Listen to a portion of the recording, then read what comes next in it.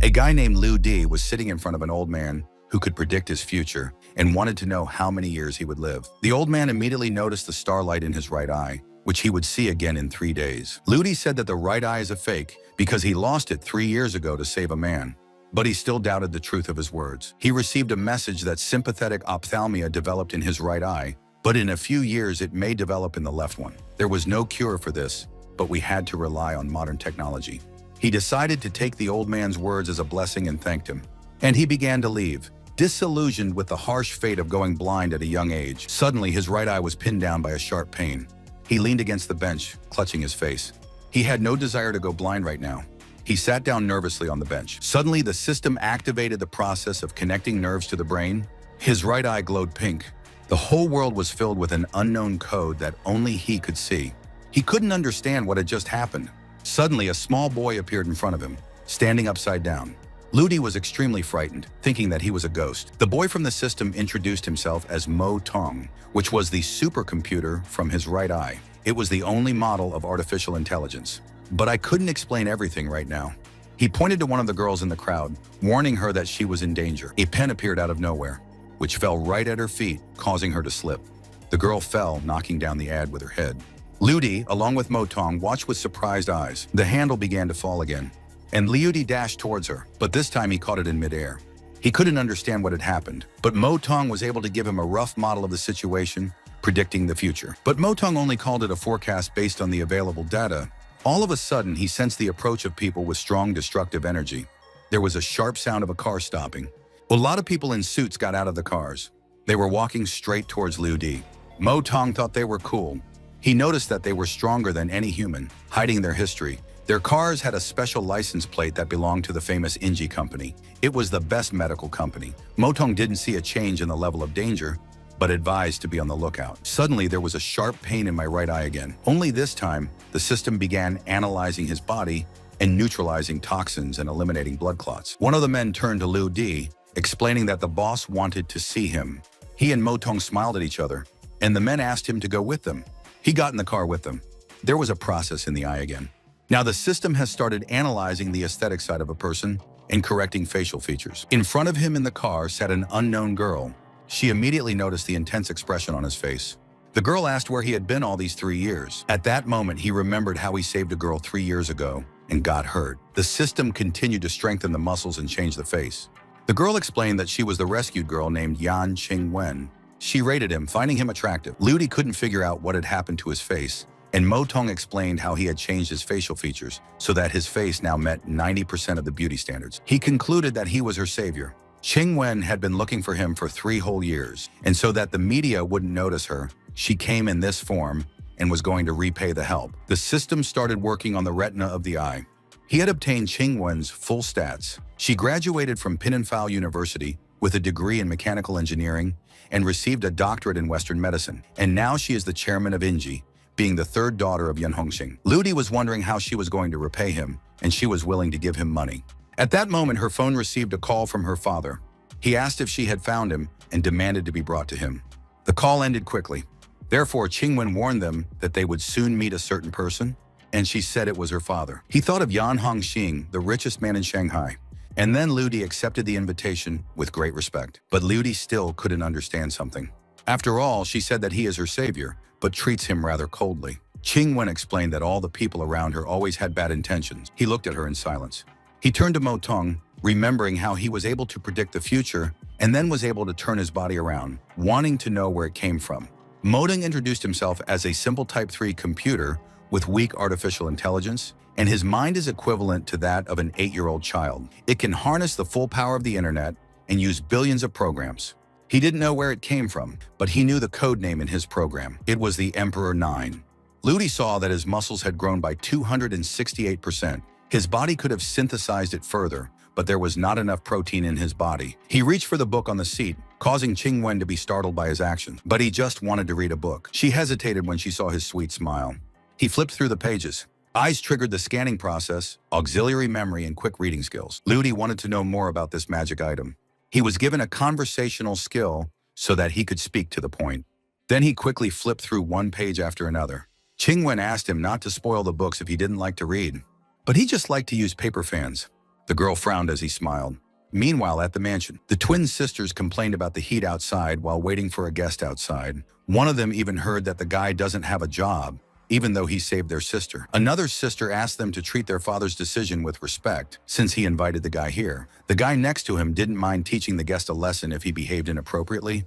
At that moment, a car pulled up to the gate. It was Qingwen and Liu Di who came out. The sisters immediately exclaimed when they saw such a handsome man. The system gave out information about them. Their names were Kai Kai and Xing Xing, and they were the youngest daughters of Hong Xing. Kai Kai graduated from the Jingzhou Police Academy and is a private investigator. Xin Xin was a graduate student at the conservatory and was a popular host of Duck Xin Xin. Ludi couldn't believe the existence of such beautiful girls at the same time. The system itself was shocked by his speech skills. The girls immediately lit up at his truthful words. Mo Tong couldn't understand human emotion. Qingwen introduced her older sister and Wen to him, and the guy next to her was her son-in-law, Ouyang Fengyu. They shook hands. Mo Tong immediately noticed the increase in his heart rate when he met up with his older sister and assumed it was due to stress. He explained that Fengyu was angry with him. The system gave out the stats of Fengyu, who was a foreigner and a master of archery sports. Ludi didn't understand why he was so hostile the first time they met, but Fengyu saw him as a competitor for the Yan family's shares. Fengyu patted him on the shoulder, calling each other family and promising to help. Modong reported the lie in his words because he was extremely angry. Liu Di explained that they were not family. Yuan told her about her second sister who was currently abroad, and her name was Shi Wen. He was immediately shocked when he thought of the popular actress Shi Wen. Qingwen introduced the two twin sisters to him. The girls blushed, asking to be addressed by their first names. Liu Di obeyed their request since they didn't mind. Yuan suggested that they explore the estate before her father arrived for dinner, but Fengyu put his arm around him, offering to shoot arrows. Ludi decided to agree. They went to the Yan family's territory. Fengyu called himself an amateur, even though he had won 6 world championships in the past. He was wondering if Liu Di could shoot arrows, wanting to teach. The system immediately started loading the archery skill. Now, his skills were enough to win the battle. Liu Di suggested sparring. The sisters warned that Fengyu was very good at archery, but Liu Di promised not to lose. Fengyu agreed to his suggestion. Kai Kai suggested adding punishments to the competition, such as eating something upside down. Fengyu agreed to her terms. Liu Di didn't mind either. Fengyu took up the bow first. He fired the first arrow into a row of targets and hit right in the middle. Xing Xing didn't expect anything different from their son-in-law. Liu Di realized that he could win it if he hit a distant target. Kai Kai reminded him that the bow and arrow in his hands weighed 81 kilograms, and even the best professional could not cope with such equipment. Fengyu didn't try to insult him, but he was sure that he couldn't shoot such an arrow 5 meters away. Liu Di saw their confidence and offered to argue. He asked Fengyu to stand right in front of the target. The guy easily agreed, being sure of his loss. Liu Di reached for one of the arrows. He pulled it on the bow. Before the shot was fired, he decided to check if the sight of blood would make the sisters sick. He once again drew the arrow straight at the target where Fengyu was standing and sent it. The arrow hit right in the middle of the target next to Fengyu's head, and she hit the target. He fell to the ground in shock. Kai Kai ran to Fengyu, and Xing Xing was angry that he had gone too far, wanting to kick him out of the house. Liu Di considered it a simple competition. Fengyu didn't hold a grudge either. After all, nothing terrible had happened. He praised his archery, but Mo Tong could sense his fear of going into conflict. Fengyu had already decided to head out for lunch. Mo Tong saw Fengyu break the iron arrow in anger. The table was set for lunch. The whole family was gathered around the table. Liu Di carefully looked at Fengyu. He wondered if it was related to a supernatural force. He assumed that Fengyu had once practiced witchcraft. The father of the family appeared on the stairs. The system introduced Hong Xin, the chairman of Inji and the richest man in Shanghai, but also a man with a big heart. Everyone immediately stood up when he appeared in the hall. Hong Xin immediately noticed Liu Di, calling him a handsome guy. He asked everyone to sit down at the table. Hong Xin began to apologize to Liu Di for spending 3 whole years searching for him. He wanted to know what he knew about the Yan family and its company. Liu Di didn't know much about them. Then Hong Xin suggested that he become his adopted son. Liu Di himself was shocked by what he heard. Fengyu was equally surprised. He jumped up from his chair, telling him to think more carefully. Liu Di understood that this attitude from Fengyu was only due to the fear of losing the Yan family's shares. The father issued his announcement that he wanted to accept Liu Di as his own son. His daughters tried to talk him out of it because it was too much, but Hong Xin knew that Liu Di had lost his right eye because of Qingwen's rescue, so he suffered for 3 whole years.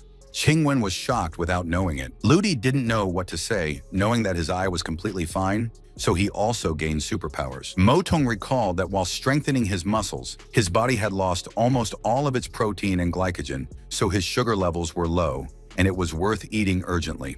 He abruptly began to devour the chicken greedily. The sisters thought he was really pathetic because he was so hungry. Hong Xin ordered the butler to serve Liu Di some more water. The system announced the process of consuming nutrients, and now his physical condition continued to improve. He ate everything from the table. Feng Yu grinned. He said that before arriving, he asked a friend for a bottle of collector's wine 1982, offering to try it. Feng Yu noticed that Liu Di was poor and had very few virtues, which might bring shame to the Yan family in the future. He was pouring wine into a glass and offered to give him some money and let him have a good time.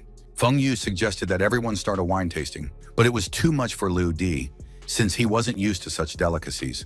Liu Di noticed that 1982 wine was just a good way to cash in on the rich. Hong Xin wanted to hear more about it. Liu Di shared his knowledge about wine, knowing that this wine of 1982 is expensive only because of the region of production where there was a severe drought, so this reduced the production of grapes and increased the price. And because of the drought, the grapes were bad, unripe, and sweet. Therefore, none of the coming years will compare with the 90s.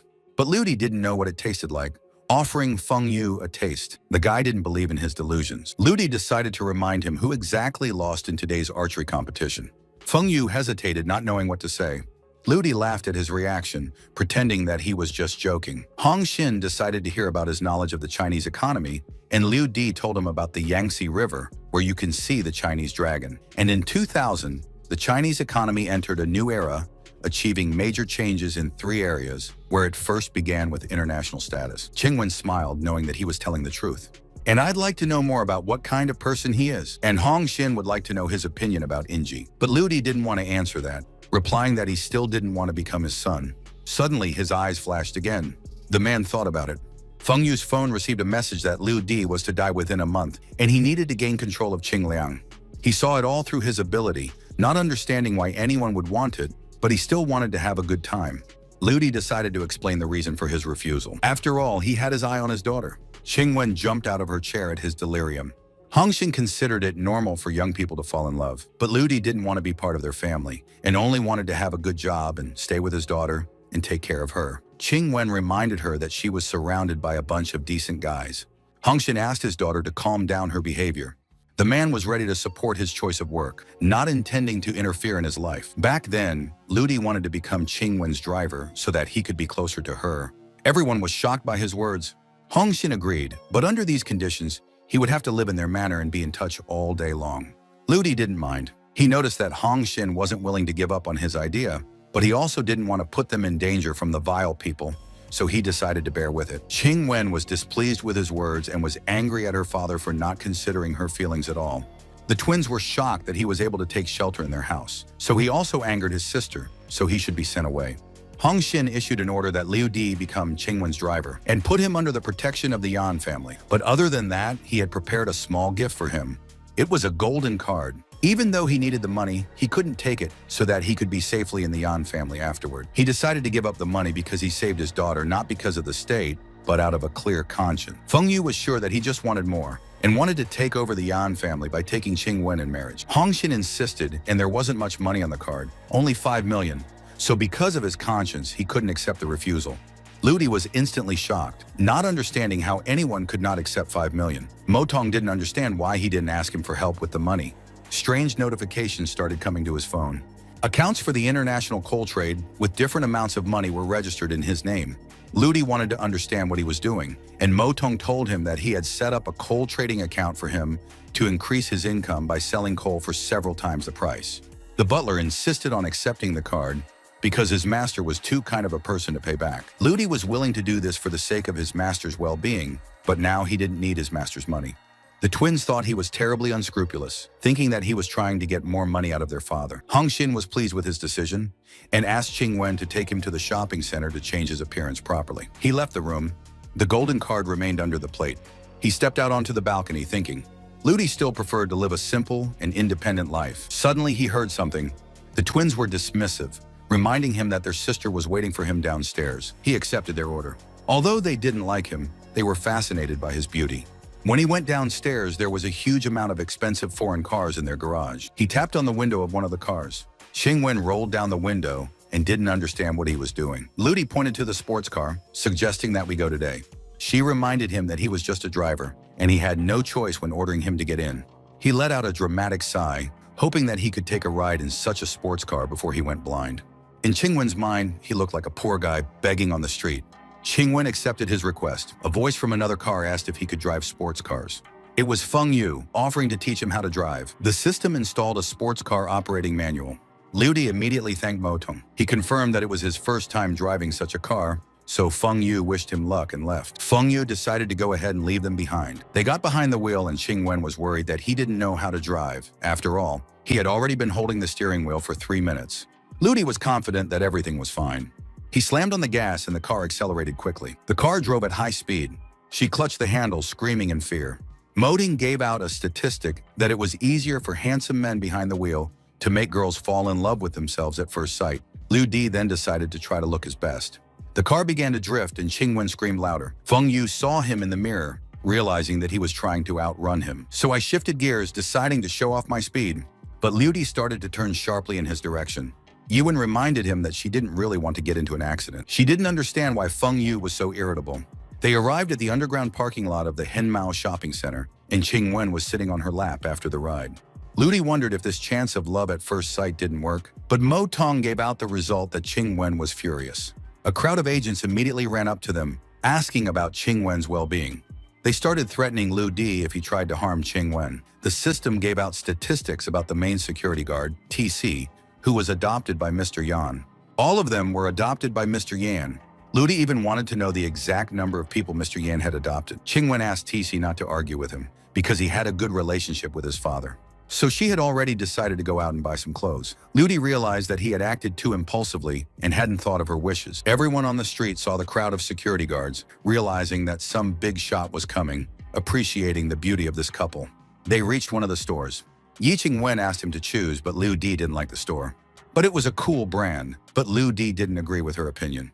She kept pointing at various stores, but Liu Di refused. Qingwen couldn't stand his whims anymore. But Liu Di asked them to behave more decently and not as if they were already a married couple. He took her hand sharply. Qingwen didn't understand where he was taking her, but he just wanted to choose clothes. She didn't expect him to choose such a store. It was a cheap store, and if he bought here, his father would blame Qingwen for it. Suddenly, he called out to some Ajia. It was his friend who recognized him. They hadn't seen each other for 3 years, and Liu Di had come back to help him with the case. But because of his results, nothing will change because it's all about Lili. He remembered that Ajia was in love with Lili in university, and she didn't give him a chance. Back then, he couldn't have imagined that he would have supernatural abilities and that Ajia would become a salesman in a clothing store. Finally, Lili appeared. The girl was serious about Ajia, but then she noticed Liu Di. She thought that he had suddenly become rich. She wanted to meet his girlfriend, but Qing Chen immediately dismissed this theory, claiming that he was just her driver. She sighed, realizing that he was the driver. Lili turned around, asking Ajia to get at least a couple hundred yuan from Liu Di, considering that he couldn't afford it anymore. Ajia apologized for Lili's bad behavior and offered to help with the fitting. He ran to get something that he would definitely like. They went to the fitting room. All the girls around him admired his appearance. Qingwen noticed that he had come out of the fitting room. He had completely changed into his new clothes. They went straight to the cash register and Li announced the prices. Qingwen was surprised that the clothes looked so good and were inexpensive. Liu Di did not specify whether Ajia would get a percentage for his purchases, but Li did specify where he wanted the commission from. Then he decided to buy 3 dresses, each for 200 yuan. They were both in shock, and Jia was shocked, offering to pack the dresses. He gave him his consent and was willing to buy dresses even for 200,000 yuan. Mo Tong helped him earn money in the stock market, so the balance on his card reached 30 million. Qingwen was pleased that he had finally started using his father's money. Then they went to the lighter shop, and he asked for help wrapping everything up. The girl described it as a limited edition collection from their store, a lighter with a diamond in red, and a price tag of 1 million yuan. But he still held out the golden card, causing her eyes to sparkle. Qingwen was shocked by his decision to buy a shirt for 300 yuan and a lighter for 1 million. But Liu Di was a smoker, so he needed a lighter. Liu Di believed that a man should have a unique item. The sales assistant returned the card after successful payment. When they got out, Liu Di asked Qingwen to wait while he bought some things. 10 minutes later, he returned with an ice cream cone in his hands. He handed one of the horns to her. She noticed that his lips were smeared with ice cream, and he licked them to remove them. Qingwen reminded him that if she got sick, it would be his responsibility. She licked the ice cream. But I was very surprised by such yummy food. Liu Di advised her to be a little kinder because she is a girl. Suddenly, footsteps and a voice were heard from behind. They both turned at the sound. It was Lily who wanted to get to know her former classmate better. So I suggested that you add yourself as a friend and chat if you're bored. He asked if she had any contacts with Sitian. Lily promised to give it to him if he added her as a friend. When he handed her the phone, a $200,000 deposit notification arrived, and the current balance was already $123 million. And then I got a notification that they were successfully added as friends. Lily was glad that they would always be in touch now. Qingchen was about to leave to pick up the clothes he bought and attend to business. Liu Di didn't understand why they had decided to leave so quickly. He didn't understand why she was acting like this, and Mo Tong deduced that she was just jealous. Lily set a goal for herself: win over a handsome, rich guy. Later on, Lily was lying on the bed and rummaging through her phone. She wrote to Liu Di, asking him to meet her friend, Jie Tuyang. She knew it was his ex-girlfriend, but she had a new rich boyfriend. While she was texting him, Liu Di removed her from his friends list. She threw the phone on the floor out of anger. Kai was wondering what kind of clothes Liu Di had bought. Xing had an interesting idea. They had come to Haishi, and Qingwen didn't understand why they were here. She thought it was an attempt to remind her of an incident 3 years ago. But he found her idea too boring. She was angry that he was talking to her like that, and he pulled the door handle. He opened the door abruptly. Inside was a room that looked like a general ward. Qingwen was afraid of this place, trying to figure out what was going on. They saw something. Suddenly, the man swung the stake at the injured guy, causing Qingwen to cry out in fear. The old man ordered her to shut up and let her save people. He suddenly stuck a stake in his chest. Qingwen interceded, explaining that the guy had a pleural effusion and that it wouldn't help him. The old man gave her permission to bind it up later, but for now he asked Liu Di if he had brought him some wine. But Liu Di said that he had earned money. Qingwen wondered what kind of relationship they were in. Half an hour later, they were about to leave.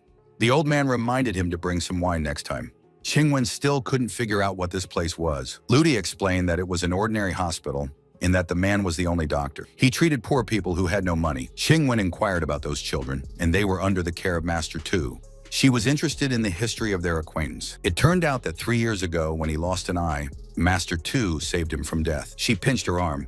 I immediately apologized to him. He offered to make it up to her by sleeping with him tonight. Qingwen became angry at his words. Liu Di laughed because he was just joking. Qingwen noticed that the hospital was short of money, but Liu Di had already given them several 100,000 yuan. She thought he'd given her all the money, but he wouldn't admit it. Night fell. They finally arrived back home, and the twins immediately ran to meet their sister. Xing handed him the key to his room. Mo Tong reported that the twins had good intentions for him. Qingwen hadn't expected them to vacate the room so quickly, and now he was living in the basement. She was angry that they'd put him in the basement, but the twins were not sorry to let him stay at the suite.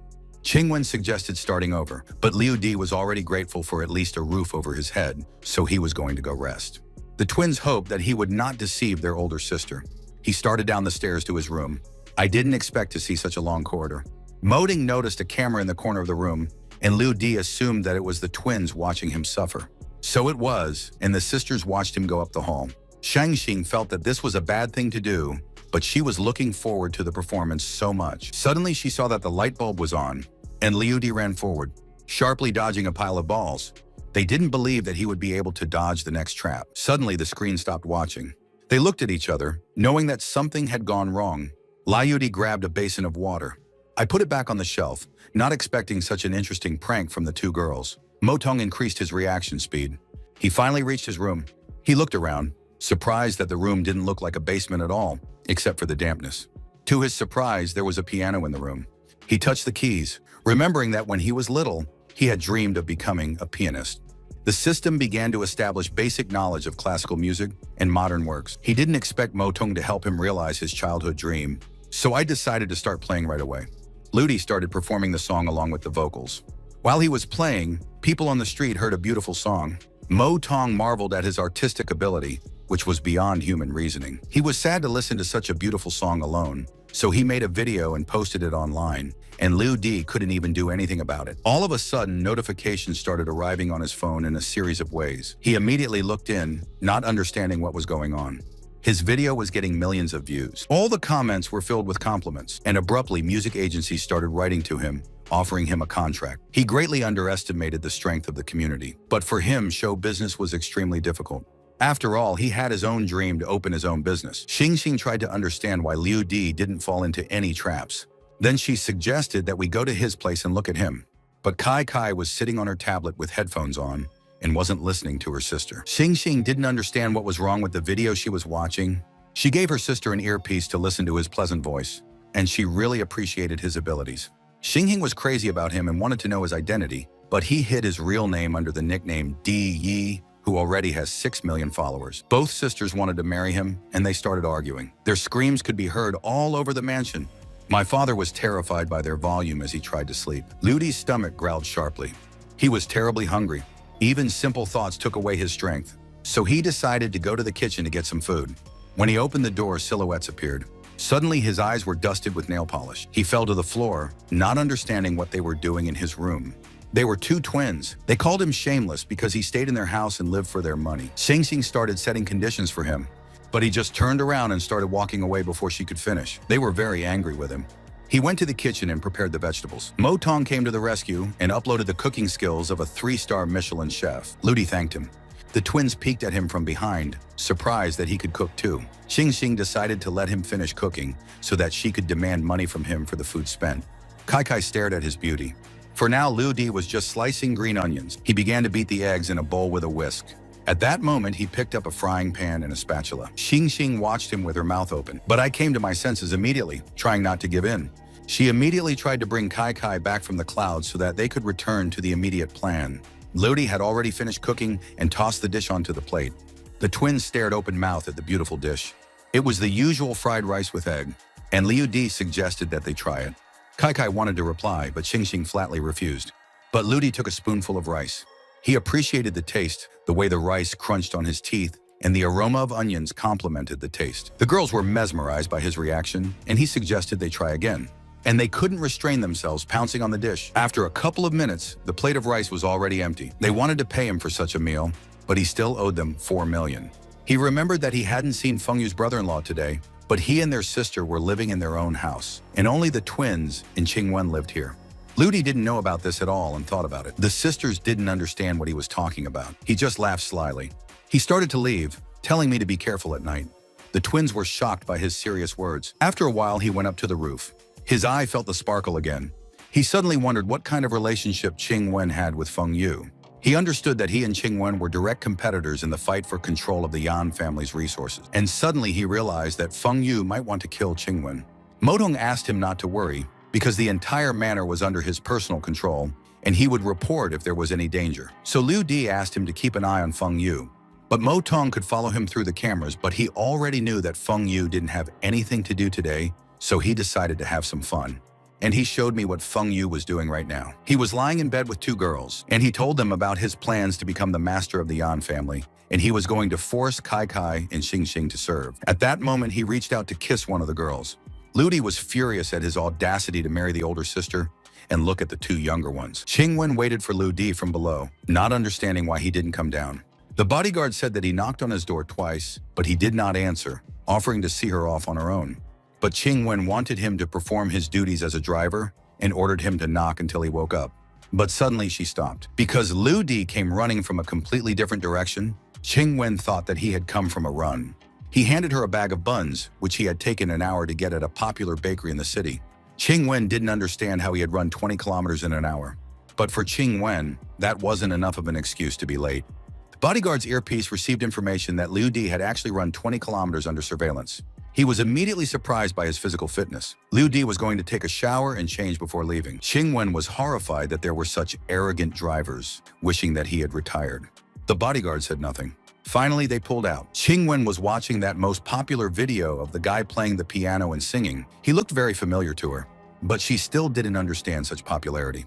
And I wanted to get to know Liu Di better. They drove up to the building. They got out of the car. Liu Di didn't know where they had arrived. A table appeared before my eyes where there was a top list of salespeople. Liu Di didn't expect the chairman's daughter to participate in such competitions. Qingwen inquired about his thoughts. She explained that this is the financial culture of their company, so they should represent value in the company without exceptions. Because Inji has reached such heights thanks to a lot of hard work. Liu Di thought that he might also make it to the top if he was considered an employee of the company. But Qingwen didn't believe it. She moved on. All the guards greeted the lady. As they walked on, they met another girl. It was her secretary, Chen, who greeted the lady. Liu Di's mind skipped a beat. She handed her the documents to sign. Qingwen asked her to arrange a meeting with CEO Li from Xining Hospital. Chen asked who he was. Qingwen explained that it was her driver. Her face was red as she examined him, taking in his beauty, his body, his skin.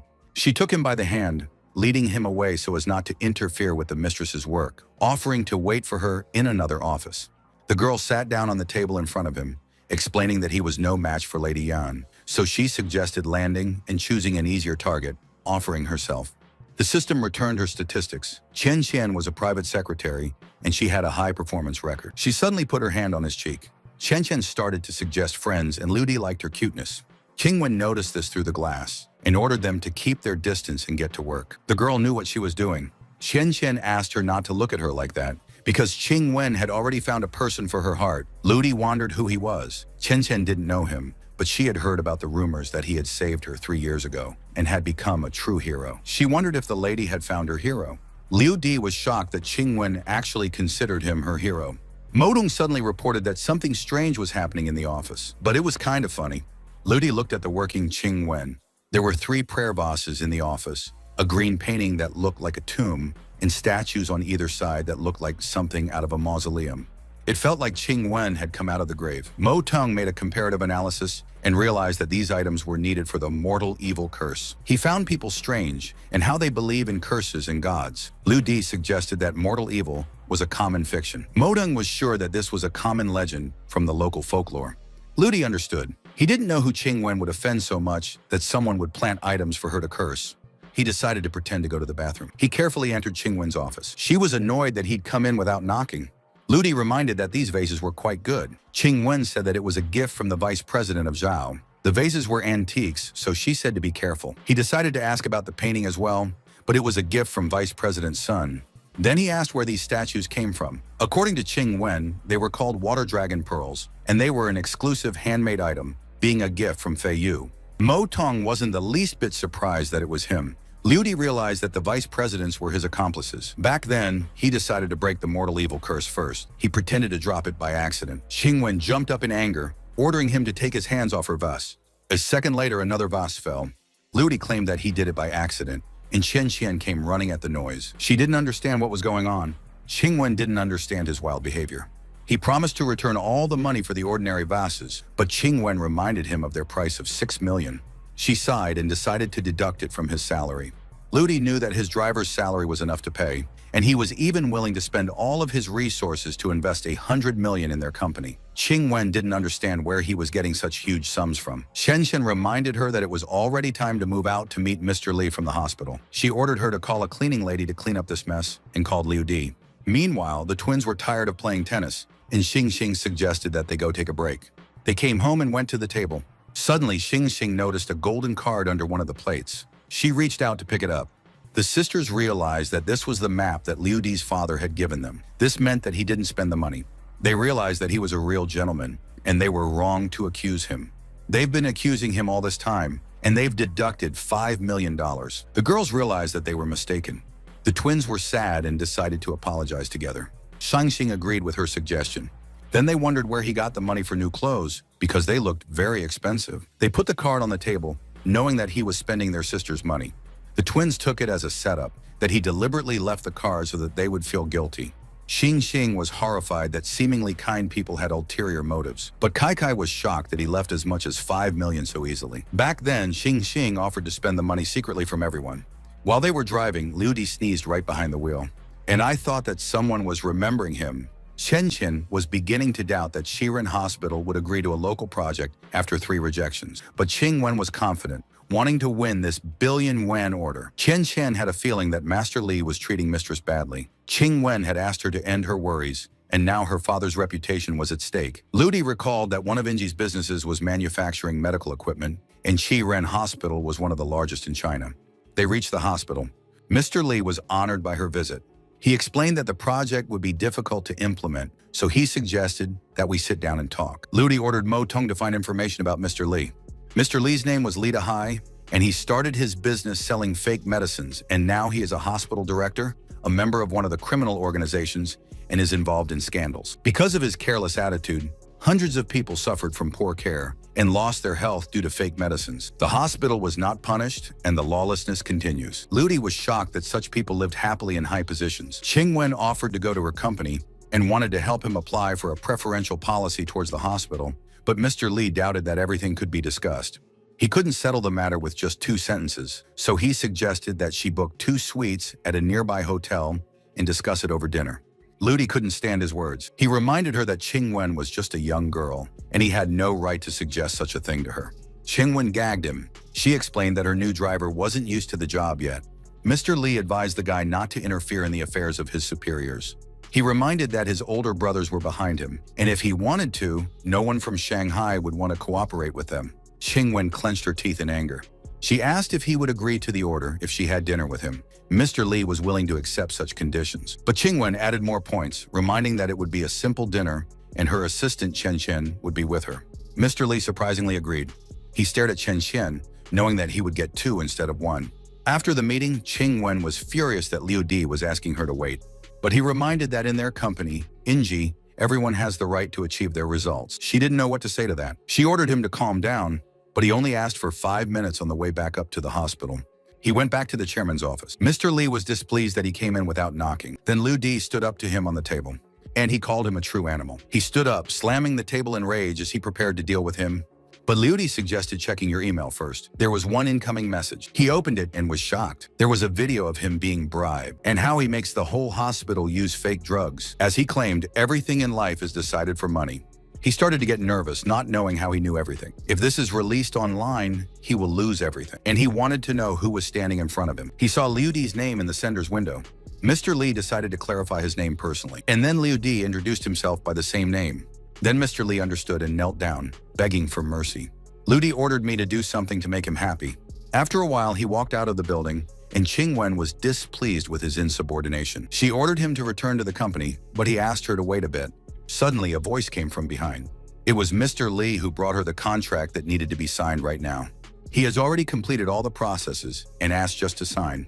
Mr. Lee decided to offer her 2 billion, considering that 1 billion wasn't enough, and wanted to pay for it all at once. Chen Chen didn't believe that a businessman would conduct such negotiations almost on his knees. Qingwen reread the contract without noticing the catch, but she still didn't believe it. Mr. Lee was really serious. So Qingwen signed the contract. They drove home. She didn't believe that this would be the biggest contract of her life, and now she could reach the top of the rankings. Chen Chen reported receiving a payment from the hospital in the amount of 2 billion. She wanted to know what he had said to Li Dahai that made him abruptly decide to sign the contract. Ludi admitted that he was able to find out about some of Li Dahai's shady affairs and threatened to lay out dirt. Qingwen was shocked that he would do such a thing. But he was only joking with her. He asked how they calculate the commission for the transaction. Qingwen said that the interest is 0.5%, which makes it 10 million. But Liu Di didn't need this money, so he offered to pay her the broken vase with this money. Qingwen didn't expect him to actually pay. And also, he offered to give the remaining 4 million as moral compensation for a psychologist, for example. But he reminded her that she still had a real hero who was willing to look out for her. The girl blushed at his unexpected words. She was being naughty, not thinking of him as a hero. Chen Chen sensed that there was something between them.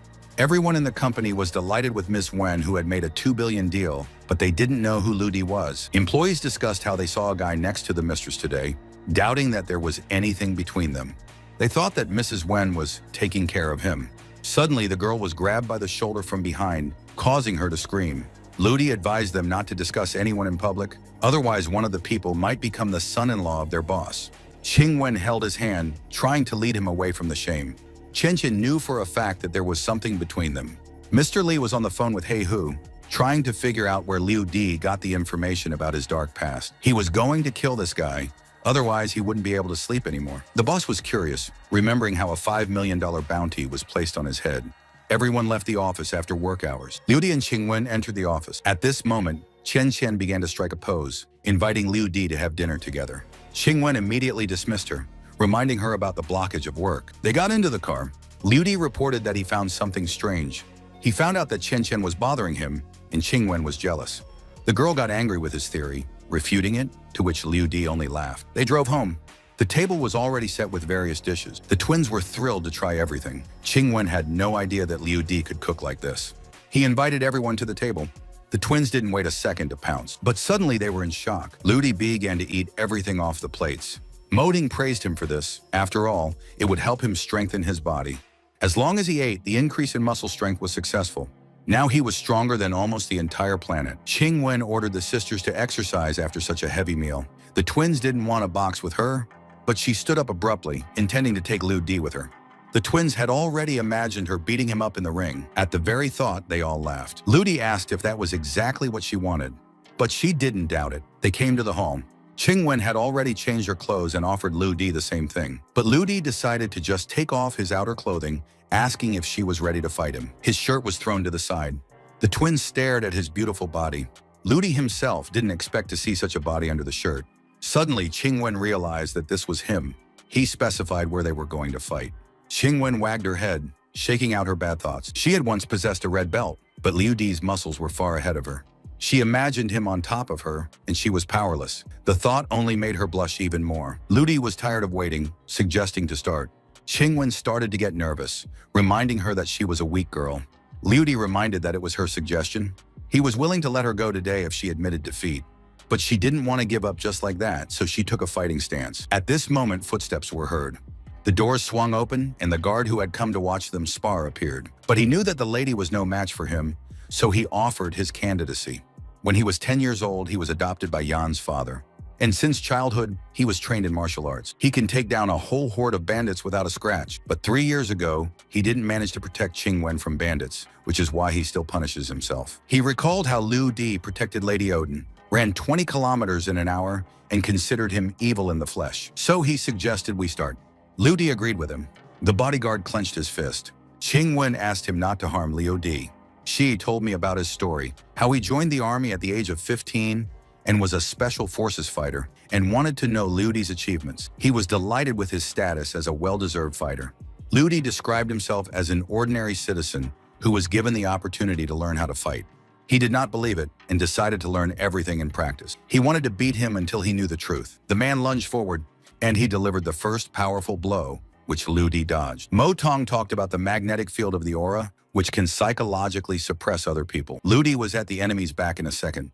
He was surprised by its speed, but I hit him in the back. Mo Tong said that in addition to his body, his aura was improved. A second later, the power of his aura was connected to his body. His eyes glowed sharply purple, and the entire room was filled with a dark aura. She couldn't believe his eyes, not knowing if he was a demon or not. He realized that Liu Di was not an ordinary person and must have been in the elite troops. She admitted that he already understood everything. Liu Di didn't even have time to have fun. He could feel the anger inside she, but he lacked combat skills, but his loyalty and bravery were admirable. He suggested that we move to another room away from prying eyes. Xi's mouth dropped open in surprise, and he laid his hand on his heart, vowing to give his whole life in his service. Qing Wen tried to stop him. Xi was surprised that the lady didn't agree with him. The sisters were listening at the door to the room, trying to figure out what was going on. In fact, Liu Di taught him techniques, pointing out mistakes. He swung, but Xi managed to dodge, but he fell to the ground. Liu Di praised him as a good student. He praised Eastern Excalibur for its good training. Xi didn't expect him to know about the secret Chinese intelligence service. After all, only 2 people know about its existence, and one of them is a senior naval general of China. And then he realized that the second one might be Liu Di. So he laughed, knowing that Tian Lu wouldn't be able to compete with small-time hooligans. Liu Di didn't understand what he was talking about. Shi realized that Liu Di was a member of Excalibur, and he was divided into 2 squads, Tian Liu and Shibukai. Tian Liu has always been respected in military circles, which makes Liu Di their leader. He immediately bowed to him, not wanting to look at his face. Liu Di didn't know whether to confess. Liu Di asked which hooligans he was talking about. She said that one of the bosses is offering $5 million for his head. He couldn't believe such a large price. In all his years, he had no enemies, and it was only with joining the Yan family that there were detractors. One of them was Feng Yai, who was afraid of losing his power, and the second director of the hospital, who was forced to sign the contract. Yi suggested calling his brothers to handle the situation, but Liu Di refused and asked how he knew about it. She had heard this gossip from an underground leader of the Shanghai underworld. Liu Di deduced that Feng Yai had been in contact with him that day. He decided to drop the idea and suggested that he try something else. But Xi stopped him. Xi said that his old instructor, He Shan, had come to Shanghai, and that he had been promoted to Tian Liu a few years ago, so they should know each other. He Shan would be happy to know that Liu Di is also here. Liu Di asked him to warn him if he told him anything. He sighed as he left the room, not wanting to be exposed too soon. At this moment, a worried Qing Wen ran over. Liu Di reminded her of his remark that she shouldn't act like this. The girl was offended and recanted. Liu Di just walked on and said goodbye. Qing Wen wanted to know the details through Xi. She wanted to know if he had beaten Liu Di, but she couldn't reveal the details. Sai has promised that he will protect you and you don't have to worry. Liu Di was sitting in his office, staring at his phone. Xing Xing suddenly appeared on the screen. It was broadcasting live right 200 meters away.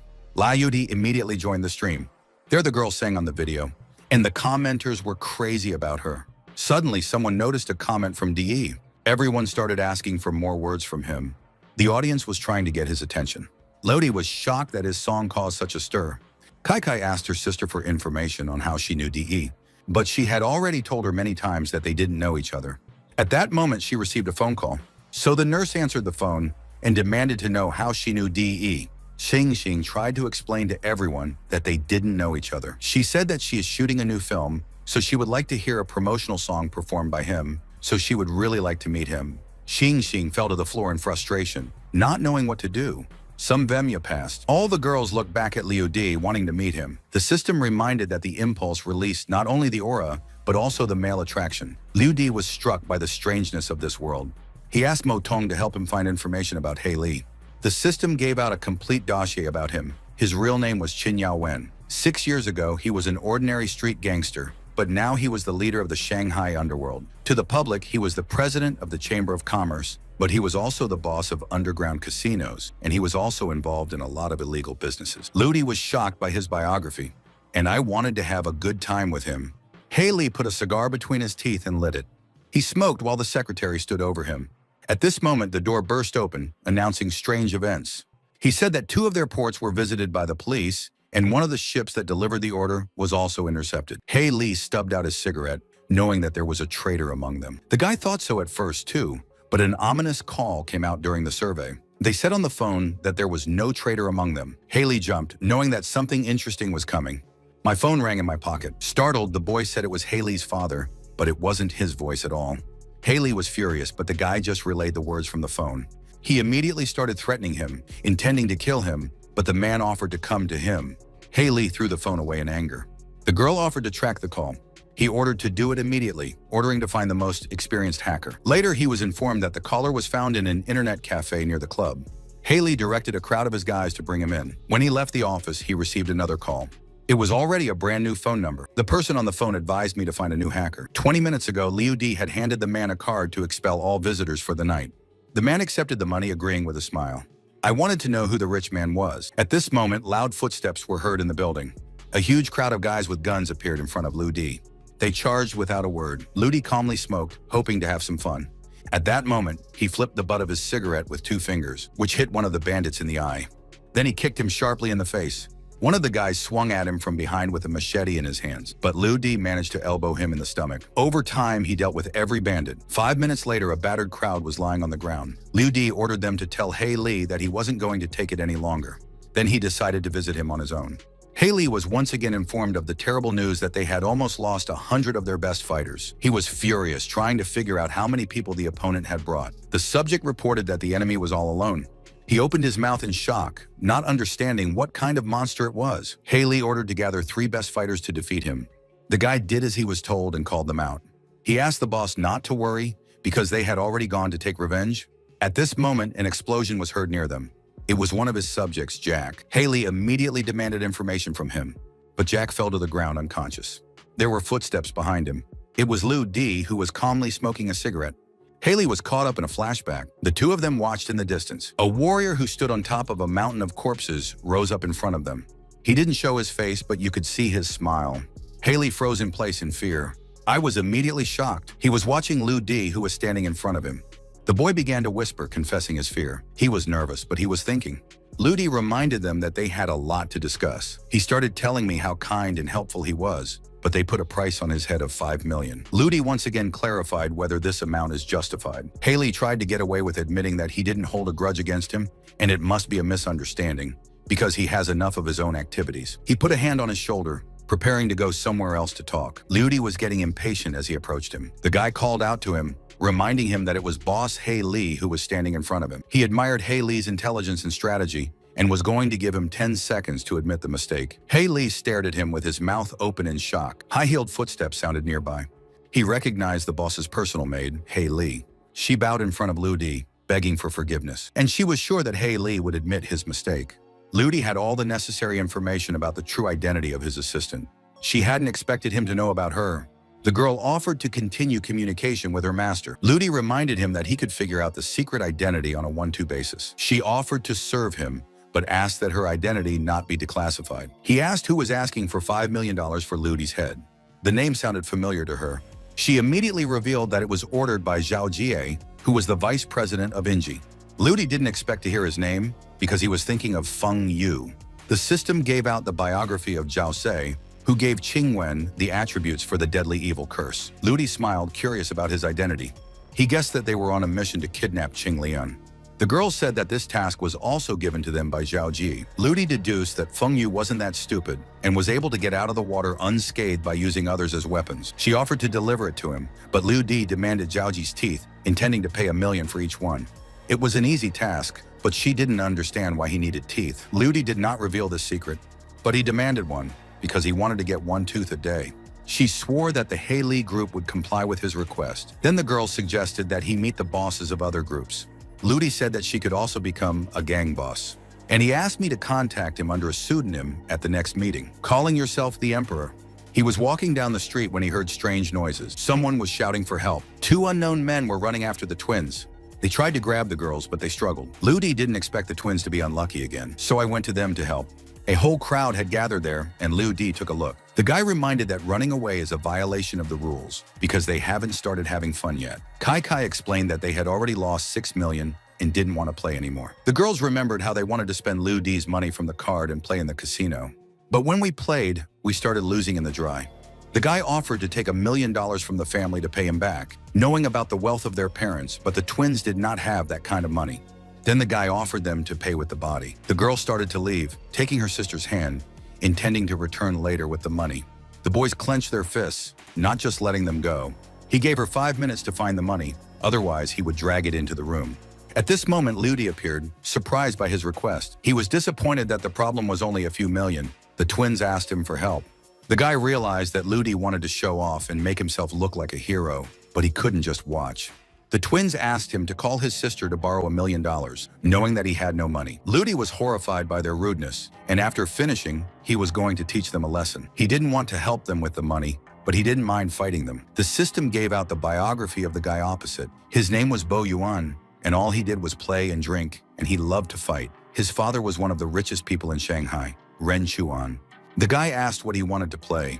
Lu Di knew that he wasn't interested in money and only wanted to deceive the twins. He wanted to continue betting. So I boldly went to the table.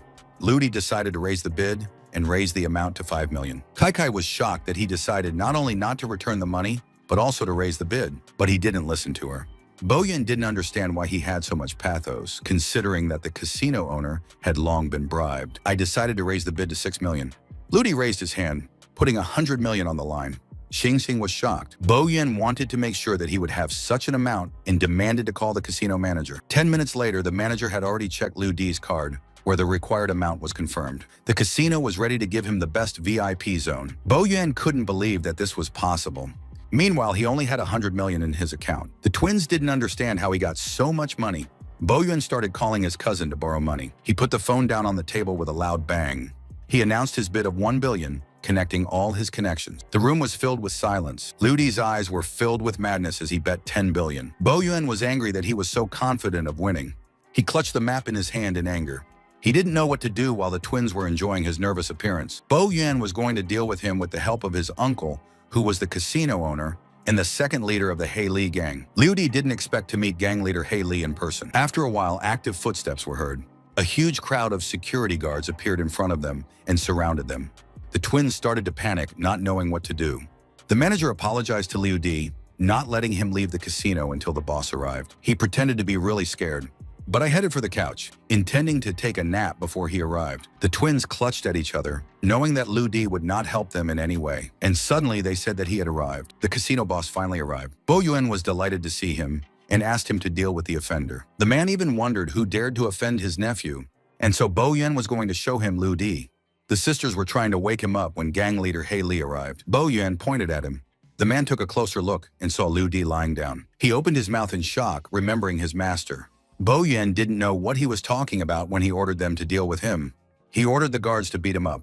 He was even willing to take full responsibility to attack him, but his uncle just slapped him across the face. Bo Yuen reminded them that their opponent was lying on the sofa, but the man ordered the guards to beat up his nephew and beat the crap out of his head. A whole crowd started beating him up. 10 minutes later, he was covered in bumps. The leader reported to Liu Di that they were done. The twins couldn't understand what was going on here. Liu Di sat up on the sofa, deciding to leave. The man respectfully handed him the cigarette that he had lost. Liu Di immediately took a drag on his cigarette. He ordered the twins to leave with him, and they went away, leaving them. The man informed his nephew that he had contacted the owner of their town named Taiji. They walked over to the car where Si was standing.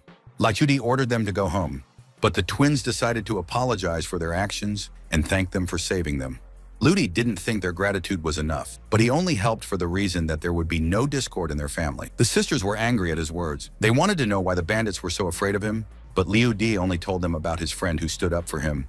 The twins understood inside.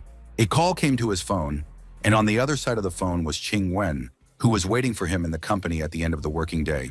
The twins realized it was their sister, but Liu Di started to leave right away. He arrived at the company. Chen Chen reported that the lady was going to go home without a driver and gave the order to accompany Chen Chen on a date. Liu Di grinned at her attempt. He entered the office without knocking. Qing Wen was sitting quietly at the table there. She was wiping her hands clean of blood, and Liu Di didn't expect her to neglect someone else's life. Qing Wen wanted to go to Mr. Tu to help with a few transactions. Liu Di was shocked by her kind heart. She asked him to look at the list, intending to donate medical supplies to Mr. Tu. Liu Di advised her to give him some wine to remind him of her status as a godchild. Qing Wen took note of Mr. Tu's love of alcohol. She grabbed her bag from the table. She asked me to take her to the bank, and Liu Di asked me what her purpose was. She didn't understand the need for unnecessary questions because she just needed to withdraw money. After some time in the bank, the captain informed the boss that the bank was officially closing in 10 minutes, and when everyone left the building, they could start the Han mission. He couldn't believe that Manhwa wanted to compete with his soldiers, so much so that he could fake a bank robbery. The captain reminded that Manhwa's soldiers were much stronger, but he was still going to fight them off with a couple of trump cards. After all, in its ranks were the best soldiers in the whole country. The boss was the commander-in-chief, He Shan, and the team captain was Tian Luo. The 6 newcomers had already arrived and were going to wait for them to rob the bank to win. He Shan was sure that Duanhua's problem was his overconfidence, so he was going to wait for a while. Liu Di and Qing Wen arrived at the bank. The system warned him that there would be a robbery in 5 minutes, and she explained that some of the visitors are not ordinary people, but accomplices. The system noticed the presence of a gun in one of the passers-by. Liu Di guessed that they weren't just thieves, knowing that he was going to have a rough day again. Qing Wen handed him a wad of money, knowing that he didn't have any, but Liu Di refused, considering it as payment for her rescue, but it was money for his pocket expenses. Liu Di didn't need his money, so he asked to buy him some cigarettes. Qing Wen was furious at his behavior. She was angry as long as Liu Di was smiling while joking with her. After a while, Liu Di met a guy who supposedly had a gun. He greeted him back. Liu Di sat down next to him, describing the fine weather that made it possible to rob a bank today. The guy agreed that the weather wasn't bad. I suddenly jumped as I caught his last words. Then Liu Di swung at him without warning and hit him, knocking out a couple of teeth. Because of what, the guy flew to the ground and passed out. The commander-in-chief slammed his mug down on the table. The captain informed him about the information that there was no such person among Chief Duan's men. There were footsteps in the room. It was his men who had arrived to deal with Liu Di. One of them was kicked in the stomach by Liu Di. He threw each of them in turn. There were only 2 opponents left in front of him. They were very aggressive, wanting to kill him, but he lunged at them, landing 2 punches. The guys fell to the ground exhausted. They were shocked that he was able to defeat their best soldiers in just a few minutes. The commander-in-chief gave the order to catch this kid, so he rode off on a mission. Liu Di admitted that they were quite strong, but they chose the wrong road. At this moment, the main opponent appeared in front of him. Mad Captain Tianluo was coming at him. Liu Di decided to gather all his strength for a decisive strike. He punched Tianluo in the stomach with all his strength, which sent him flying into the wall like lightning. Tianluo couldn't believe that the enemy had anticipated his strike. The commander-in-chief also clenched his fist in rage. When Qing Wen entered the room, she couldn't understand what was going on. Liu Di didn't see anything wrong with a handsome man stopping a bank robbery by defeating the robbers. He grabbed her hand and was about to run away while Qing Wen wanted to find out about this pretty boy. Liu Di had directly hinted that this handsome man was coming down the stairs, but Qing Wen didn't believe that he was involved in a fight. Tianluo heaved himself up, realizing that the guy was lucky this time. 10 minutes later, the soldiers were being carried away on a stretcher to an ambulance. The room was a mess. Manhwa didn't expect that He-shan's experienced soldiers would be defeated by an ordinary citizen. He threw it all away for an accident. Duan didn't believe it because in their city, it wasn't like ordinary people were braver than the special forces. They watched the fight on camera and assumed that his level reaches an S grade, and they immediately wanted him to join their ranks. The commander-in-chief gave Tianluo 12 hours to find him, but he doubted that they really wanted to recruit him. He-shan wanted to make him their mercenary to work together, and he will help them carry out their plan. Manhwa invited He-shan to buy him a drink when he came to Shanghai, but he slapped his hand away. He suggested that he drink alone, intending to deal with him. Duan didn't understand why he was so angry. He called the commissar over. He gave him 10 hours to find that kid.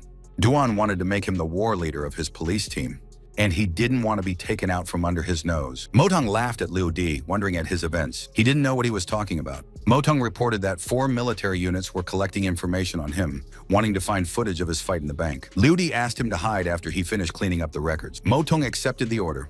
Tianluo continued to make face comparisons for the search. Manhwa was still surprised as he watched the footage from the camera. But suddenly the screen went blank. The commander-in-chief put the problem down to a technical glitch, and the video on Duan's screen also went blank. All records from that moment disappeared at once, making it impossible to search. Meanwhile, at the Yan house, my father was handed some papers with interesting news. There they wrote about the rating of employees of the company Inji, where in the first place was Qing Wen with sales of 2 billion. The butler was sure that the girl was showing great promise, but he already knew about her abilities. The man didn't understand what the news was about. The butler reminded that Liu Di was also involved in the center of these events, which shows his talents. My father doubted that he would be able to find real talent in the company through his own efforts, and meeting someone like Liu Di is a 1,000,000 to 1 chance. The butler noticed that Liu Di didn't have much interest in the Yan family. The man justified his arrogance by being young, when he still doesn't think straight. But he already had a way to help him rethink his priorities and hand over power to the Yan family. He gave the butler 2 instructions. He asked to inform his family that Qing Wen was taking control of the sale of medical equipment.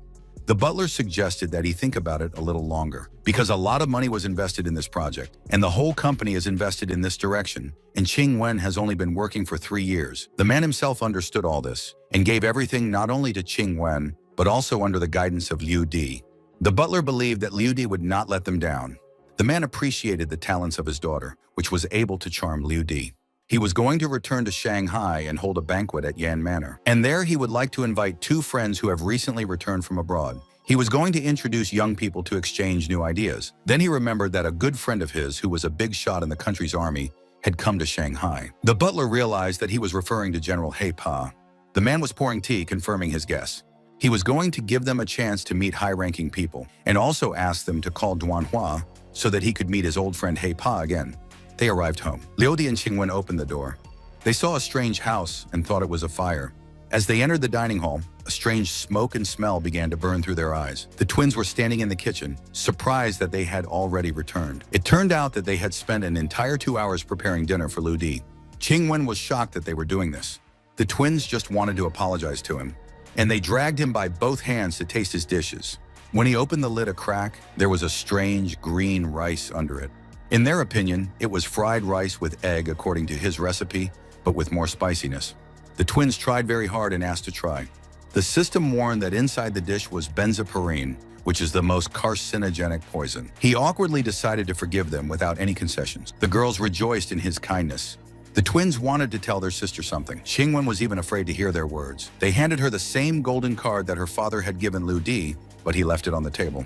The twins realized that Liu Di wasn't as bad a person as they thought. Qing Wen didn't understand where he got the money from if he didn't take the card. This meant that he did not come to the family for money, but really wanted to be with her. She pushed the thought away, knowing it was impossible. Kai told her that Liu Di was truly rich, but Qing Wen didn't understand how she knew everything. The girl began to do a rough calculation of his finances, moving into the billions. Kai was shocked by the final withdrawal when 10 billion came out there. They didn't know the exact amount, but it was definitely higher than this. With such capital, he should have been listed as the richest man in the world. Qing Wen wanted to know the source of the information. They admitted that they had seen it all in the casino when he had bet such a huge sum. Qing Wen was shocked with his antics. The twins believed that he was definitely not a bad person. Qing Wen wanted to find out everything for the sake of their safety and would pretend that they didn't know anything. The twins promised their sister that they would help. At that moment, the door opened abruptly. It was Liu Di who wanted to help the 3 hungry girls and suggested that they eat real rice with egg. The sisters noticed that this taste was different from before. Qingwen couldn't tell if he was a good person or a bad person. She picked up a spoonful of rice and tasted it. Her face was immediately filled with a smile at the gorgeous taste. Liu Di changed the recipe by adding ginkgo tree seed, which can remove excessive spiciness.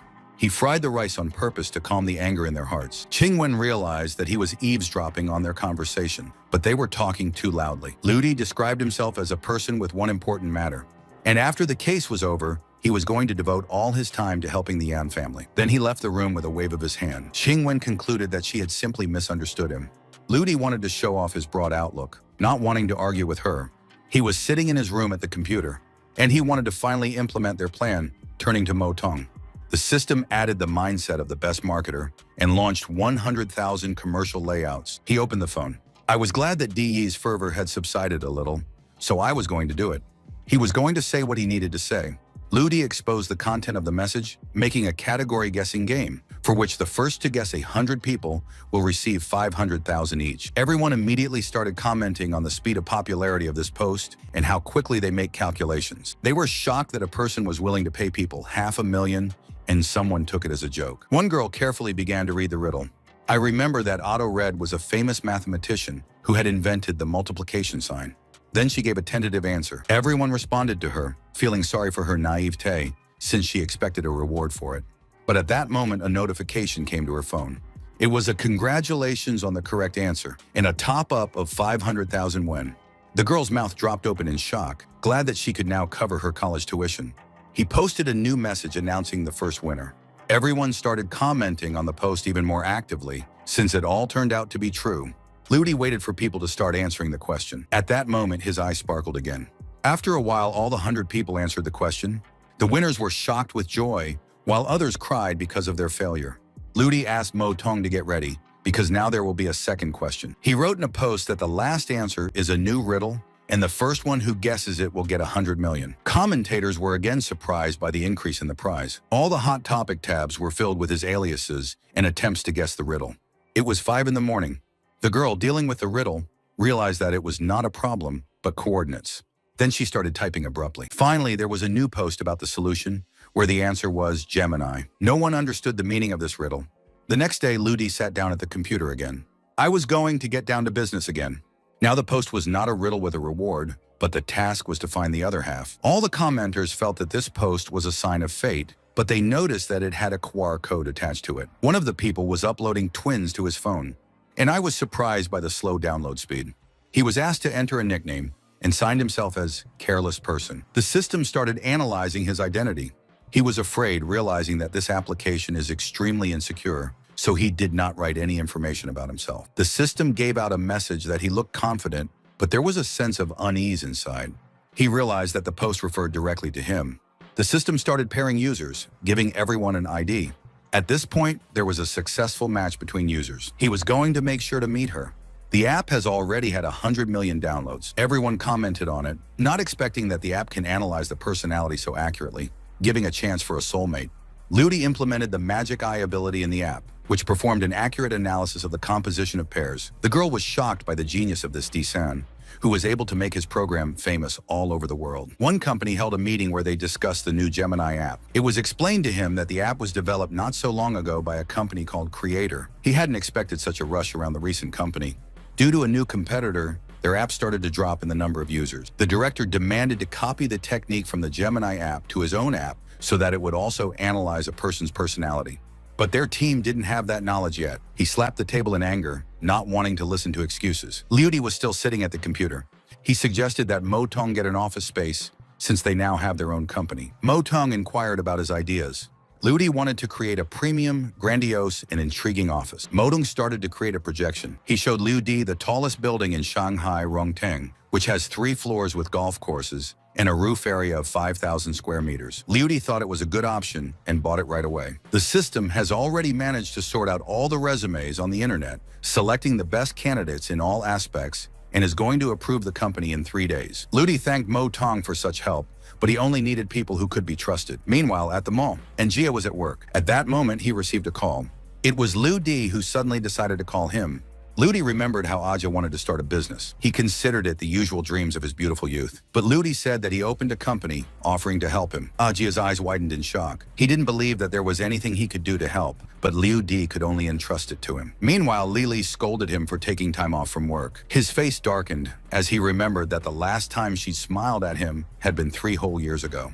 And so I kicked the table, not going to suffer any more bullshit.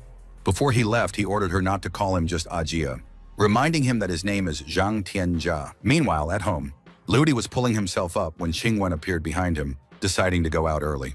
After all, important clients are coming to the company today, so she dressed smartly. Ludi looked at her and sighed. He received a message about a meeting at the Rongtang building at 4 o'clock in the afternoon. Since they were leaving in a hurry, she decided to bring him some buns to eat.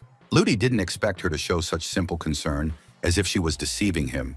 She was offended by his words. Ludi continued to make fun of her, which made her even angrier. I decided to ask sharply where he got all that money. He admitted that he opened the company Creator. It sounded extremely unreliable to her. She promised that she would help him if he needed her.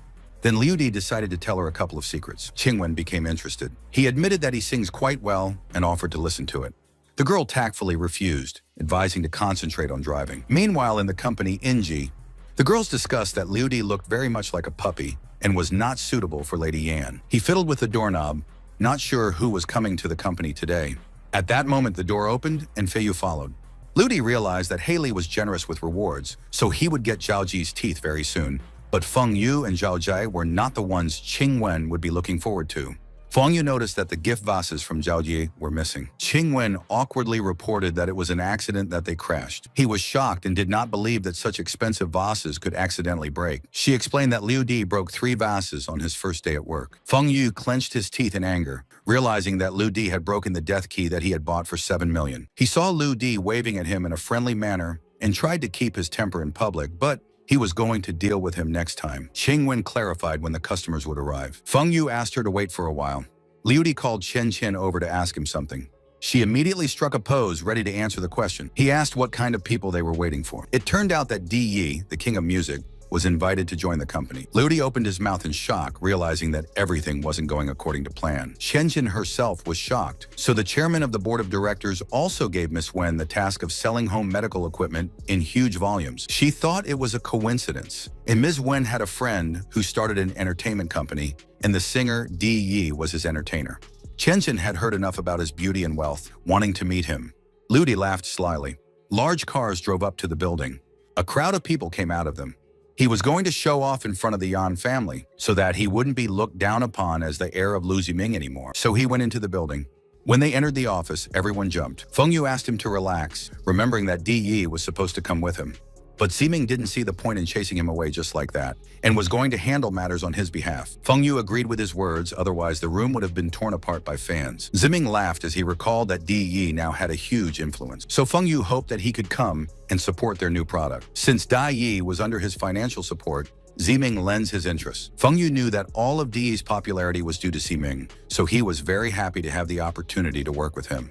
They were willing to pay for Di Yi's public appearance for $300 million. Ziming was only willing to accept such a sum because of his friendship with Lady Wen. Once they agreed on a price, he suggested that they talk about their implementation plan. Qingwen had just been up all night coming up with a plan. Feng Yu handed him the folder with the prepared plan. The girl was angry that he was doing all the work for her, even though her father had assigned the task to her, but Feng Yu didn't think it was a problem. She slammed the folder down on the table. She suggested that Ziming choose one. Ziming first picked up Feng Yu's plan folder. His plan was noisy, expensive, and loud, and Ms. Wen's plan was charitable, close to the average person. Qingwen wanted to show their product in the concept of a charity event because they are creating a gadget for the prevention of childhood diseases. Ziming didn't know what to choose. He suggested that Qingwen pay attention to him since he had been chasing her for 2 years. He asked her out for accepting her plan. Qingwen stared at him with her mouth open. She didn't want to involve the relationship in her work. Then he decided to think more seriously about their options. At this moment, he stood up and decided to put the topic aside, suggesting that he choose a day for the Yan family's banquet. He wondered if Mr. Yan would be disappointed if Mrs. Wen's plan was rejected, and he offered to celebrate the young talent that Mr. Yan mentioned. The sound of a lighter could be heard from afar, and Liu Di interrupted their conversation. Ziming was startled by the abruptness. Liu Di was only making fun of him. The guy jumped out of his chair in anger. Ludi introduced himself as the talent that Mr. Yan mentioned, but in the company, he was a driver. Ziming didn't believe it and laughed, but Ludi reminded them that their company, which was registered just 5 days ago, couldn't sign a contract with DE. Ziming decided to take out his phone and show the video from DE's rehearsal. He poked the video in his face. Where was the unknown guy singing DE's song sitting? He introduced himself by his name, offering everyone cooperation. Motong rated the young man as a second-rate art academy student. Ludi pretended to admire him and offered a contract. Ziming thought he had tricked him by offering an autograph or photo. But Ludi only stubbed out his cigarette, intending to offer a bet if their D wasn't real. He was going to break his leg for that, and the only choice was left or right. Ziming bared his teeth in anger. Feng Yu also got into the argument, reminding Ziming that he had video proof. Qingwen asked him not to worry and suggested that he go help Mr. Tu with the equipment. Ludi accepted her request. I was going to look forward to the evening. He left, slamming the door behind him. Then he went to see Mr. Tu. Ludi envied him for being as calm as water. Then the old man asked the reason for his vivid emotions. Ludi confessed to the confusing situation. Old man Tu was calm because of his age and gave advice to fight for life while he was young. Ludi wasn't prepared to do this at all. But the old man knew him best, knowing how he had worked 3 jobs a couple of years ago with injuries, but was returning to take care of the children. Ludi realized that this was true and remained silent. Old man Tu was repeating his favorite saying, suggesting to be ruthless or run away. Ludi didn't fully understand the meaning. Suddenly, Old Man Tu remembered that young man from the bank who was being searched for by all the military departments and assumed that it was Liu Di. He felt uneasy and laughed, deciding to go to sleep. Ludi was about to leave, but the old man decided to give him another piece of advice. He knew that it was possible to defeat anyone, but not his heart. Lifchi understood. He went outside, leaning against a tree. The system notified that the number of connections to the Gemini app has already exceeded 400 million.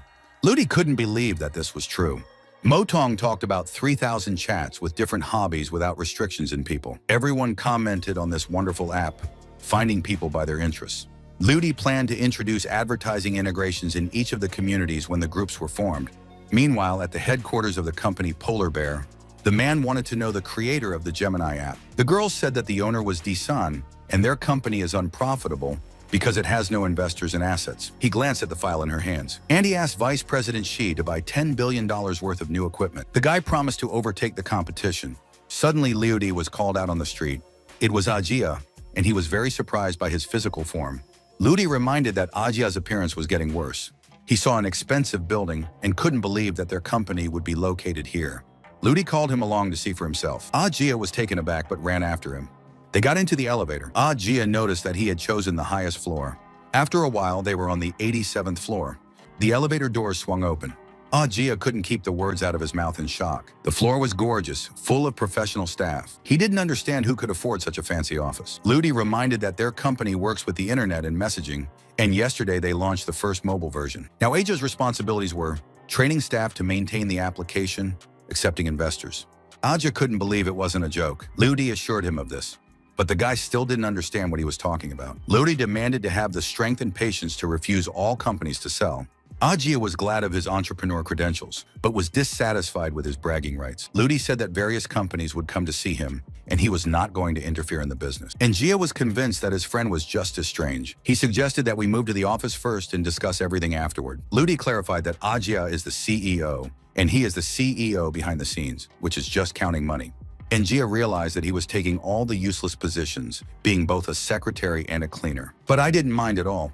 They went out onto the roof of the building. A helicopter appeared above them. Ajia couldn't believe that Ludi had earned it on his own. Ludi walked out onto the balcony, looking into the distance. He only trusted Ajia and asked her not to look down on him. Ajia was ready to come to his aid on any matter, and he was even willing to share his savings if he didn't have any money. But Ludi asked him to save his money by sending him a letter about the company's business and plans. And Jia was still waiting for him to show them their company, since they had walked around 3 floors. But all 3 floors in the roof were their company. Ajia opened his mouth in shock, not understanding where all this came from. Ludi admitted that their company is called Creator, and the app is Gemini. He stared at it in silence, his mouth hanging open. Ludi suggested that he work on his image, since he is the CEO of such a company, and Jia agreed that he needed a good suit. Ludi remembered that he had a spare villa and car, intending to give him the keys later. Jia couldn't believe that he was giving out such things. Ludi let him back. After a while, he drove Qingwen home, but the girl asked him to stop, even though it was still a long way from home. She reminded him that there would be a banquet with important people in the manor in 4 days, and father wanted Liu Di's presence. Qingwen noticed his casual style, afraid that the high-ranking people would look down on him. So I wanted to give him a nice suit from the best men's store. Liu Di didn't think it was necessary. Qingwen asked him to just dress formally. He thanked her for her concern, but as a strong person, he didn't want to show his status. The car accelerated again. Qingwen didn't want to offend him, but only gave him a gift by holding out the box. Liu Di turned around, realizing what it was. There was a green pearl on the pillow. He noticed the expensive look of the stone, as if it were a bribe. Qingwen sensed that something was wrong with him. But Liu Di didn't understand what she was talking about. Qingwen wanted it to glow like this stone. Liu Di didn't expect to see the lady's good side either. He asked her to finish this conversation. 4 days later, the banquet at the Yan family's manor arrived. Mr. Yan turned to the butler, explaining how he liked Liu Di better by the second, feeling the crazy blood coursing through his veins. The butler noticed Liu Di's calm appearance. The man felt sorry for him, since this is his first official event and he needs to get over it. The system reported on the current situation of the application, where the number of users reached 800 million. Now the app has reached its maximum peak in the international market. All the news feeds were packed about his company, but these were just his first steps in business. A car pulled up to the estate. Ziming stepped out of it. I went with my men to the manor. Mr. Yan was shocked to see him. The two of them greeted the master. Feng Yu was very much looking forward to their meeting with Ziming. Mr. Yan asked Liu Di to come to them. He introduced them to him, inviting them to get to know each other better. Feng Yu started introducing Ziming, who is the head of an entertainment company, and now they are talking about their cooperation. He offered to help him have a good time. Sai Ming thought that he would consider his suggestion. Behind him was Tian Cheng, who was the founder of the Secret Path Travel Company, providing high-end services. He was a role model. Mr. Yan recalled how both of them were his daughter's classmates and wouldn't let her pass.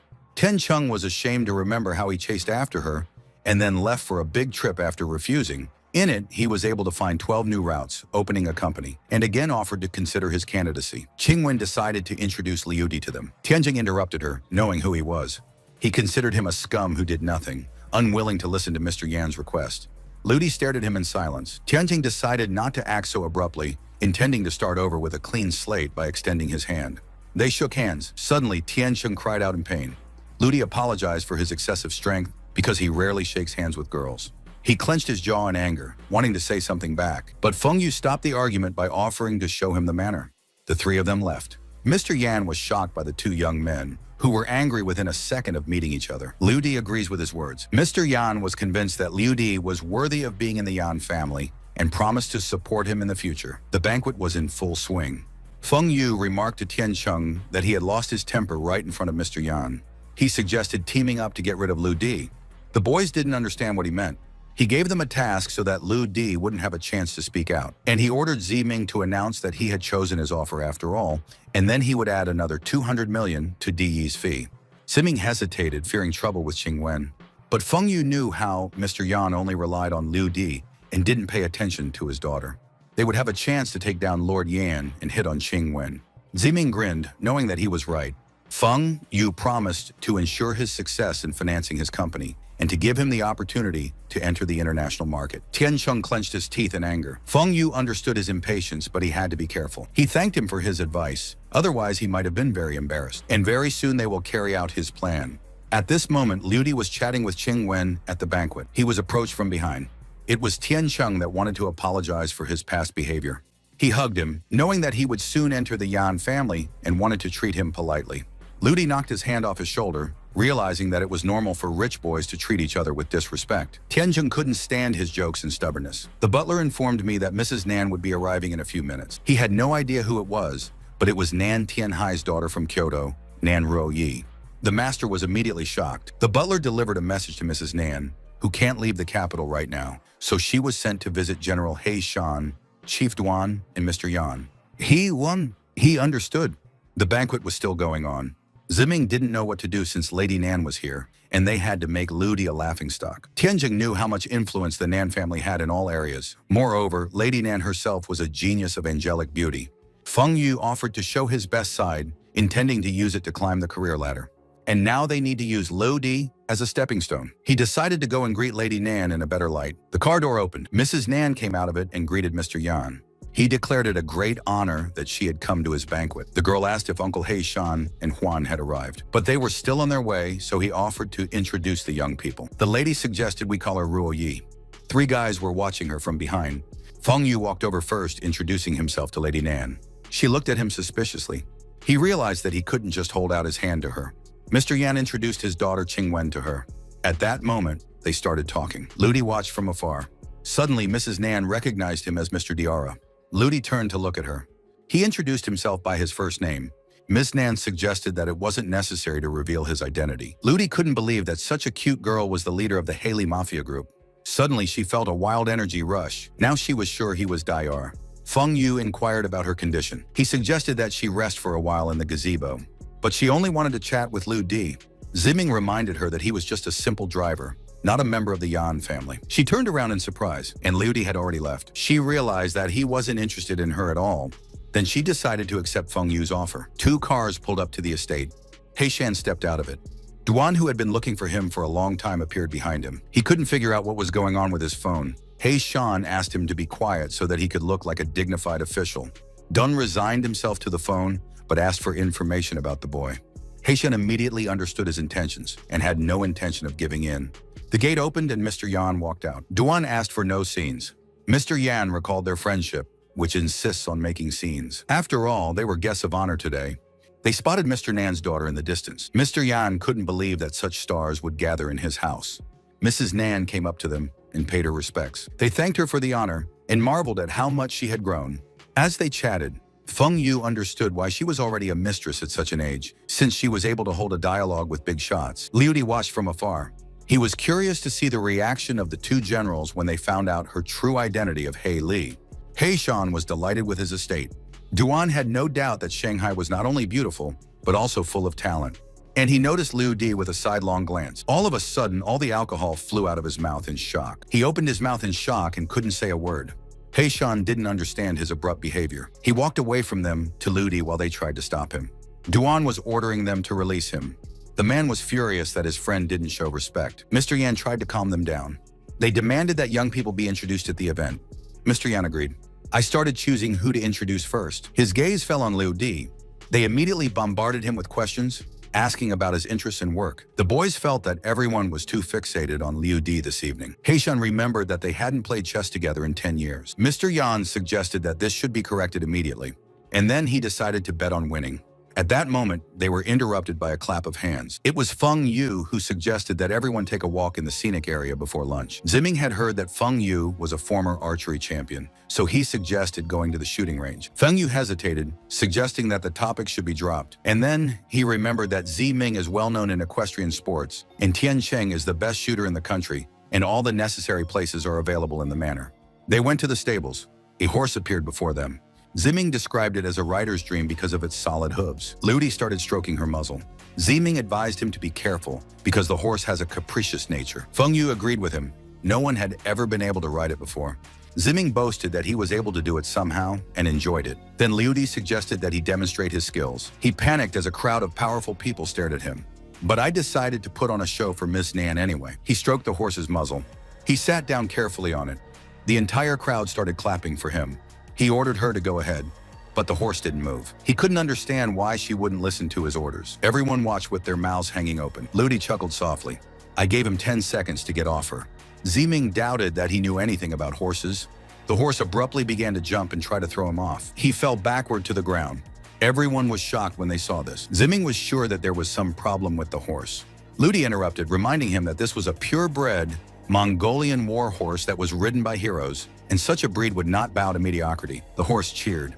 Liu Di was sure that such an idiot wouldn't be able to control a war horse. Ziming didn't believe it, saying that it was just a wild horse without training. Feng Yu offered to try riding her as he was so bold. Qingwen looked at him with concern. Liu Di didn't agree with his opinion. Ziming didn't believe him. Suddenly, Liu Di looked at the horse with a strange look.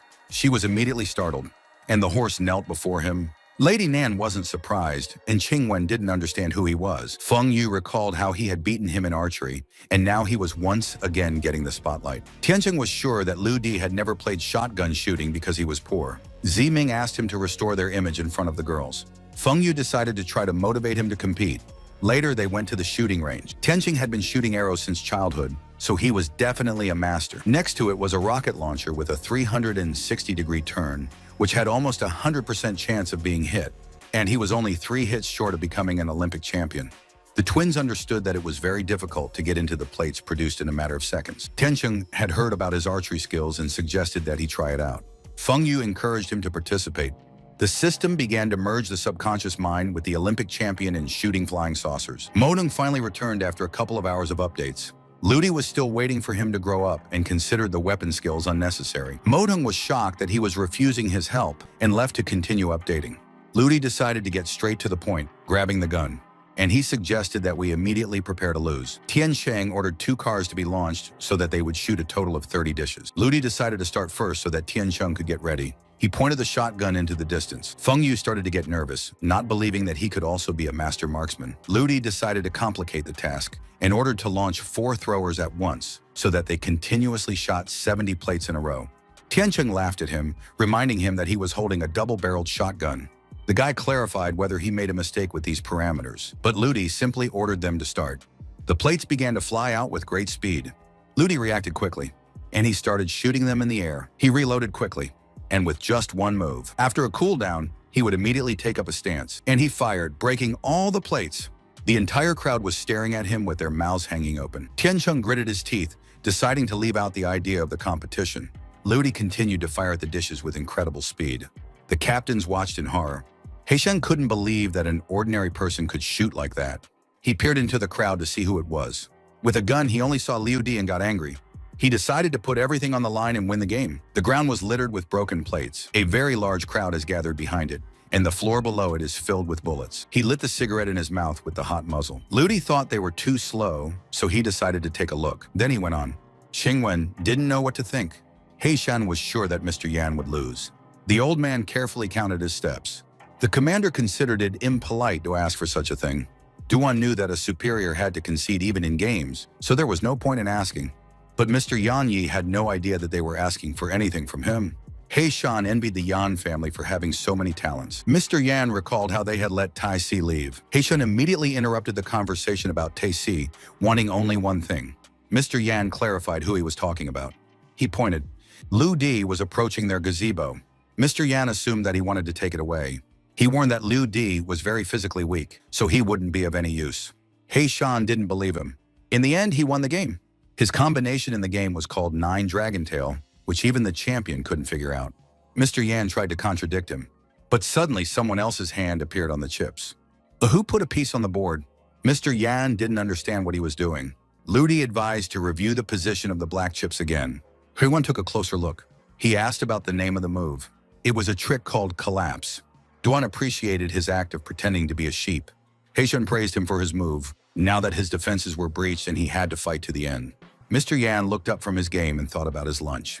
They went to a large-scale lunch. All the guests were seated at the huge table, and it wasn't often that Mr. Yan could have lunch with the representatives of the Heishan and Duanhua families. The boys looked at him nervously. Mr. Yan asked them not to be shy and eat while Qingwen was making a speech. Qingwen talked about their ambulance, a new series of medical equipment that they will be holding charity events to promote. And it wasn't about profit, so she was hoping for investment. The commanders thought about it, and someone had a question. It was Feng Yu who was dissatisfied with her charity work. He told them about their new contract with Mr. Liu. Ziming promised to raise the project's profits through influence and popularity. Feng Yu insisted to agree because there was nothing illegal about the app. Qingwen also addressed her father, who was keeping silent. Ludi calmly ate the meat. There was a clap in the hall. Tiancheng was in complete agreement with his friend, having enough experience in running a business, and decided to reveal his fast company. Duan was delighted with the new generation. Ms. Nan called Ro Yi an ordinary small-time salesman, which she couldn't imagine. Tiancheng didn't think so, knowing that they wouldn't be able to compete with her if they were in the same realm. Mr. Yan saw no need to remind him of Mrs. Nan's incredible intelligence. Ludi grinned as he called them trash. The guys immediately flared up, asking again. What he meant was that the 3 of them were just ordinary trash. Feng Yu couldn't believe such words in public. Ludi knew that they were rotten on the inside, even though they were successful on the outside. Tiancheng didn't feel that he had the right to judge them. Ludi didn't really want to talk, but he wasn't happy with clowns talking nonsense. He had always been told that you need courage and masculinity when you are young. He was waiting for them to put on a show so he could nominate them for the funniest event. Feng Yu didn't understand what he was talking about. The girls watched what would happen next. Ludi reminded that he also helps in organizing a charity event, and they're going to spend it on the waterfront, close to Huitian Square. Feng Yu was offended that he compared the ruins on the beach to Huitian Square.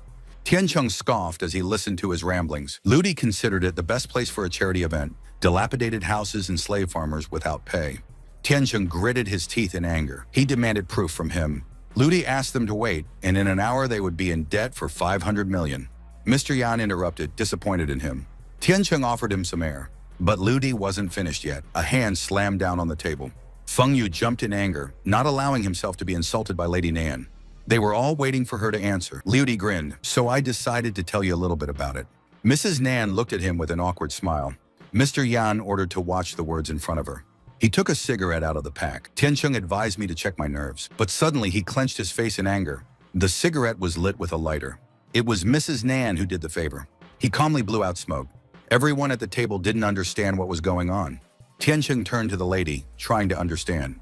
But Mrs. Nan did it just because Mr. wanted to smoke. Mr. Yan stood up from the table, unable to believe that she had called him master. She was willing to give her life for him if he ordered it. Mr. Yan wanted to know what kind of relationship they were in. But until Liu Di gave her an order, she couldn't say anything. The phone in my pocket rang. Tiancheng picked up the phone. He was informed that they would soon go bankrupt. He was getting nervous, but he asked me to tell you more. They started telling him about the app Gemini, in one of the communities of which he was exposed, how their routes destroy the environment. Tiancheng couldn't believe that a certain community could kick a company out of the market. But not only did they expose it, they also released 120 new travel routes for free. He dropped his phone in shock while the other side was begging for help. Tiancheng fell back in his chair, clutching his head in panic. Everyone watched in silence as he went into mourning. He realized that this was Liu Di's doing and asked him about his attitude towards the twins. Ms. Nan realized that the god of music, Di Yi, and the director of Gemini Company could be one person. Liu Di pretended that it was just a coincidence, as his friend Tian Jia is the CEO of this company. Tiancheng knew that this was directly related to him, but he hadn't seen him interact with anyone. Liu Di felt that he didn't have enough opportunities for his own ideas. Tiancheng abruptly climbed up on the table, and he jumped on Liu Di, wanting to lower him to the bottom with him. At that moment, Lady Nan rushed towards him. She kicked Tiancheng right on the table, causing him to fall. He flew off the table towards his friends. Liu Di thought this was the best time to start the concert. Feng Yu looked at him in shock. Ziming also didn't understand what was going on. Mr. Yan begged me not to neglect him. He started to bow, but Liu Di tried to calm him down. Mr. Yan asked him about his next plans and whether he wanted to continue staying in the Yan family. Liu Di was only willing to leave with a clear conscience. Heishan laughed out loud, believing his guesses to be correct. He invited him to talk about the country's affairs. Armored vehicles were driving along the road, and they drove right into the Yan estate. Soldiers with weapons entered the house. Gradually, a huge crowd filled the room from each side. Heishan spoke about his state-level order, ordering everyone he cared about to join the army with him. Duan thought his behavior was too cruel for him to bring his troops here. But it is only through his ruthlessness that he has achieved what he has. Heishan ordered his boys to be kicked out while they were having adult conversation. Mr. Yan ordered the butler to lead the guests away. Everyone hurriedly started to leave the hall. Ms. Nan decided to clarify, but Liu Di was fine. After a while, only Liu Di and the commanders remained in the room. Liu Di noticed that Heishan eventually lost the game. The general was impressed that he was able to subdue the brats. But Liu Di wasn't going to become his soldier. Dun suggested that you become a real policeman rather than some kind of soldier. Heishan gagged him. Liu Di formed up in front of the general, and the general asked me to agree without pleading. He really appreciated his actions, but now he wants to ask him to complete a dangerous task that could take his life. Liu Di didn't understand what he was talking about. Duan presented them with a government draft that would be a death sentence for an ordinary person, but not for Liu Di. Liu Di demanded more details. Heishan couldn't just give him a state secret, and he demanded that no other people's ears be heard. Liu Di concluded that he wouldn't listen to them. The general was beginning to get annoyed by his childish antics. Footsteps sounded at the gate. The guard soldiers ordered the old man to find another place to walk, but the old man decided to show them something first and then make a decision. Soldier asked him what he wanted. The old man took out a badge from his pocket. They immediately took up a stance, realizing that the foreman was standing in front of them. It turned out to be Master Tu, who had received it for his treatment on the battlefield and wanted to see an old friend. The soldier ran to report on his visit. Heishan already wanted to take Liu Di out by force. Suddenly, a voice came from behind. Heishan didn't know what Senior was doing here. They all greeted the master. Liu Di didn't expect to see it either. Old Man Tu was surprised by Liu Di's presence. Everyone immediately began to seat him at the table. He glanced at the alcohol with a displeased face. Liu offered him a homemade tincture of the highest quality to sample. Old Man Tu confessed that he wouldn't give up Liu Di to anyone, since he was the only one helping him in the hospital. Heishan explained about his conscription order. But the old man didn't care at all. Mr. Yan wasn't ready to commit a crime. Heishan reminded him that Liu Di was not an ordinary person at all. Mr. Yan didn't understand what he was talking about. Heishan reminded them of the training of his soldiers. But several of his soldiers got into an altercation with Liu Di, and in less than a minute, his entire team was on the floor. And they all suffered at the hands of Liu Di. Mr. Yan couldn't believe it. Even though he brought a lot of his own soldiers today, they wouldn't be able to beat Liu Di in a fight. Mr. Yan looked at him in shock. I thought I was just too blind. Old Man Tu recalled his status and understood what Heishan was trying to achieve, and he knows what his country needs. Heishan wasn't surprised by the elder's enlightenment. Duan knew how often he was asked to return to the service and take over departments. Old Man Tu believed that everyone was responsible for their country and asked them to stand on his side. Heishan couldn't believe what he was suggesting, and he was prepared to take action in Liu Di's direction if the need arose. Heishan was willing to follow his orders. He asked Liu Di if he was interested or not, but Liu Di had already guessed their plans, even though he wasn't that experienced. Heishan couldn't believe it. He realized that Mr. Yan was related to the Inji company. And if you reveal the identity and plans of the country on the internet, you can create a resonance. Mr. Yan didn't know what to say. Heishan started to make guesses, but Old Man Tu definitely had nothing to do with it. Liu Di concluded that he was right. So I advised Mr. Yan to be careful with Feng Yu. Mr. Yan knew that as someone from a poor family, he would want the family business, and he was afraid to ask Liu Di for help. Liu Di didn't think that he was supposed to be following him. He grinned. He was going to send Feng Yu to hell for any wrongdoing. Mr. Yan did not expect such a harsh measure. Liu Di recalled the incident at the bank, where all the actions were common recklessness from the attackers, but were disguised so that he could judge their identities. Heishan was impressed by his observation skills, but insisted on participating in his program. Old Man Tu guaranteed that Liu Di would not divulge their secret information. He was tired of discussing this topic and asked Liu Di to take him home. Liu Di agreed unconditionally and they started to leave. Heishan offered to go with him to discuss the plan on the way. But Old Man Tu was already annoyed. They stood awkwardly after being rudely refused. The entire manor was surrounded by soldiers. The Paris couldn't understand what was going on and why Liu Di stayed inside. Feng Yu was sure that Liu Di was the cause of all the problems. At that moment, the doors opened. Liu Di came out with Mr. Tu. The soldiers immediately greeted the elder. The boys were glaring at him, but they also stood in a row. Liu Di had a couple of ideas to improve Miss Nan's business, so he was going to contact her in the future. She agreed with a smile. Liu Di thanked him for his help, but the old man knew that he couldn't be stopped if he didn't come. The guy didn't understand what he was talking about. He predicted a bright future for him and wanted to help him establish ties with the state. Liu Di thanked him. 2 cars appeared next to them. She stopped right next to them. It was Heishan who offered me a ride. The old man ignored him and asked Liu Di to go faster. The cars drove on. Old Man Tu didn't expect Liu Di to be able to defeat General Hei's soldiers. When he saved it, he noticed an amazing organism that its genes are able to improve themselves. Liu Di considered this to be an ordinary piece of luck. He asked where Old Man Tu got this artificial eye from, what he gave him when they first met. The old man didn't remember until the end, and I think I found him in the hospital. Liu Di decided to accept it. The old man laughed and put his hand on her shoulder. He considered him lucky for such talents and was confident that he would take on such a responsibility if his homeland called him. Liu Di didn't expect that he thought so highly of him, and he promised to do his best. The boys were standing in the road. Tiancheng hit the tree in rage. He was now bankrupt because of Liu Di's fault, not planning on not helping him anymore. Feng Yu didn't know what to do against such an influential person. Tiancheng was already in a frenzy, ready to ask his mercenaries for help. Feng Yu was going to help him with this matter. Suddenly, they heard strange noises. A series of explosions began in the forest. All the soldiers were covered in dust and smoke, which caused them to cough. They heard a thud on the car. The soldiers turned their heads to the top. Suddenly, they were covered in ninja punches, and I rushed to the car where the general was sitting. A bolt of lightning formed in his hand as he was about to strike, and hit the glass with his hand, which broke the window. Liu Di realized that they wanted to kill Heishan. Old Man Tu asked if he could stop him. Mo Tong warned that this kind of speed and strength is not like a human. So Liu Di crouched down, cracking the ground beneath him.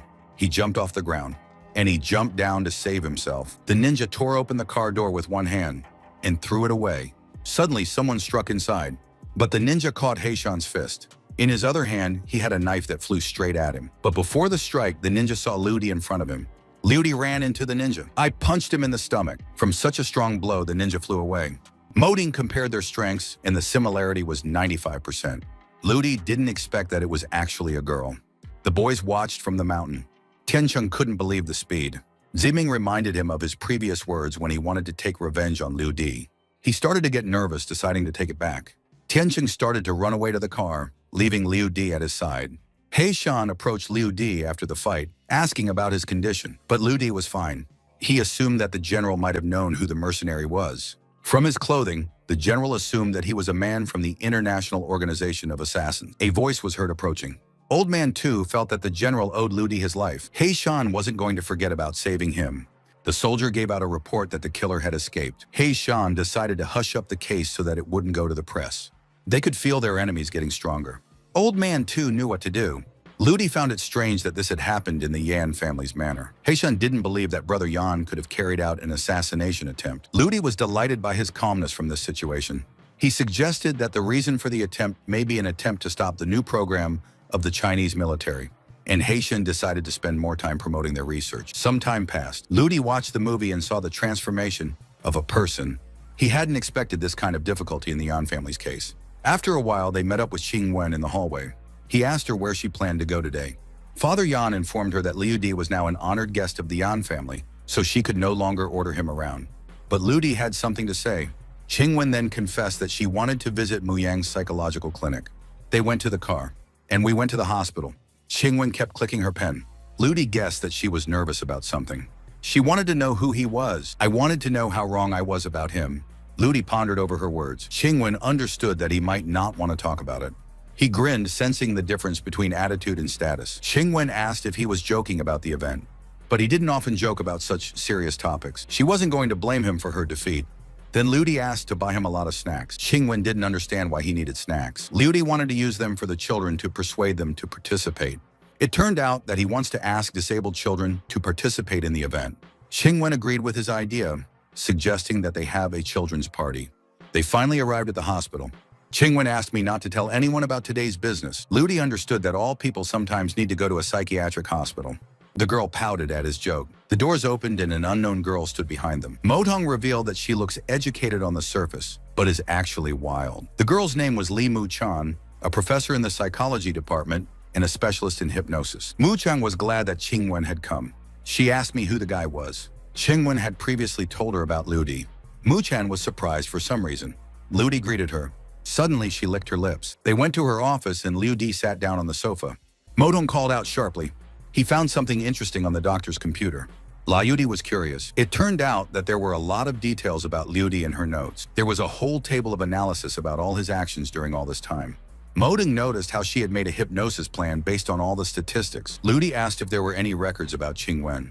Qing Wen came here at least 3 times a month for 3 years, but her file didn't survive. According to Motong, Mu Chan was a serious doctor. Liu Di didn't expect this outcome. There were footsteps in the room. It was Mu Chan who brought him the water. She explained that Qing Wen was under a lot of psychological stress, so we need to let her rest. She was sitting right in front of him. Liu Di knew the first step of hypnosis, to make the brain worry. Mu Chan found his work as a driver tiring, so she suggested that he relax and unwind. It could send him into a state of deep sleep. The second step was to disguise the hypnosis as deep sleep. He put the phone down on the couch. Mu Chan pretended that this was a special opportunity just for him, and she was willing to give him a new experience for Qing Wen's sake. She asked if he was okay. Liu Di was doing well. Mu Chan asked me to make myself comfortable. Liu Di laughed. A gold watch appeared in her hands. She started running them in front of his face, asking him to focus on them alone. The watch flipped open, revealing the face. Abruptly, she began to laugh. Liu Di realized that this was the process of hypnosis. Motong had performed a subconscious mind fusion, and now he had merged with hypnosis. Munang continued to speak so that he would feel a sense of relaxation and comfort all over his body. She tried to make him feel like he was walking on warm sand, and the sun was shining brighter than usual. Mu Chan demanded to trust her completely and tell her all the secrets. She started counting down to 3. She finished it slowly. At that moment, he lit a cigarette with a lighter. He blew out smoke. Her face glowed sharply and her eyes went blank. He decided to ask her how innocent she was. Mu Chen revealed all her secrets about her first times. Liu Di suddenly became embarrassed and asked to stop, and he wanted to know why she was making the hypnosis plan for him. It turned out that it was Qing Wen's request, but she changed her mind yesterday. While Mu Chang was reading the information about him, she became curious, so she decided to chat with him while Qing Wen was sleeping. Ludi asked why Qingwen was visiting them at the clinic. Qingwen has been diagnosed with passive personality syndrome, and all she can do is click a ballpoint pen. Ludi asked her how she was feeling. Qingwen struggled with her true identity, but in reality she likes it. He asked her where her illness came from. There were two reasons for this. Qingwen wanted to appear strong and not acknowledge fatigue, which leads to a distorted personality. And the second reason may be genetics. Ludi sincerely hoped that Mu Chang would help Qingwen. He stubbed out his cigarette. He ordered her not to make plans for him, and he told me that he was well hypnotized. He snapped the lighter shut, and Mu Chan came out of her hypnosis. Ludi pretended to have just woken up and stretched. She suggested that he take a break while she did her chores. She left the room. She woke up Qingwen, telling her that she had been hypnotized. Qingwen was shocked. After all, she had already asked me not to. Mu Chan interested her in the details, so Qingwen wanted to know more. Mu Chang found out that Liu Di had more than 80 personalities, so he's also a pervert. Qingwen asked me to stop joking, but Mu Chan was her doctor, and she couldn't lie. Qingwen asked what kind of person they were talking about. According to her, Liu Di was an ordinary person who knew a lot of good people. The phone rang. Qingwen picked up the phone, and I was shocked by the information I received. Qingwen immediately stopped by Liu Di's place because they had to go home. Liu Di assumed that something had happened to her older sister. According to him, she was involved in an accident or fell, which broke her arm. Qingwen was taken aback as to how he could possibly know about this. Liu Di had seen her older sister's energy recently, which foreshadowed disaster. Qingwen sighed, thinking that he was fooling around again. And she hurried it, because her older sister was attacked by bandits right in front of the house. Liu Di decided not to go, otherwise it might worsen her injuries. Qingwen didn't try to persuade her and decided to go alone. She left quickly. Motong showed the route without cameras between the scene of General Hei's assassination and Big Sister's mansion. Liu Di assumed that Yiwen's weapon was hidden there. He decided to let the generals catch the lady. Mu Chang came into the room with a plate. She served up some bright fruit and abruptly admitted that he was the most beautiful man in her life. Liu Di recalled how he had instilled his unattainability in her. Motong reminded her of Mu Chan's hobby of solving riddles. She blushed but offered to add herself to the Gemini app anyway. Liu Di decided to do this just to support his app. They correlated the phone numbers and added them. Mu Chan was confused by his nickname, Di-san, as if he was pretending to be that technological genius and was afraid that his account might be banned. Liu Di wasn't afraid of this. Mu Chan laughed at his joke. He got a text from TC, who discovered something. Liu Di grinned, and he asked me to keep it a secret so that I could have a trump card after the concert. The public pages were filled with news about the Gemini app and DMRNI. Feng Yu was delighted with Siming for being able to arrange a concert for Di right at the charity event. There was a video on his laptop where he introduced himself to the crowd as the vice president in charge of the charity concert. He announced that a Di concert would be held in Huitian Square, right under the open sky, and admission was free. Commentators hoped to get to the concert at any cost, and everyone immediately started buying tickets. Ziming paced up and down the room, worried. He couldn't believe that Di had sent the message. The working people gathered in front of the Yin family's estate. The guys were loading a piano into the yard. Qingwen peered as the sheet fell off him. She immediately recognized the forgotten piano from the basement. But all of a sudden, I recognized it as the piano from Di's video. There was a theory in her head that Liu Di might be connected to this, but she believed that this piano wasn't working and stopped the movers. She opened the lid over the keys. I clicked on one to check if it was working properly. But the piano was even well-tuned. One of the guys asked not to delay the delivery. The day of the concert arrived, and people called out Di's name. The boys watched the crowd. Meanwhile, Wu Qingwen, they set up a stage in the middle of the square, and the flyer asked me to thank Sister Yan for such a gift. Mrs. Nan and Qingwen clapped. The children suddenly called out to her. The boy asked to applaud after the concert. Qingwen promised to do it. On behalf of Inji, she thanked Miss Nan for the visit and apologized for the low-level scene. But she still admired her for her good deed. She absolutely didn't care about the state of the stage, wanting to look at the beautiful man. Qingwen didn't know what to say, but voices interrupted her. Kai Kai and Xin Xin also appeared at the event. They searched for their sister for a very long time and almost got lost. As much as they wanted to see Di, they decided to come to her event and support her. Qingwen sincerely thanked her little sisters, and I called the kids because the show starts soon. The boys promised that Liu Di would wait for her. In front of the stage, there were still shouts from the crowd waiting for Di to come out. The host presenting the charity concert of Di came on stage. Everyone started shouting even louder. And now I had to get Di on stage too. A silhouette appeared in the fog. When the smoke cleared, only the back was visible. Everyone was starting to lose consciousness from his appearance. He spun around, microphone in hand, and he began to sing his own song. He continued to sing, but the crowd stopped shouting. People noticed that the sound changed a lot. Meanwhile, at the event, The sisters introduced one of the performers to the guests. It was a boy in a wheelchair. She kept calling Liu Di, who never arrived, making the children wait. The stage lights lit up Liu Di, who was sitting at the piano. He slowly began to play, and at the same time sing. Everyone immediately heard his voice and realized that Di on stage wasn't real. The entire crowd immediately ran towards another event. Qingwen felt the ground shake and went out on the balcony. There, a huge crowd of people could be seen chasing down the street. Everyone wanted to go to Diwei's concert, and they ran straight to their building. Ms. Nan asked for increased security and protection of children. The song continued as everyone stood under the building. The children also heard his beautiful vocals and started to smile. People couldn't understand who was singing so well. Even Old Man 2 on his sofa heard his song. I just wished him luck. Ludi stood on the roof under the streetlights, introducing people to the hospital for treating sick children, which lacked funds and was ignored by people. Therefore, I thanked all those who came with good intentions, urging them to live in kindness. He whirled around and threw a small box. This box landed right in Qingwen's hands. He confessed to her that he respected her for her good deeds, and at that moment, he disappeared from the roof as if he had never been there. People saw in the window the heiress of the company, Inji, now wanting to buy up all their products. The twins didn't expect her to know him and were waiting for the gift to be unpacked. It contained that green pearl.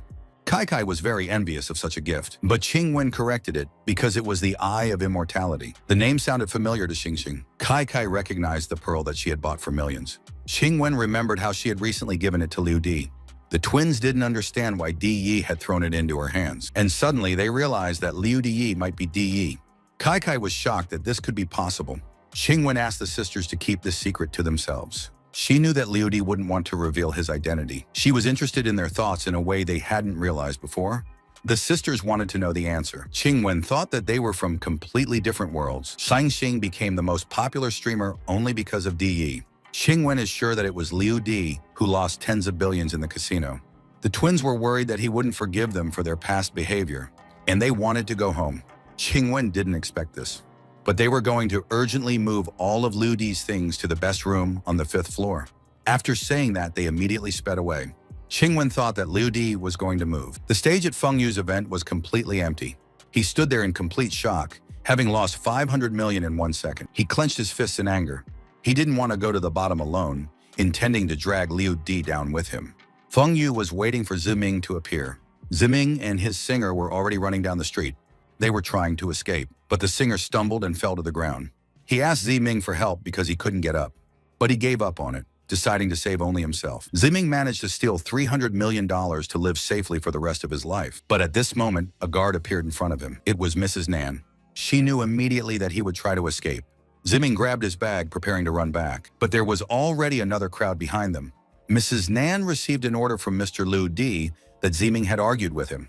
Ziming pretended not to know, so Ms. Nan decided to pass on a message from Liu Di. She pointed a sharp finger at him, reminding him that Ziming had promised his right leg for the loss. Ziming's screams resounded all over the street. The next day came. In the news, they reported about Inji's global monetary losses and about the appearance of Di Yi. At the meeting, everyone was waiting for Feng Yu to explain. He decided not to explain anything because he understood everything. Mr. Yan was terribly disappointed in him for this attitude. But I was happy with the work of Qingwen, whose event will save the day. Feng Yu blamed all the problems on Liu Di, who was lying to his face. Mr. Yan slammed his hand down on the table. He noticed that Feng Yu had lost ground, so he decided to remove him from the management of the company. Feng Yu didn't argue and got up from his chair. He left the room roughly. Everyone at the meeting was offended by his behavior, which also drags our company down. Mr. Yan stopped them from arguing.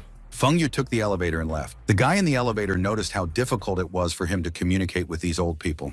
He didn't care about their opinion anymore, and he just wanted to defeat Liu Di. After that, he ended up on the doctor's desk. The doctor tried to convince him otherwise. After all, the drug was developed quite recently, and there were no tests yet. Feng Yu wanted to know the success rate of the operation. According to the doctor, the percentage was no more than 10%. Even that number was enough for him. The doctor did not want to hear his approval and understood that even a successful operation goes against the law and humanity. The guy was not happy that he refused the boss in the operation, so he also mentioned the whole of humanity. Feng Yu believed in the doctor's talents, wanting to give him a chance to show off, and this opportunity can give it worldwide recognition. These words convinced the doctor, and after half an hour, the guy finished binding Feng Yu on the bed. The doctor again warned him about the unknown outcome of the operation, but Feng Yu wanted to get started quickly. He carefully inserted the syringe under the skin. They watched the result with their mouths hanging open. His pulse rate started to rise sharply. His entire body tensed as he began to scream. The guy began to worry that Feng Yu might not survive the operation. But the doctor noticed a completely new reaction, and the physique was different from normal people. If the operation is successful, Feng Yu will reach incredible physical fitness. Feng Yu continued to shout. The boy continued to get nervous as he watched him. At this moment, the patient opened his eyes. He stood up, tearing at the rags.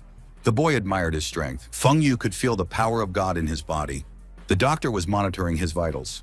The medicine was surprisingly suitable for his body, which strengthened his body by hundreds of %.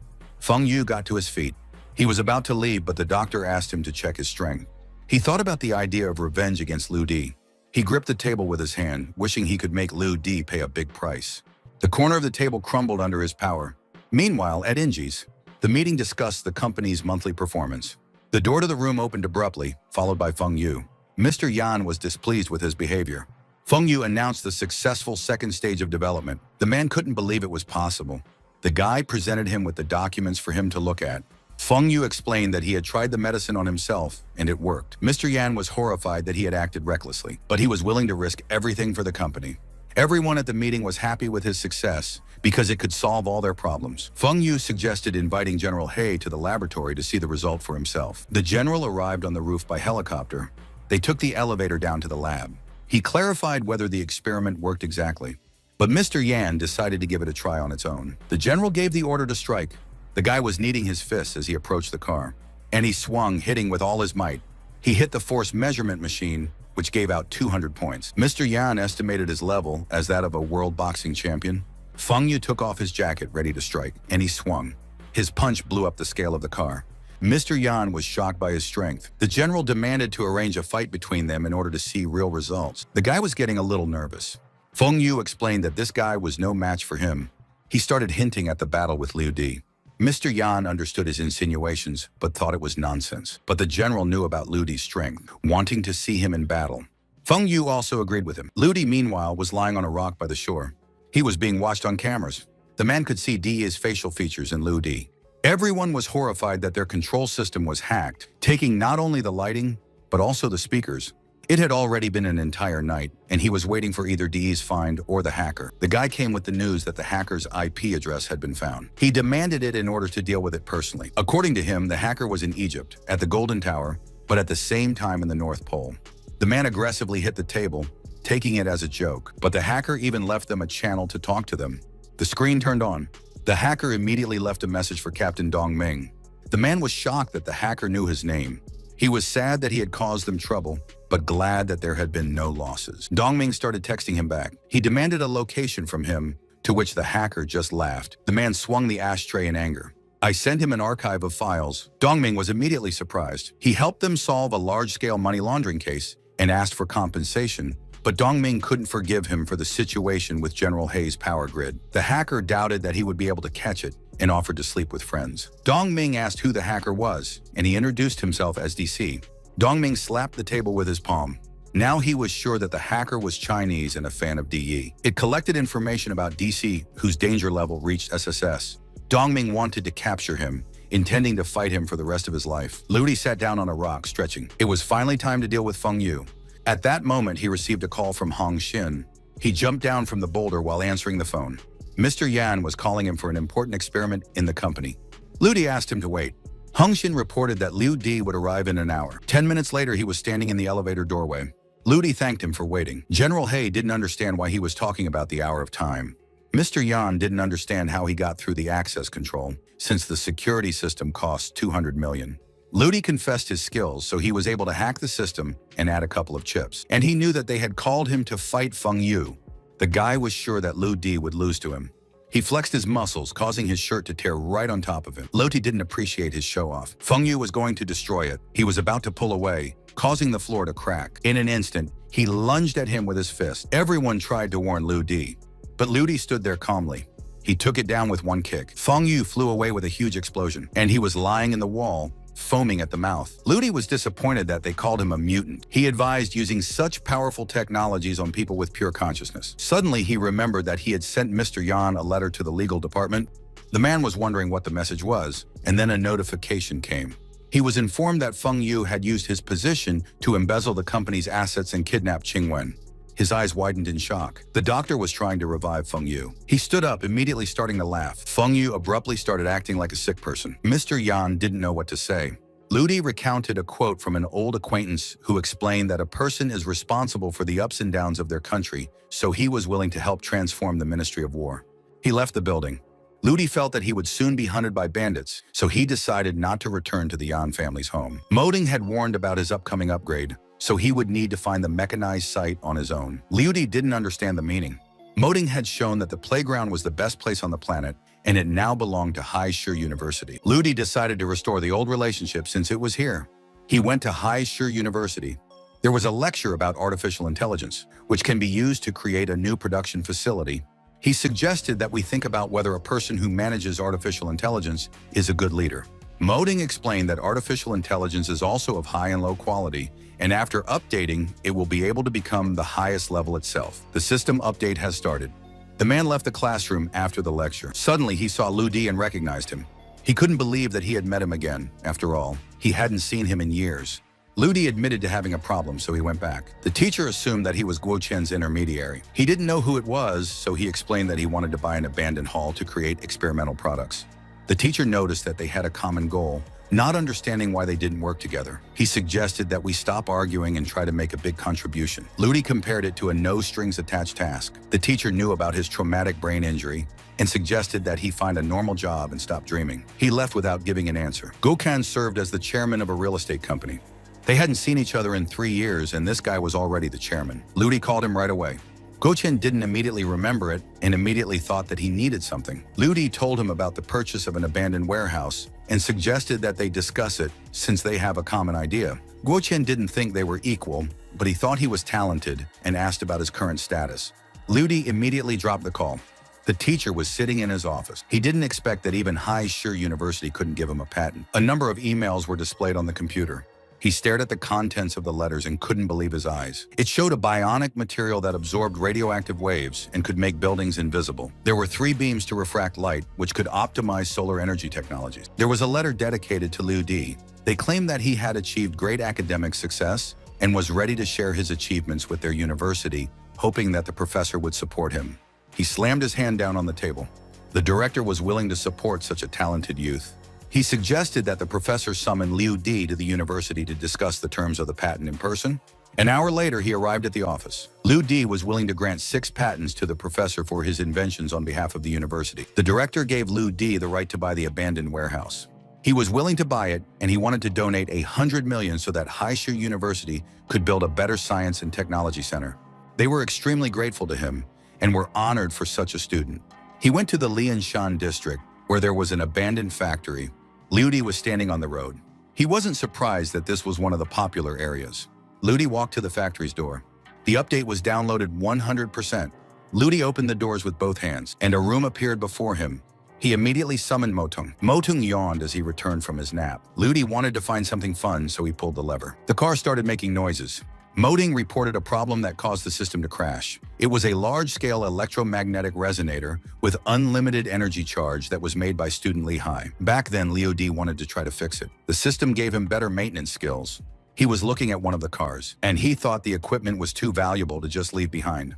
Modong explained about the network amplifier, which can increase the amplitude tenfold and create your own network. And another device replaces sunlight, making it possible to grow plants in the dark. Robot dogs appeared below him, and drones were flying over them. He immediately recognized the quadricopters that helped monitor the warehouse from anywhere. There was a knock on the factory door. It was a bed and linen delivery service. The guy was shocked that someone could live here. He opened the doors, from which both couriers were startled by surprise. They started moving the bed in. We decided to ask him why he was living alone in an abandoned factory. Liudi pretended to be hired to look after the warehouse. The couriers sighed, and they decided to leave already, saying goodbye. He lay down on the soft bed, thinking it was the best place. Next to it was a record player that played music. He sat up from the bed and looked at him. Motung reported that there are more than 100 defective products in the factory, and if they are improved, they will have an unlimited production cost. Ludi asked to register an investment company, giving each researcher of experimental products $100,000 to continue creating. After good results, the company will be able to provide various support and investments. Motung accepted the order. He was going to transform the factory into a different world. And that was just the beginning. The Yen family sat at the same table. Mr. Yan couldn't believe that Feng Yu had been a bad person all along. He asked if Yi Wen had noticed anything while she was living with him. The girl immediately apologized. He felt sorry for Liu Di for suffering so much all this time. Qing Wen realized that he was protecting them. Mr. Yan knew that Liu Di hadn't returned for 2 days, which meant that his conscience was clear. He promised to do his best to thank Liu Di personally. Qing Wen was standing on the street by the fountain when a silhouette appeared in front of her by the car. She immediately called out to Liu Di, but didn't finish speaking. After all, it wasn't Liu Di, but the butler who was hurrying her. She asked who the movers were. It turned out that they were helping Liu Di pack. Qing Wen immediately knew that this was the way to find him. And she got into the car, telling them to follow their car. Eventually, they arrived at an abandoned factory. Qing Wen realized that Liu Di was now living here. So I decided to go straight there. Quadricopters flew around the factory.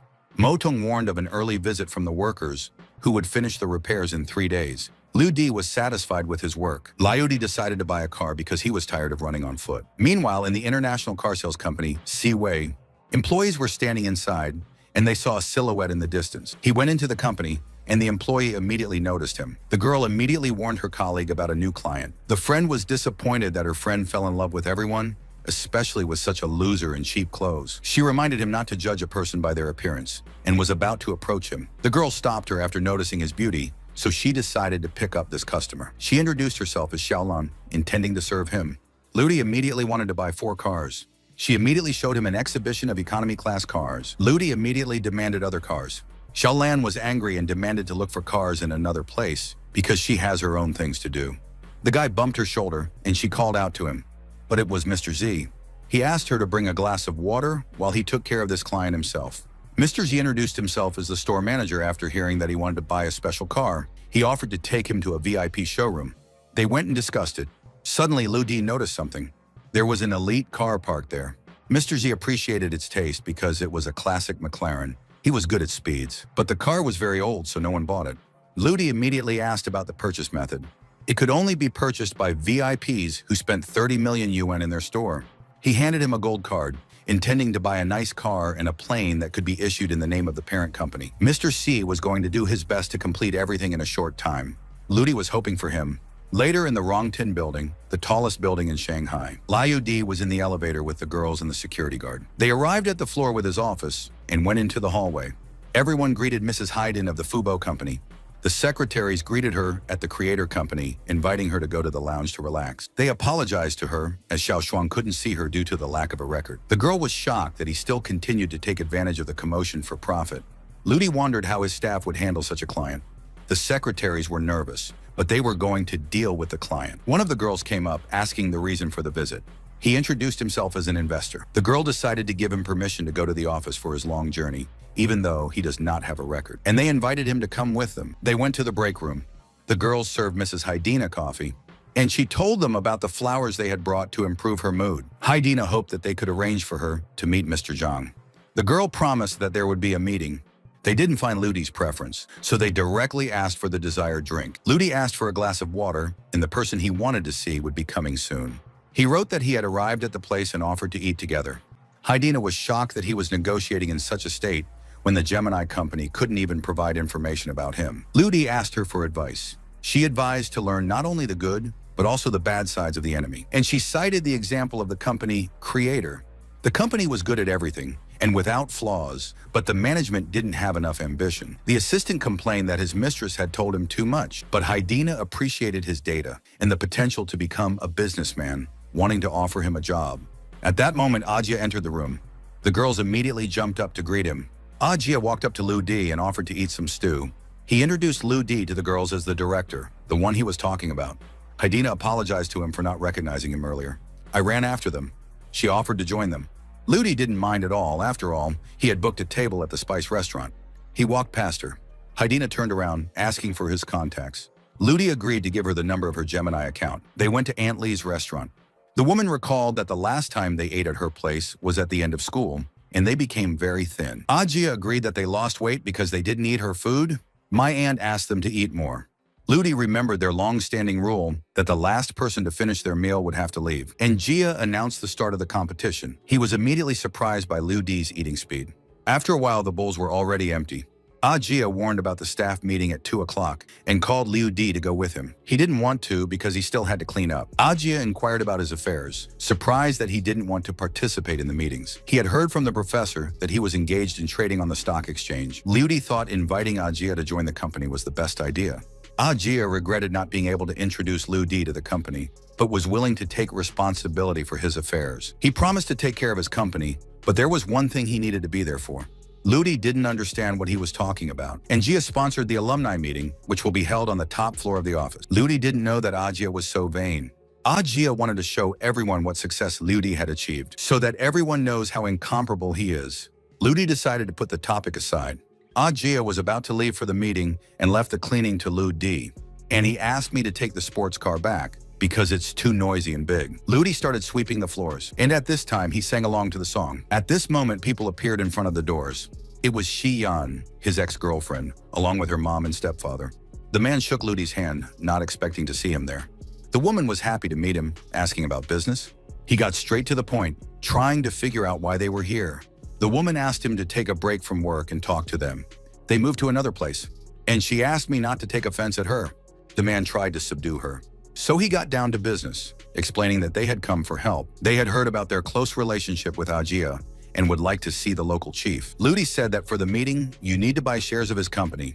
The man reported that the group gave a death order. The woman said that Jia holds too high a position to be friends with him.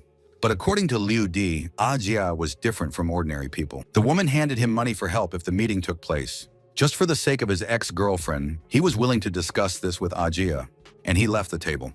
The woman was displeased with his arrogant nature, but he was the only one who could help them. An alumni meeting was held on the roof of the building. Dongming compared the event to a vampire family dinner. Liu Di sensed that Dongming had some health problems.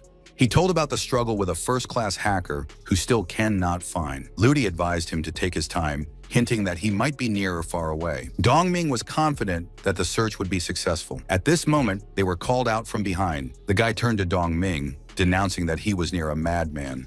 Dongming was angry at Hao Han, telling him to leave them alone. A friend advised me to leave them alone, offering me a drink. Dongming wanted to teach them a lesson for their arrogant behavior. Jia approached Liu Di, not understanding why he was hiding in the corner. And I invited him, because the event will start soon. Dongming thanked the sponsor of their evening, Jia, on stage. He took the stage announcing the main star of their evening, and his good friend Liu Di.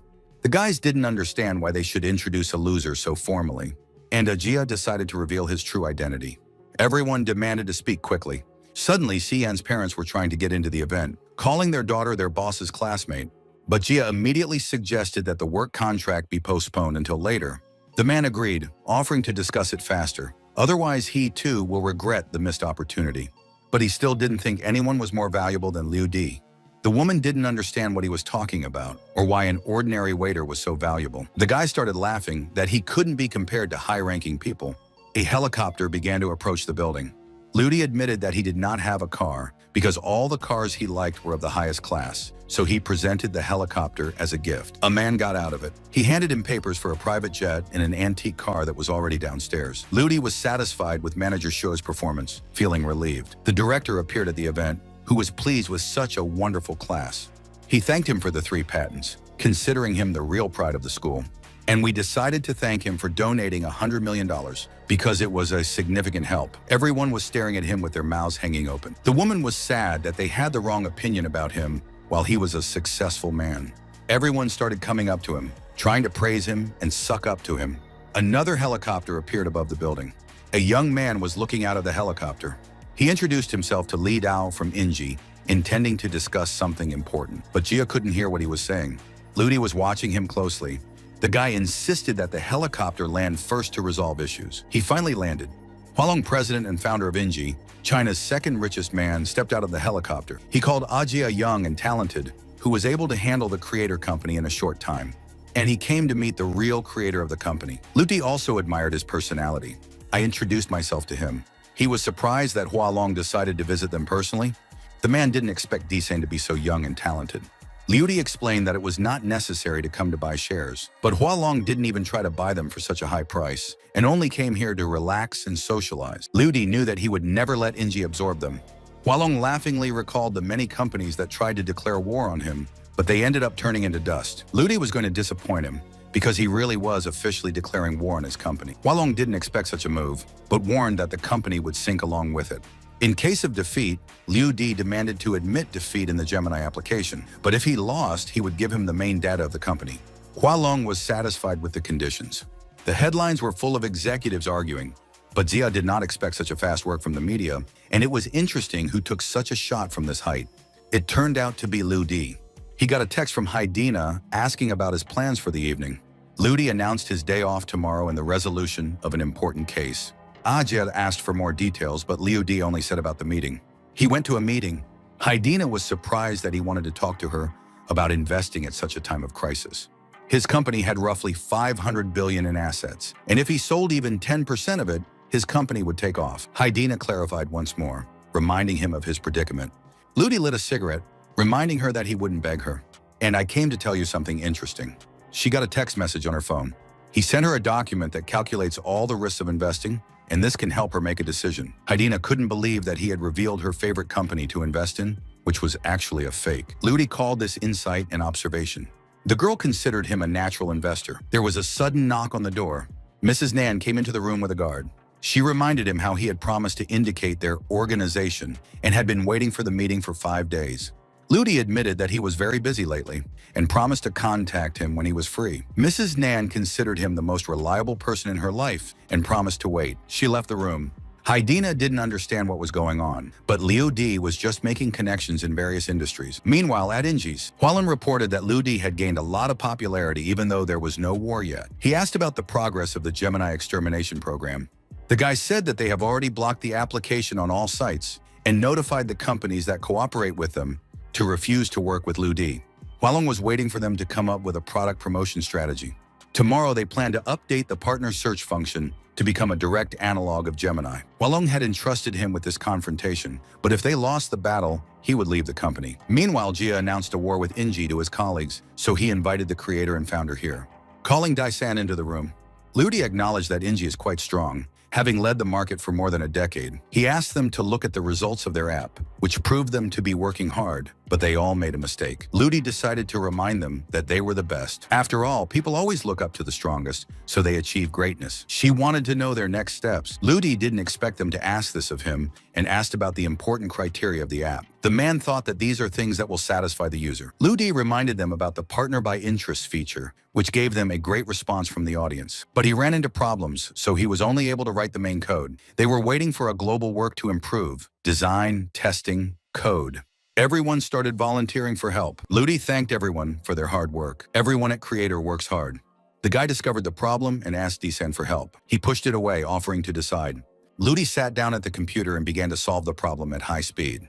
In the end, it saved the changes, which immediately fixed the problem, and everyone applauded the leader. In the Inji app forum, the comments were full of garbage. They couldn't understand what was going on there. The guy was desperate because they cannot repeat the technology of Gemini. He kicked the guy out for being powerless.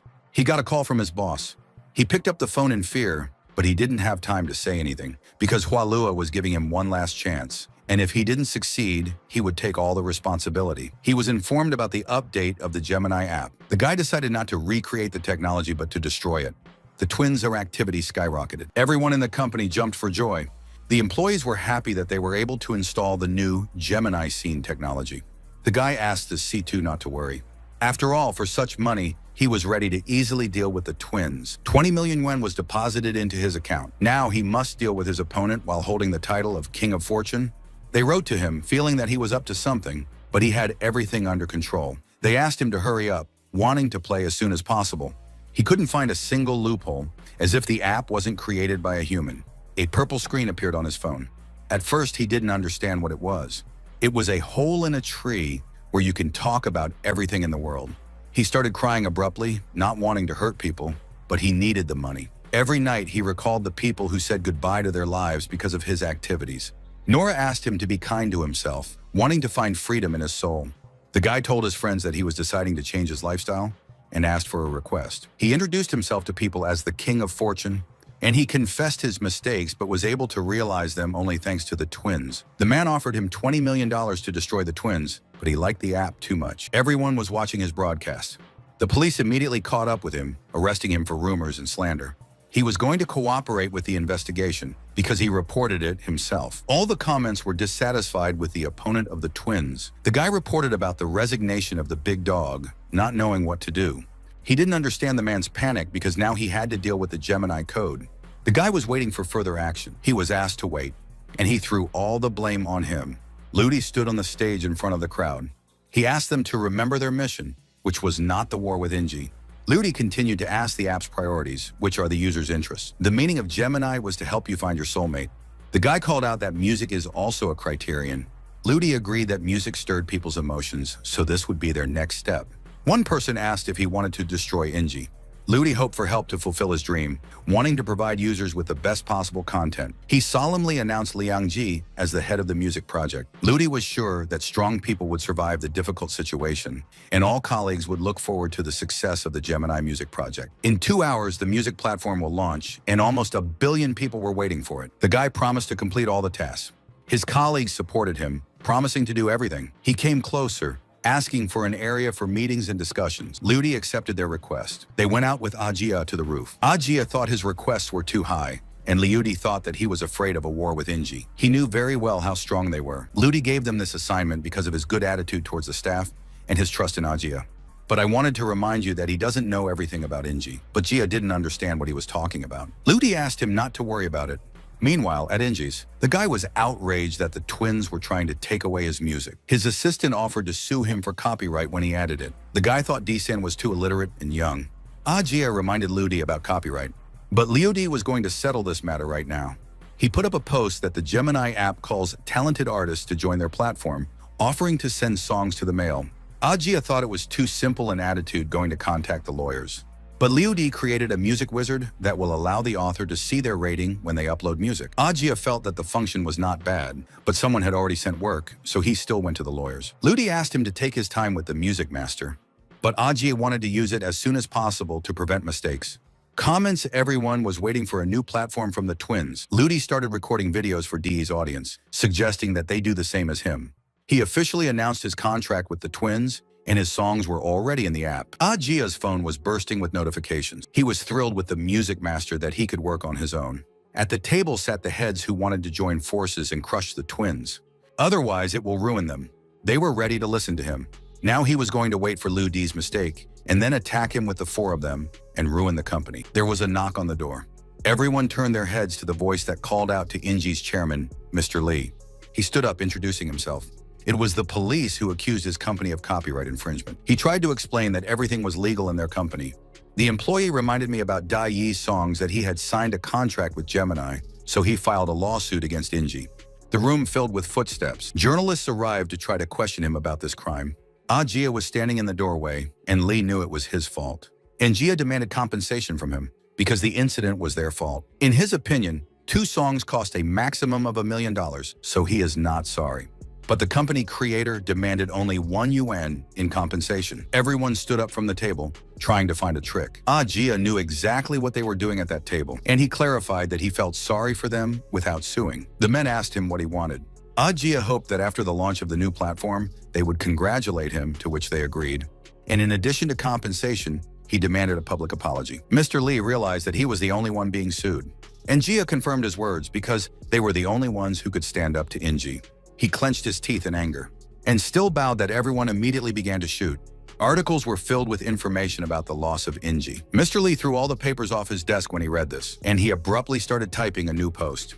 He informed all the people that in a day, it will be possible to listen to music in Inji completely free of charge. Commenters didn't like the reputation of their platform, but it was a nice gift. Gemini also released a post saying that they are introducing a monthly membership fee of 15 yuan, which is divided 50-50 with the artist. Commentators were happy with this price and payment to artists. Mr. Lee was confident that when their platform was launched, it would become popular and attract the attention of their users. So I suggested that you spend $10 million on a lottery and invite 2 popular artists, and an online concert should be held in their app in a day. The door to the room opened, and the silhouette came in. Mr. Lee was displeased that he had entered without permission. The awkward guy wanted to break the good news. He sent his employees to continue working. The guy handed him the code for the twins. Mr. Lee guaranteed that he would receive the money. The guy sat down at his laptop while they watched. He inserted the USB stick into the laptop, and suddenly I started to get nervous because the working code stopped working. The man supported him because he can decrypt the program. Mr. Lee asked me to deal with it quickly, but he needed time.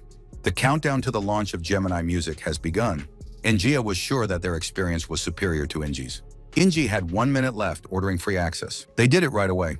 Suddenly, there was a problem in their office. The number of new users at the Twins grew at a tremendous rate. All employees were glad that Inji users joined them. In the news, everyone reported that due to the lack of electricity, the work of the Inji was suspended. Employees were shocked that such a thing could happen. Rumor has it that all their computers blew up. Ludi considered this as karma for evil intention. He thanked everyone for their hard work, offering to take a break before difficult tasks. The employees were very motivated. Mr. Zhang Yang was congratulated for being the first employee to be fired from Gemini, suggesting that Li Daoda was a bad person. Tao Te thought it was terribly rude. The man reported about multi-stage protection, and each level requires its own password. Dowdy started to lose his temper, kicking him to solve problems. The Inji app had 3 million active users. The company creator posted a post, going to update the online broadcast function in 3 days, inviting you to register. Dowdy hit the laptop in anger, deciding to give up on the online concert. And he was going to do something risky that could ruin him. He made a call to find the killer. The man guessed that he wanted to order D-San and demanded 40 million. Dowdy was shocked by the price. The man told about the reformer that he can kill without leaving a trace. For Dowdy, money was not a problem, demanding to kill D-San in 3 days. The man put down the dumbbell and laughed. He immediately decided to take up the case. Gemini already had 6 million active users with a paid subscription, and Gia called it a real miracle. Ludi supported his words, and they bowed to the employees for their work. Ludi announced bonuses that start at 300,000, and for outstanding participants, it started at 1 million. Everyone started idolizing them. The woman turned to Liang Ji, not understanding a job where you can't see anyone for 3 days and nights. The guy laughed, explaining that he was just having a difficult time at the company. Auntie was confident that the company could handle everything, and she said to him, if he wants to marry their Xiaotan, he needs capital. But the question was answered by another voice. Ludi rewarded Liangji for her services with an apartment in the city center and a house in the suburbs. The woman was speechless at the news. Ludi certainly cherished such a valuable employee. Xiaotan was confident that Liangji would achieve more success in the future. Motong congratulated Liu Di on being assassinated again. He was given the killer's stats. His name was Sa Ke, and he was diagnosed with bone cancer 3 years ago. But during that time, he was miraculously cured. I showed him the video of the killer. Motong revealed that it belongs to a poker club hitman organization codenamed 9 Spades. The man looked familiar to Liu Di, and for some reason, Na Yuan. Motong had warned that he would fly over in 3 days to kill. So I was going to reveal the secret to Wen as well. He asked how strong they were, and Motong confirmed their incredible strength. He was hailed from behind before leaving, and they handed me a piece of paper recommending that we strengthen security for the next 3 days. Xiaotan graduated from a prestigious medical academy in the UK 3 years ago. He recalled that Wen also continued his studies in the UK, which might have changed him. Ludi asked not to offend Liang Ji because he is a good person. She was surprised that he wasn't worried about his own safety. Ludi was not afraid of 9 Peaks, asking not to interfere. Motong did a behavioral analysis and concluded that she had a relationship with a poker club. She explained that she really loved Liang Ji. Liudi was sure of this. Otherwise, she would have fled the country long ago. And he asked Motong to keep an eye on her to find out the organization behind her back. He was leaving, deciding to pick up Liang Ji. Liudi was delighted with his girlfriend. Liang Ji himself was in awe of her. News filled the Gemini company as it won the battle. Mr. Li lit a cigarette, and he asked me to do anything, accepting any punishment. Hualong didn't think he was responsible for what happened because the creator was really strong. But he asked for one more request. Execution depended on Daoda's mood. Hualong started to get angry for this attitude, giving him a chance to apologize to the creator on his behalf. Dowdy didn't even think of admitting defeat, intending to kill him. He stood up laughing madly. So Hualong ordered the guards to bring him out. He continued to laugh as they led him away by the hands. Hualong couldn't believe this craziness. Ludi went back to the abandoned factory. So I decided to get to work. There were many robots running around. He got a call. It was Haidina. He asked what was the matter. She informed him about the cooperation that he advised her, which was successfully completed. Ludi praised her for her work, but she asked him to come and sign the contract. He informed her that Ajia would come to her later to solve all the problems. Haidina reminded him that she had done a great deal for him, demanding his gratitude. Ludi told about the building opposite his company, where the employees of the witness company will be located, giving her the position of CEO. He immediately said goodbye. She pouted deeply, not understanding how he could ignore her hints. A plane arrived in the city.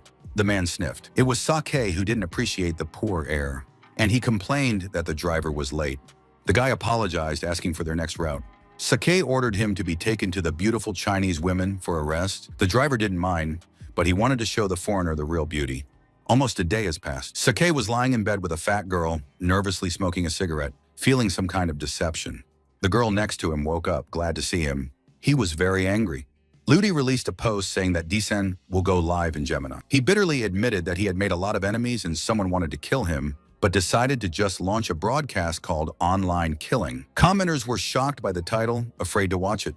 Tauda sighed as he smoked a cigarette. He started calling to tell the killer to hurry up. But they can't compete with Nine Peak, telling him to pack up and run. Night fell. Sake walked through the forest, and he tried to sneak around unnoticed. A boy sat on a lamppost with binoculars. He told his brother that the idiot had finally arrived. Ludi praised him with a smile, offering him a rest. He was lying quietly on a chair, watching him from multiple cameras. And at that moment, he started broadcasting an online murder. He greeted his audience. Everyone started commenting, discussing the name of the broadcast. But the fun was still ahead of them, and the killer was already out the door. Everyone started telling him to run away before it was too late, and they began to take an interest in the technique on which the broadcast takes place. Everyone saw Sake sneaking around on the camera, but he still didn't know about it, trying to choose the most secret route, wanting to use the sewer pipes for silent entry, and he was going to destroy it once and for all. Ludi added comments with reasoning for more viewing pleasure. Everyone liked the broadcast, knowing that the killer had no idea. He started to open the manhole, knowing it would be a legendary murder. But he couldn't open it, as if it was tightly closed. Ludi apologized, but blocked his path. He begged God to open the lid. And at that moment, it finally opened. He went down the drain, and already managed to build a diagram in his head. Ludi gave the order to start the water. All the audience sympathized with the guy who was about to be washed away with water. Water poured out of the roof, which made him afraid. He was even more aggressive now.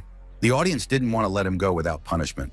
Suddenly, he heard the echo of barking in the sewers. Sake didn't expect the dog to be in such a place. A robot dog appeared in the sewer, which caused the audience to be moved. He kicked her as hard as he could. But suddenly, the dog's claws popped out. Ludi started introducing a new dog, a second-generation killer. The dog had grown in size and was bigger than him. She threw a punch with her huge paw, pushing the guy away. Sake immediately started running away while Ludi laughed at him. He tried to open the door and run away. But the police were already on the street, and they detained him on the spot. Sake ran at him with a knife, but he was kicked first, sending him flying into a tree. The audience was shocked by the turn of events. An international hitman surrendered. It was a clear day. Ludi praised Little She for his work, but he reminded me that arrogance is appropriate only with your own capital. So I decided to give him a part of my capital and opened the box with an iron hand, because the boy did not have a second hand. It was his first creation that was ahead of technology. Tears welled up in the boy's eyes, and he burst into tears of gratitude, rushing into his arms. In the evening, he met Hualong, who was disappointed in himself, but Liu Di was just starting the show. The man didn't understand what he was talking about. A screen appeared in the sky. He played a video of Di Yi singing his song on the screen. Everyone immediately started opening their windows and watching. Other people watched with their mouths hanging open. Hualong was surprised by his quick thinking. He realized that his goal was not to beat Inji, but to beat all the companies on the internet. Ludi was flattered by his words, but they were just starting to work with users. The video continued to play on the screen. He was not only impressed by Gemini, but also by such technologies. He wanted to work with him and offered to help each other since he has the most successful startup. Ludi grinned, doubting that he needed any help. He said that 3 floors below was his new company, Witness. The man got angry, not understanding why he needed a new office, and asked about the research group. Ludi admitted that he has a whole warehouse of interesting inventions. The man did not expect this. He proved that he can reach heights even without anyone's help. The man doubted that he was always the best at everything, looking for a catch, and lit a cigarette. He knew that Liu Di was one of the most successful businessmen in China. He felt that he was different from the others, and he felt guilty about that killer incident, knowing that Liu Di didn't have a sense of competition. He clenched his fist, intending to beat him not in the business world, but in physical strength. The lighter fell to the ground and broke. Liu Di didn't know the person who could stop his development. He picked up the lighter from the floor. Liu Di knew that when money appeared, one must constantly look for a way to multiply it by clutching a lighter in one's hands.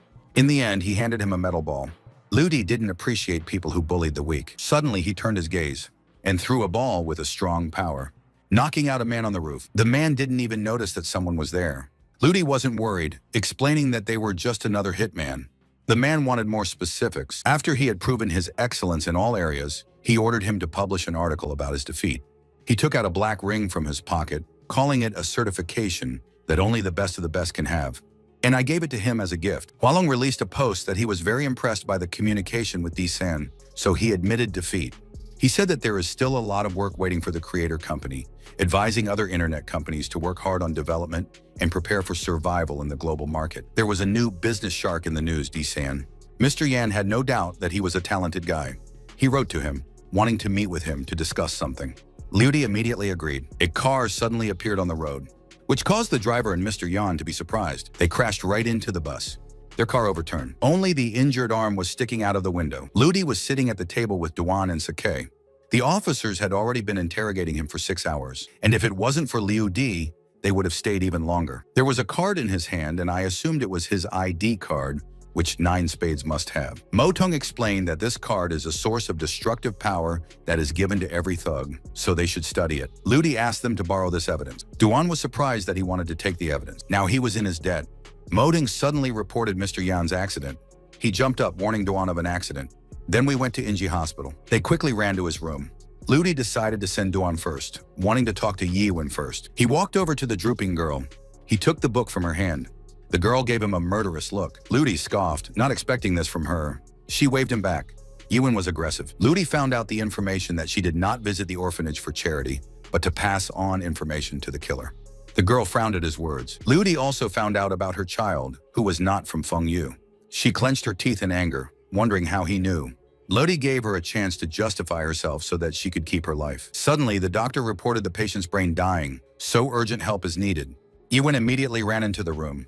They all stood over him, worried. He lay with his eyes closed, not moving. The twins begged to save their father.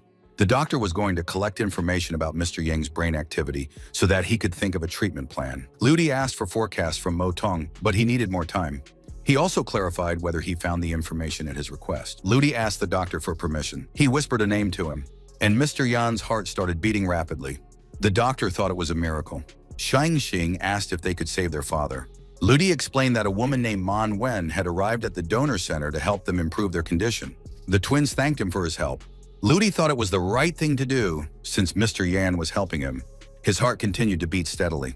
Qingwen asked where Liu Di was when his father was involved in the accident. Duan didn't understand what she was talking about. She showed him the video of the accident. There was a guy in a shirt and blonde hair who looked like Liu Di, and she read their last message, where her father had offered to meet and talk. Duan had already investigated and confirmed an ordinary accident. Liu Di was sure that this was no ordinary accident, reminding him of the shirtless figure.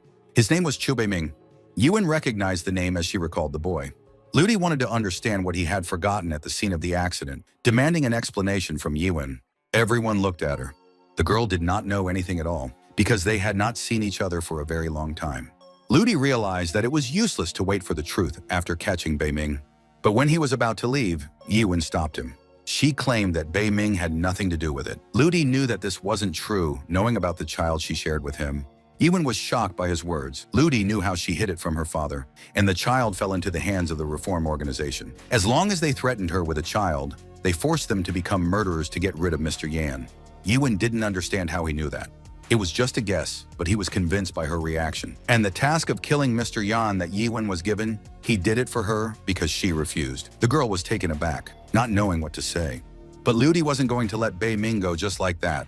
Yiwen reminded him that Beiming was much stronger than him, especially since she had a rank of a 7 and Liu Di had a maximum of a 9, so she wanted to beat her. Liu Di only advised me to do my duty to Elder Yan. He asked Mo Tung about Beiming's transformation level. Mo Tung explained that Liu Di was the first stage of the new humanity, and people are not like him, so it can be considered that he is in the sky and they are underground. Liu Di himself was delighted with the amount of power. Then Mo Tung decided to optimize his strength. He offered to meet Beiming in person. He went straight to him. Liu Di stared in surprise at the house that he hadn't seen before. A silhouette stood on the balcony. He leaped sharply. He jumped up on the roof. Beiming was standing in the bedroom, looking at the person in the bed. He sensed that Liu Di had come, and since he had joined the Yan family, he was now his junior. Liu Di crawled out from behind the curtain, surprised at his awareness. Beiming has heard about his intelligence, suggesting that we create a great cause together. But Liu Di didn't think he deserved it. He was immediately angry at the rude words. Motung said that Bei Ming could receive brainwaves at high frequencies, so it has the properties of hypnosis. Bei Ming wanted Liu Di to forget about his ego, but Liu Di wasn't going to do that, wanting to see the consequences. Bei Ming started hypnosis, intending to cover his brain with corrosion. Motung talked about his technology to increase brain activity and asked him to stop to study. Liu Di listened to him, watching carefully. Bei Ming was waiting for the result of his hypnosis. The door to the room opened. It was Yiwen, who was trying to calm her boyfriend down. He wanted to do this for the good of the child, worried that Liu Di might harm him. At this moment, the wall was smashed through by the goon. Yiwen immediately recognized the spy from Nine Spades. He chased her for 3 days, and she gave him a lot of surprises. Bei Ming immediately tried to hypnotize him. Thug appreciated his strength, but he wasn't afraid of it at all, kicking the floor. Liu Di was displeased that he was preventing him from conducting the experiment. The goon promised to take care of it later. Motung gave him 3 seconds to awaken his powers, but asked him to be careful. He immediately used it, starting to glow with yellow rays. Liu Di jumped back, disappearing from the spot, and he hit the goon. The goon immediately fell to the floor. Motung reported a lack of energy in his body, and he can't maintain the release of power. He was afraid that Liu Di wanted to fight Bei Ming, but that wasn't the case. Liu Di suggested that Bei Ming continue working on people's brains while he continued his research. Bei Ming immediately admitted that Yiwen didn't kill anyone by running after Liu Di. He met it with a fist in the stomach. It sent him flying off the balcony. Liu Di had no intention of letting him go so early. Suddenly, he was grabbed by the leg. It was the mad Feng Yu who had accosted him. Liu Di kicked it away with 1 foot to make it fall behind. When he came out on the balcony, he saw Bei Ming jumping off into the distance. Motung called him a ghost that can bypass any surveillance camera. Liu Di considered him a good opponent and wanted to catch up and master the first stage, martial consciousness. They went to the battle zone. Motung returned after changing into his teacher's clothes. He had upgraded and was going to train him. Motung said that if he wanted to master martial consciousness, he needed to pay attention to his body, and his physical condition wasn't suitable for such a transformation. Back then, Liu Di decided to start by changing his body. Motung spoke about the metabolism that allows blood, skin, and organs to develop in the same rhythm. Liu Di asked for advice on how to speed up his metabolism. The first advice was to consume a large amount of food. The second, a wild expenditure of energy. And the third, strengthening the vigor of cells with the help of external forces. A food delivery service knocked on the door. Motung ordered it because he was worried about him. At this time, 2 more tools were in the process of being produced. At this time, digestion improved, energy efficiency increased, and muscle metabolism increased. Liu Di started eating like a madman. Motung reported that they released the suit with an electric pulse, which can help it consume more power. And then he showed me a water chamber, which increases cellular activity and accelerates metabolism and multiplies cells. Liu Di was extremely pleased. He immediately put on this suit. Motung recalled that creating this costume was difficult. Liu Di wanted to show him people's abilities. He went to the bathroom in a suit and mask. Motung estimated its endurance to be superior to 99% of the creatures on the planet. He was going to prepare enough ingredients for it to grow. The same courier who had already delivered 10 orders was constantly running up to the door. Duan went to the crime scene in the cave. It was Bei Ming who was killed, with injuries to his right chest and shoulder, fractures and bleeding.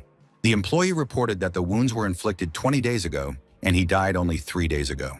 Duan was still waiting for Liu Di, who had been gone for an hour, to arrive. Upon examination, it turned out that the body of the deceased suffered severe changes. Finally, Liu Di arrived. Duan asked him to examine the corpse, because they were going to arrest Bei Ming, but he died suddenly. Liu Di immediately found out that this was not Bei Ming, but a doppelganger who had been implanted with a voluntary consciousness.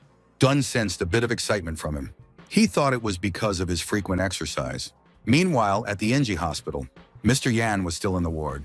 The news was filled with his condition and how the NG company started to lose stock dramatically. Meanwhile, in the company's conference room, the employees would turn to Qing Wen, handing over responsibility for her family and company to her. She had heard that everyone started selling shares at a cheap price to destroy the company, and demanded to trust her that she would be able to turn the situation in their favor. Someone else laughed at her. It was Feng Yu who didn't believe her words. She didn't know what he was doing here.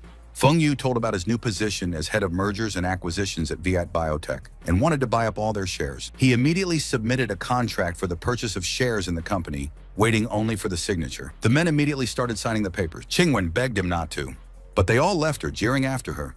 Qingwen fell to her knees in frustration. They tried to support her, asking her not to despair. It was the butler, Alfred. He believed that there was still a chance, and he needed to raise money and buy up all the shares before Feng Yu beat them to it. Qingwen realized that he was right not to give up, but she needed the money. At that moment, the worried twins ran into the room. They reported that Feng Yu had taken over their house and chased them away.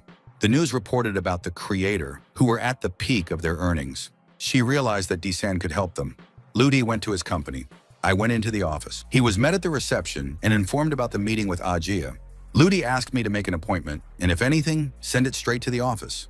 The girl immediately accepted the order. The sisters ended up in his office. The reception desk informed them of Disan's presence, intending to escort them to the office. She escorted them to the office, not being allowed to go any further. Disan asked them to sit down. Qingwen began to explain her difficult situation, begging him to help her buy out the stake to keep it for her family. Ludi lit a cigarette and was not happy with her suggestion. She was trying to find a way to get help from him.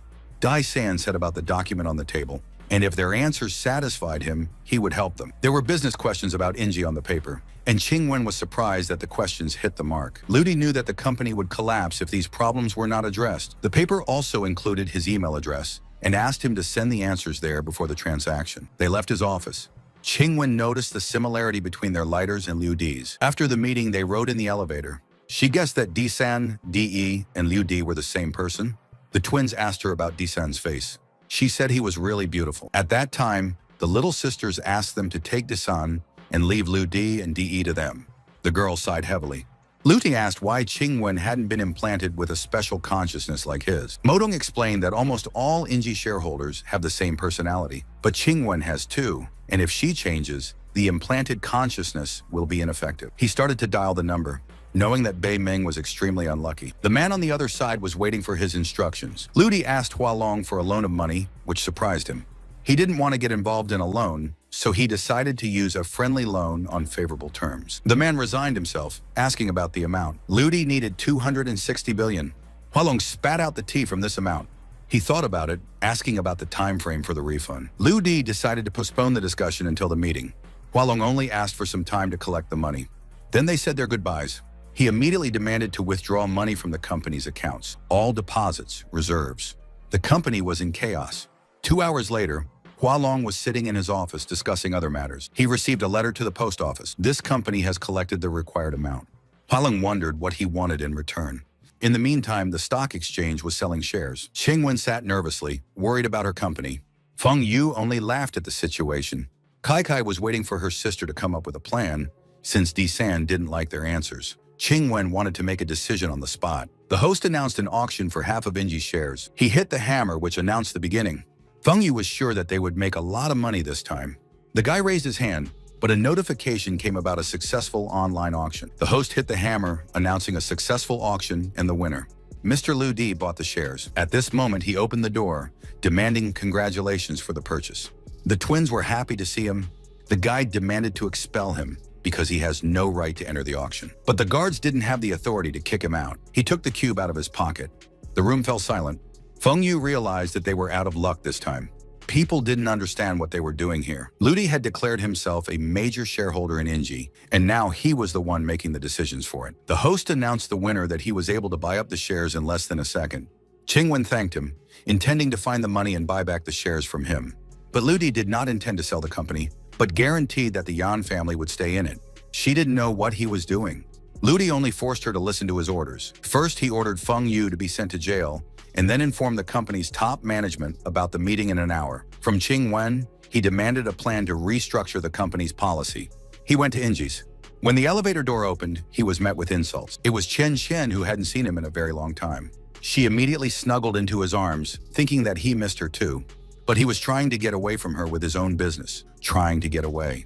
Chen Kan informed her that a new boss was coming to the office today, and Qingwen should be happy to see him. He closed the office doors.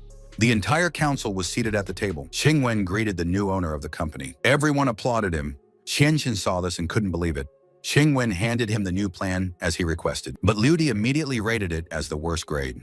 Qingwen was furious because they were wasting a lot of time on this plan. Liu Di didn't change his mind. She reminded him that he wasn't doing anything, just watching, so there was no point in his presence. Liu Di reminded her why he had helped her at the last minute. Qingwen lowered her eyes.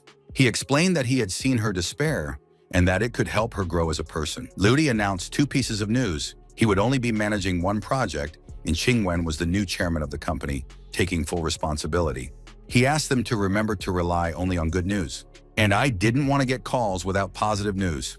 Everyone was very inspired by his words. Qingwen couldn't believe it, and Lu Di just left. But then she thanked him for everything. A whole month has passed. Lu Di was standing on his hands on the roof of the sphere. Motong was impressed by his strength, which he didn't expect. His body was proof of his tenacity. The release of his consciousness had already reached 75%, which was incredible. Drones equipped with air cannons flew over it, and their shots, less than 50 meters away, can cause a person to lose consciousness. He got to his feet, and I decided to get ready to go. The drones continued to fly over it. Motong wanted to hear his body sensations. Lu Di felt a slight numbness on his skin, but nothing else. This was only before the first crisis, and it will not have a target before the threat. The drone suddenly fired. Lu Di immediately felt it. The drone hit him in the arm while he was trying to cover himself. Motong knew that as the strength increased, so did the resistance to pain. He felt that he needed to be more careful.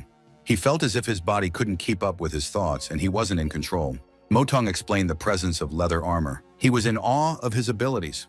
If he gets rid of the armor, he will become even stronger, and no one can compare to him. But to release his battle consciousness, he needs to get into danger and participate in a real battle. He saw washed-out scenes appear in his mind's eye, followed by bright lights. Motong realized that he could sense the future of humanity because it was equivalent to a new coming. He wondered what changed people so much. Motong spoke about the product that helps humanity go against the current, stimulates growth, and violates the laws of evolution. Lu Di assumed that there were other new people besides him, but one of them only appeared in 2,000 years, and the chosen one should participate in the evolution of the world. And its mission was to increase the technological dimension of the entire world. Liu Di did not expect the title Chosen One. The sun was setting brightly in the sunset. Another 2 months passed. He was sitting on a sphere, and Motong didn't expect such a rapid development. His body refinement had reached almost 100%. With his eyes closed, he could feel the mosquito flying towards his hand. He swatted it down in one sharp motion. Motong reported that his fan was in trouble. And an hour ago, there was a violent brawl in the best nightclub in Shanghai. Lu Di was already itching to try out his new body. Motong didn't allow him to get involved because the fight involved an ordinary brat who wouldn't help them. But it was better than nothing. Meanwhile, in a small town in Texas, the man sat down at the typewriter. I started writing a letter to my friend. At this moment, he was informed of some bad news. He demanded to explain everything slowly and clearly. Their agent K was imprisoned in Huaxia prison and put away by Dai San, who was considered one of the reformers. The old man demanded to come over. The man agreed with a smile. But as he approached, a pool of blood appeared.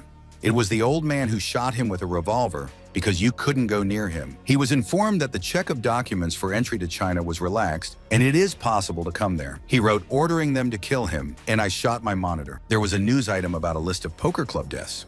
He cursed Dai San for killing his children, intending to destroy him. Meanwhile, in the conference room, An Hu was sitting with his arm in a cast. The guy tried to explain that it was necessary to take revenge on people who just broke in. At that moment, his phone rang. He was immediately informed that the same people had made a rout elsewhere, injuring the third boss, Men. He was furious that they dared to attack them. The man tried to force him to listen to the advice and give these people the territory. He stood up, bursting with anger, because it was a complete mess. He ordered the brothers to mobilize their forces to kill them today. The boys were ready to follow him and fight together. An Hu appealed to Lady Nan, suggesting that only male strength should be used. He asked her to pack up her things and go home without coming back here. She wanted to fight together and die together. An unknown person appeared in the doorway, not understanding the dialogues about death. It was Lu Di, who just wanted to punish everyone as they deserved. An Hu begged him to make the decision for them. They reported that a gang of unknown people had appeared in Shanghai and were making a mess. Lu Di took out a cigarette from the pack. Mrs. Nan set it on fire again with her lighter. There was a bleeding wound on her cheek. He noticed her immediately, and he asked who would dare to do such a thing. She didn't see anything wrong with it. It was just a scratch. An Hu continued to talk about the Raging Dragons, which is led by 3 brothers. The second and third were martial artists, and the older one never showed his face. The system gave out information about Chang Lon, Chang Hu, and Chang Liu. Zhang Long recently returned from overseas and was given an A rank of 5. Lu Di was unwilling to let them harm their people. He asked again who dared to harm Lady Nan. They were both silent as the girl averted her gaze. And Hu admitted that it was done by Chang Bao, the third leader of the clan. Back then, Liu Di decided to deal with him first. Mrs. Nan asked him not to go there because it would ruin his reputation, but he didn't want to put up with her being bullied. She hadn't expected this from him. Liu Di dipped a cotton swab in the disinfectant. He gently treated her scratch. Everyone was delighted with their relationship. Then they gathered and went into battle. They came to the massage parlor. The guy reported a difficult situation because Chang Bao came here with 30 henchmen. Liu Di demanded to wait. The boys insisted on going with him, not wanting to let him go alone. But Liu Di went inside alone. Lady Nan didn't know if he could handle it on his own, but Anhu promised to come to the rescue if anything happened. A second later, Chang Bao was knocked out on the floor in front of them. They recognized him immediately. Liu Di immediately reported back, ordering them to pick him up. Everyone was in shock, admiring him. He started to walk away as the boys chased after Chang Bao.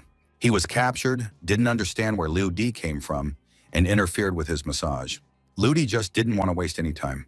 He began to threaten his brothers that they would come for revenge, but he wasn't going to die before they did. Anhu ordered them to call their brothers to come to the abandoned stadium in the evening and fight to the death. Chang Bao was acting up, predicting that his brothers would beat them. Anhu kicked him, reminding him that they were the He Li clan, so they weren't afraid of people like him. Evening came. The two gangs met. Liu Di was sitting on a chair with Chang Bao tied up next to him. The man demanded to let him go without a fight. Anhu was offended that only Chang Lung came to the meeting without his brother. Liu Di was smoking quietly next to Lady Nan. Someone was watching them from the building. The man predicted that the He Li gang would end today. The other one had heard about DR's boss, who was doing a good job. He asked him not to take it seriously because they have a big difference in numbers. Liu Di told Anhu to continue fighting even if he fell off his feet. He didn't know what to say to that. He handed Lady Nan a black armband. Mrs. Nan didn't understand what was going on, and Liu Di was about to go into battle. He tied the blindfold around his eyes. One of the brothers said that if he didn't die, he would become a hero.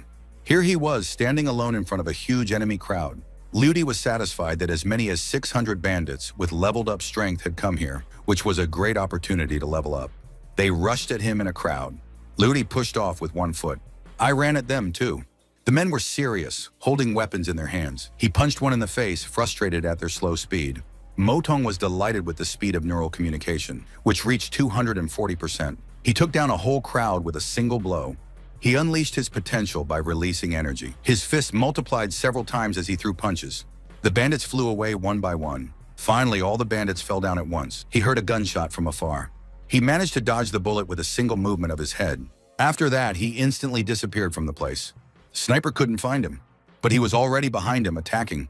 He pressed his head down, intending to guide him on the right path. Liu Di took off the blindfold and his metabolic rate reached 100%, and he once again improved himself. The man realized that there was a new leader in the Shanghai underworld. Mrs. Nan came running over, looking pleased that she thought this was the breakthrough of the He Li gang. Liu Di explained that he did this to train his skills and for the sake of demonstrating the consequences. She blushed, thanking him for his help. The battle was officially over, and the main gang of the city was defeated by Mr. Liu Di. Everyone was shouting in support of the leader. Meanwhile, in Duan's office, he was evaluating the capabilities of Dar, who was dubbed the god of street warfare. Duan admired his blind fight against the crowd. And I wanted to watch the video, but there was a glitch, so all the cameras were broken. But all the participants were injured, and one even died. Duan didn't understand what Liu Di was trying to achieve and demanded that the car be prepared. He drove up to his apartment. He knocked on the door. Liu Di opened the door for him. He addressed him by the name of DR, but Liu Di pretended that he was mistaken. Duan recalled that he was Liu Di, the boss of the creator company, but it was interesting how he managed to become a mafia boss. Liu Di continued to pretend that he didn't know anything. Duan reminded him of his heroic act last night when he had given the order to stop the investigation of that fight, demanding Dar's gratitude. Liu Di stared at him, silently chewing on an apple. He imagined that if he were Dar, he would help his benefactor investigate the smuggling case. I asked him to find out the details of the case, but Liu Di immediately refused, especially since he is not DR.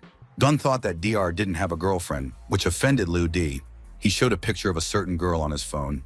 Liu Di suggested that he open a marriage agency when he retired. Duan was about to leave, but he reminded her once again that kindness comes at a price. Liu Di explained that if he was DR, he would take care of things and then help him with the human traffickers. Duan laughed, taking the hint.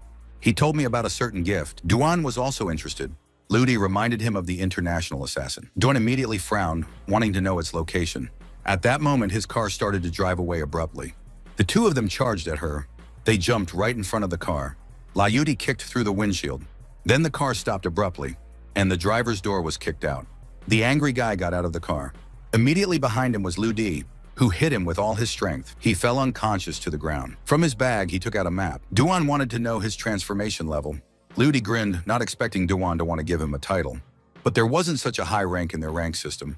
Liu Di wanted to get at least a medal for stopping a dangerous attack. Duan asked if he wanted to go to the assassin's lair, offering to send a couple more people with him. but I immediately changed my mind, not wanting to let him go with his men. Ludi asked that a couple of experts be sent to his lab to help him. Doan thought that he had received someone else's inheritance, since he could make discoveries in the transformation of the human body. Liudi could raise his soldiers to A-level 7 in just a month, which would help them take out the other gangs. This idea immediately attracted the general. Ludi offered to make a deal and ended the dialogue, but Duan still didn't think to let him go. Ludi was going to join the Haley gang, promising to cause more trouble. The general remembered his words when he had denied any connection with Dar, but he's willing to make a deal when he finds proof to do so. He went to a nightclub. The gang had been waiting for the chapter for a very long time. He was informed that the boss of the Haley clan had locked himself in the study, and his condition was unknown. Liudi immediately rushed there. He opened the door with a single kick. There were Haley's men lying around, and a fat man was sitting at the table. The girl next to him was choking on Hu. Lady Nan was standing in the back with her hands tied. Ludi didn't understand what was going on. The girl threw the soulless An Hu to the ground. The fat man had been waiting for him to appear for a very long time. He wanted to kill them all, telling them not to stop. Luchi gave an order to Xiao Chong. Fat man didn't know what he was talking about until the girl was already holding onto his head. She spun his neck around, causing him to fall to the floor. Xiao Chong tried to explain that she only worked for them because they wanted to know about him. Ludi didn't blame her because they were lying people. Later, at the headquarters of the Haley gang, men were walking there with suitcases. They started walking into the room. There was Chang Bao tied up and a fat man on the floor. The man was delighted with DR's intelligence for taking out 2 clan bosses without evidence. Ludi asked them not to worry because another guest would be arriving soon. The guy reported that Chang Lung had arrived here. The men were shocked by the news. 2 masked men appeared in front of them. They were people from the Quan gang who, at the request of their master, sent D. Aru congratulatory gifts. They pushed the wheelchair toward him. Under the red blanket was a ram's head. In the opinion of their boss, fresh game goes well to the table. Xiao Chong abruptly pulled away and knocked out 2 guys at once. They immediately fell to the ground. Ludi was horrified by their arrogance, wanting to teach them a lesson. One of the windows shattered abruptly. A huge crowd stared at him. It was Chang Lung who was looking for Diara, intending to deal with him on the spot. Everyone was looking at him in panic. Xiao Chong tried to hit him from behind, but he hit her first, not afraid to kill her. She managed to land. Ludi asked her to rest. Motong explained about Chang Lung's subconscious power, which had already reached level A10. Back then, it wasn't surprising that Xiao Chong had suffered so much. He didn't want to hurt them, but they're too infuriating. Chang Lung scoffed at his words. I lunged at him, wanting to kill him. Ludi wanted to watch his attempts. With just a flick, he flipped it away. Chang Lung landed on the furniture. He sat on the floor while Ludi demanded to get up. He tried to convey to them that if they harmed him or his team, he would pay them back tenfold. All 3 of them were now kneeling in front of him. Mo Tong reported that his hypnosis skills with sound hallucinations had achieved the effect of Bei Ming's hypnosis. Ludi decided to give it a try right away. He clicked his ballpoint pen. He turned to Chang Lung. He stared at him with glassy eyes. Ludi wanted to know if he had seen Bei Ming. It turned out that Bei Ming was their leader, and Chang Lung was willing to give his life for him. This was the pavilion of Bei Ming, who creates godlike people. Ludi asked Mo Tong to see if Chang Lung was communicating with Jing Sheng, the chairman of the board of directors. Mo Tong found out that they go to the same church once every 5 days. He looked down. I saw the ring on his finger. He remembered Hualun's words about the key to the highest circle. Duan arrived, marveling at Ludi's quick work. He had a child abduction case in his hands. Unfortunately, this was just the tip of the criminal iceberg.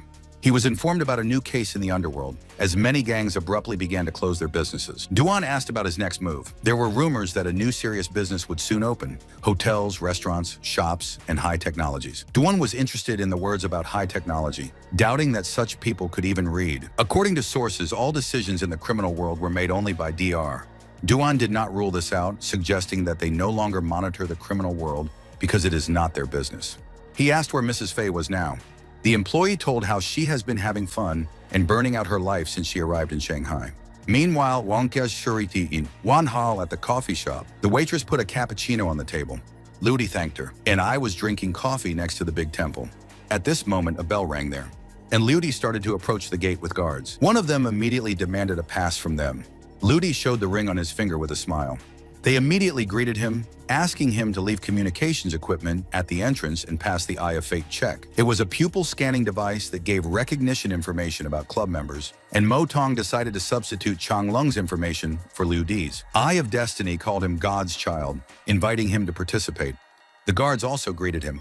Liu Di noticed that this Beihei organization is very strict in protecting the building and the identity of the visitors. When he walked into the hall, there was a crowd of people who were wearing black cloaks, holding out a similar one to Liu Di. The man began the ritual, informing them about the mission to preach their teachings. Liu Di appreciated their strength after hearing about the Northern Darkness Pavilion. The man asked people to tell about the progress of their mission. One of them reported to the messenger that preparations were well underway. Mo Tong gave Liu Di his biography, and it was the president of the North China Bank. He was informed that 12 publishers were ready to cooperate with them. Another said that he sent 3 followers to the army, and soon there will be discord and chaos among the soldiers. One of them suspended the acquisition of a medical company, so he begged him to give him another chance. Liu Di immediately recognized Jing Sheng, the chairman of the board of directors. The messenger was sure that he was a broad-minded person and decided to cancel his punishment too, and just warn him. He ordered them to prepare for the opening of their northern temple. Liu Di was interested in their game, where everyone goes about their own business, but supports one goal. He suddenly took off his cloak and went on stage to meet the messenger. Liu Di started clicking on the pen, mesmerizing the crowd and pretending to be the god of the great realm, while Bei Ming was just his subordinate. All the people started bowing to him.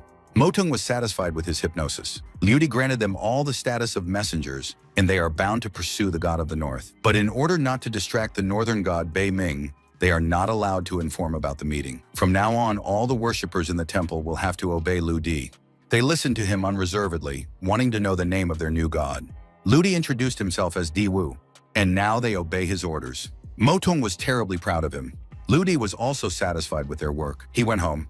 Liu Di was sitting in the lotus position. Mo Tong spoke about the first stage of the new man, the liberation of combat consciousness. Although Liu Di was physically stronger than most people, Bei Ming's abilities were exceptional. Mo Tong informed him about the second stage of the new man, limited release. But to do this, he will need to update the modifications, and after the analysis, change his gene. Liu Di wanted to perfect his genes. Mo Tong thought this was the best solution. The food delivery service knocked on the door again. The courier gave him a drink as a compliment. But Liu Di suddenly kicked him in the stomach, and I appreciated the killer's good Chinese. But it was too banal a method, and Liu Di immediately revealed it.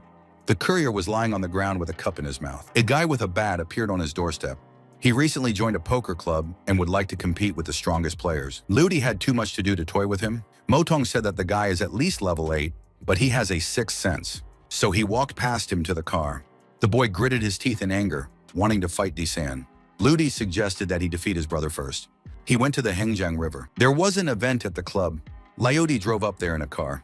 The girls were immediately dissatisfied with his appearance. The security guard stopped him, telling him that people with a capital of at least 300 million can enter the club. Liu Di handed them a card to check his capital. It showed hundreds of billions of dollars, which caused the guard to panic and immediately apologize. He let him go straight to the club. A singer was singing on the stage and people were sitting around behind sofas. She performed her own songs. Liu Di was already sitting on the bar drinking a cocktail, but he missed Ajia's company. At this moment, he was called out from the side. It was the singer from the stage who was immediately hooked by Liu Di's appearance, so she introduced herself as Yu Fi. He introduced himself in response and wanted to tell me how he earns money. He said he was a programmer and a gangster. Yu Fi revealed that after arriving in China, she fell in love with the artist Di Yi and now met Liu Di. Everyone watched them leave together, envious of this loser. When they left the club, they were met by an unknown person. It was a man with his own guards who considered Yu Fi his woman. She thought that he would become a hero and save her, but Liu Di left them to her. Liu Di quickly ran away. Later, he hit the guy against the wall, causing him to bleed. A crowd of battered guys lay nearby. He watched on the system as Yu Fi beat up her abusers. So he went back. Yu Fi pretended that the boys had left peacefully. Liu Di didn't believe it, but he was surprised. He confessed that he needed to deal with several murderers. Yu Fi admired his strength and courage, but initially she thought that he was scared and ran away. Then she offered to return home. As they approached her car, Liu Di was surprised. She gave him permission to ride it. Mo Ting said that the girl was extremely rich, and her family is one of the oldest business families in Europe. They drove quickly through the mountainous terrain. The girl was enjoying a dashing ride.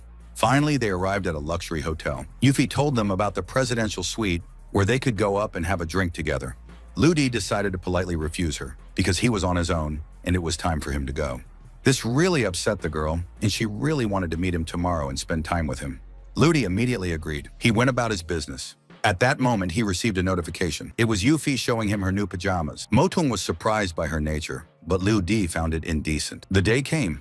Disciple Liu Di and that guy were fighting in hand-to-hand combat. Liu Di praised them for their work, but by the look of it, he was very annoyed by what he saw. Xiaoxia was very interested in fighting him, and Kun Sen was delighted with this kid's strength, wanting to defeat him. Liu Di suggested that they stop by the office if they were suddenly hungry. They continued to fight in the forest. Motong reported that Kun San had a new stroke awakened, and his new consciousness would soon wake up. Although Xiaoxia didn't have any special abilities, Kun San still can't beat him. The next day came. Kun San was sitting in the forest, having breakfast. Next to him, Xiaoxia was oiling his iron hand. Liu Di ordered them to get up, offering them something to eat when they were tired. He opened the bag, which contained a pile of miscellaneous food. They immediately started eating everything greedily. Liu Di still had things to do, so he decided to leave. Kun San announced that their duel with Xiaoxia would take place in the evening. Liu Di drove up to a luxury hotel. Yu Fei got in. She wanted to know how to get attention from him. Modong had told him about her energy that allowed her to seduce anyone, and he could feel Liu Di's pulse quicken. He cleared his throat nervously. Yuffie was more interested in finding out for herself, but she asked if he liked girls who worked with the mafia. Liu Di didn't hesitate to give a positive answer. Then she decided to stop by the Quang clan, wanting to see her old friends. Because of her abrupt embrace, the car frolicked on the road. After a while, they arrived at the clan. Yuffie asked him to follow her. She abruptly opened the office door. There were a bunch of battered guys sitting there. Yuffie clarified where their boss was, but according to the guys, their boss was defeated by a real demon. The girl was disappointed in Changlong. One of the guys started pestering her, offering to deal with the offenders and then celebrate their success.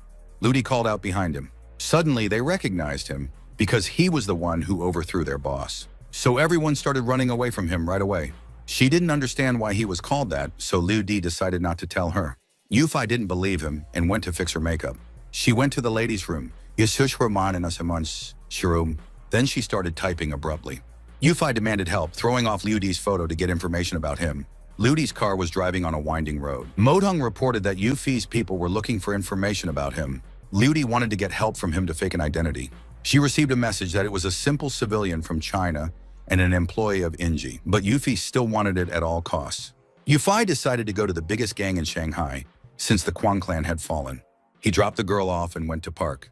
The girl came into the room. At the reception desk, she was asked for her name, as if she was at a job interview. But Yuffie wanted to see their boss right away. The guy at the front desk was ready to see her off. It was a huge honor for the man to meet them, wanting to hire her. Therefore, I was immediately ready to appoint her to the position. But Liu Di appeared in the doorway. I asked him to keep quiet. The man appointed her lobby manager. Yuffie held his hand as she prepared to attend to other matters. They went to the Wing 10 building. Yuffie knew that they were leading the international market and asked for their help in finding children. Jia felt that this was the beginning of a huge project, but suggested that he go to the hospital or the police first. But Yuffie was willing to entrust such a matter to close friends. Liu Di and Jia exchanged glances. He only asked her for 2 hours. Yuffie thanked Liu Di for accompanying her. She asked if he liked female police officers, but Liu Di only wished her luck. Yuffie was sure that he was already infatuated with her. And the car started to drive away. She received a message that in 3 days, the ghost-eating children will be caught. Motong didn't believe that he didn't want to help catch her, but Liu Di wasn't interested in her work. The next day came. Kun San offered them a truce to conserve their strength. He wanted to get rid of those useless bastards first, so that he could prove his ability to compete with Disan.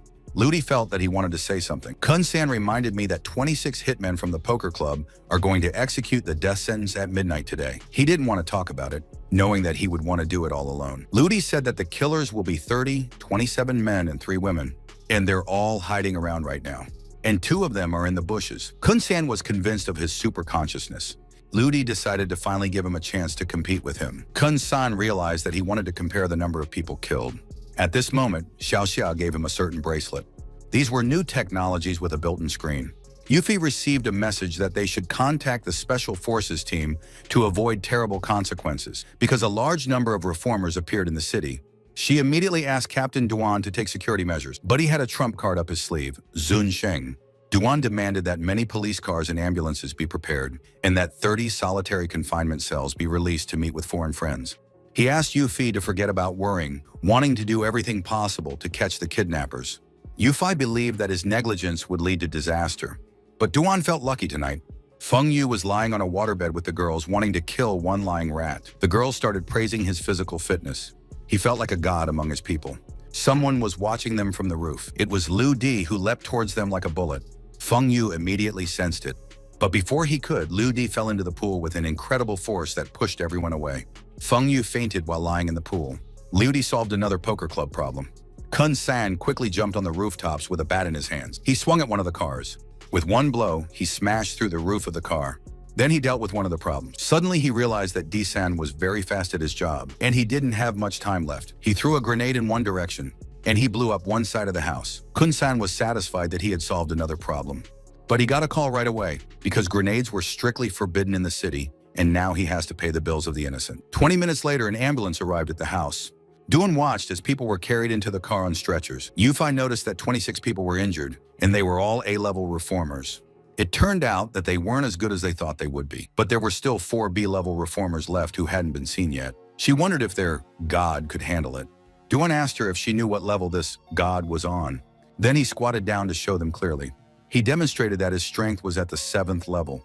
They were roasting vegetables and sweets over a campfire. It was Liu Di and Xiaoxia who were sitting in the mountain area by the campfire. The boy felt that Kun San was injured. Liu Di assured him otherwise because his heart was just broken. He ensured that the person he killed didn't have a tattoo on his arm. Kun San decided to drink to their desperate desire to please their master. Liu Di asked what exactly he knew about the poker club.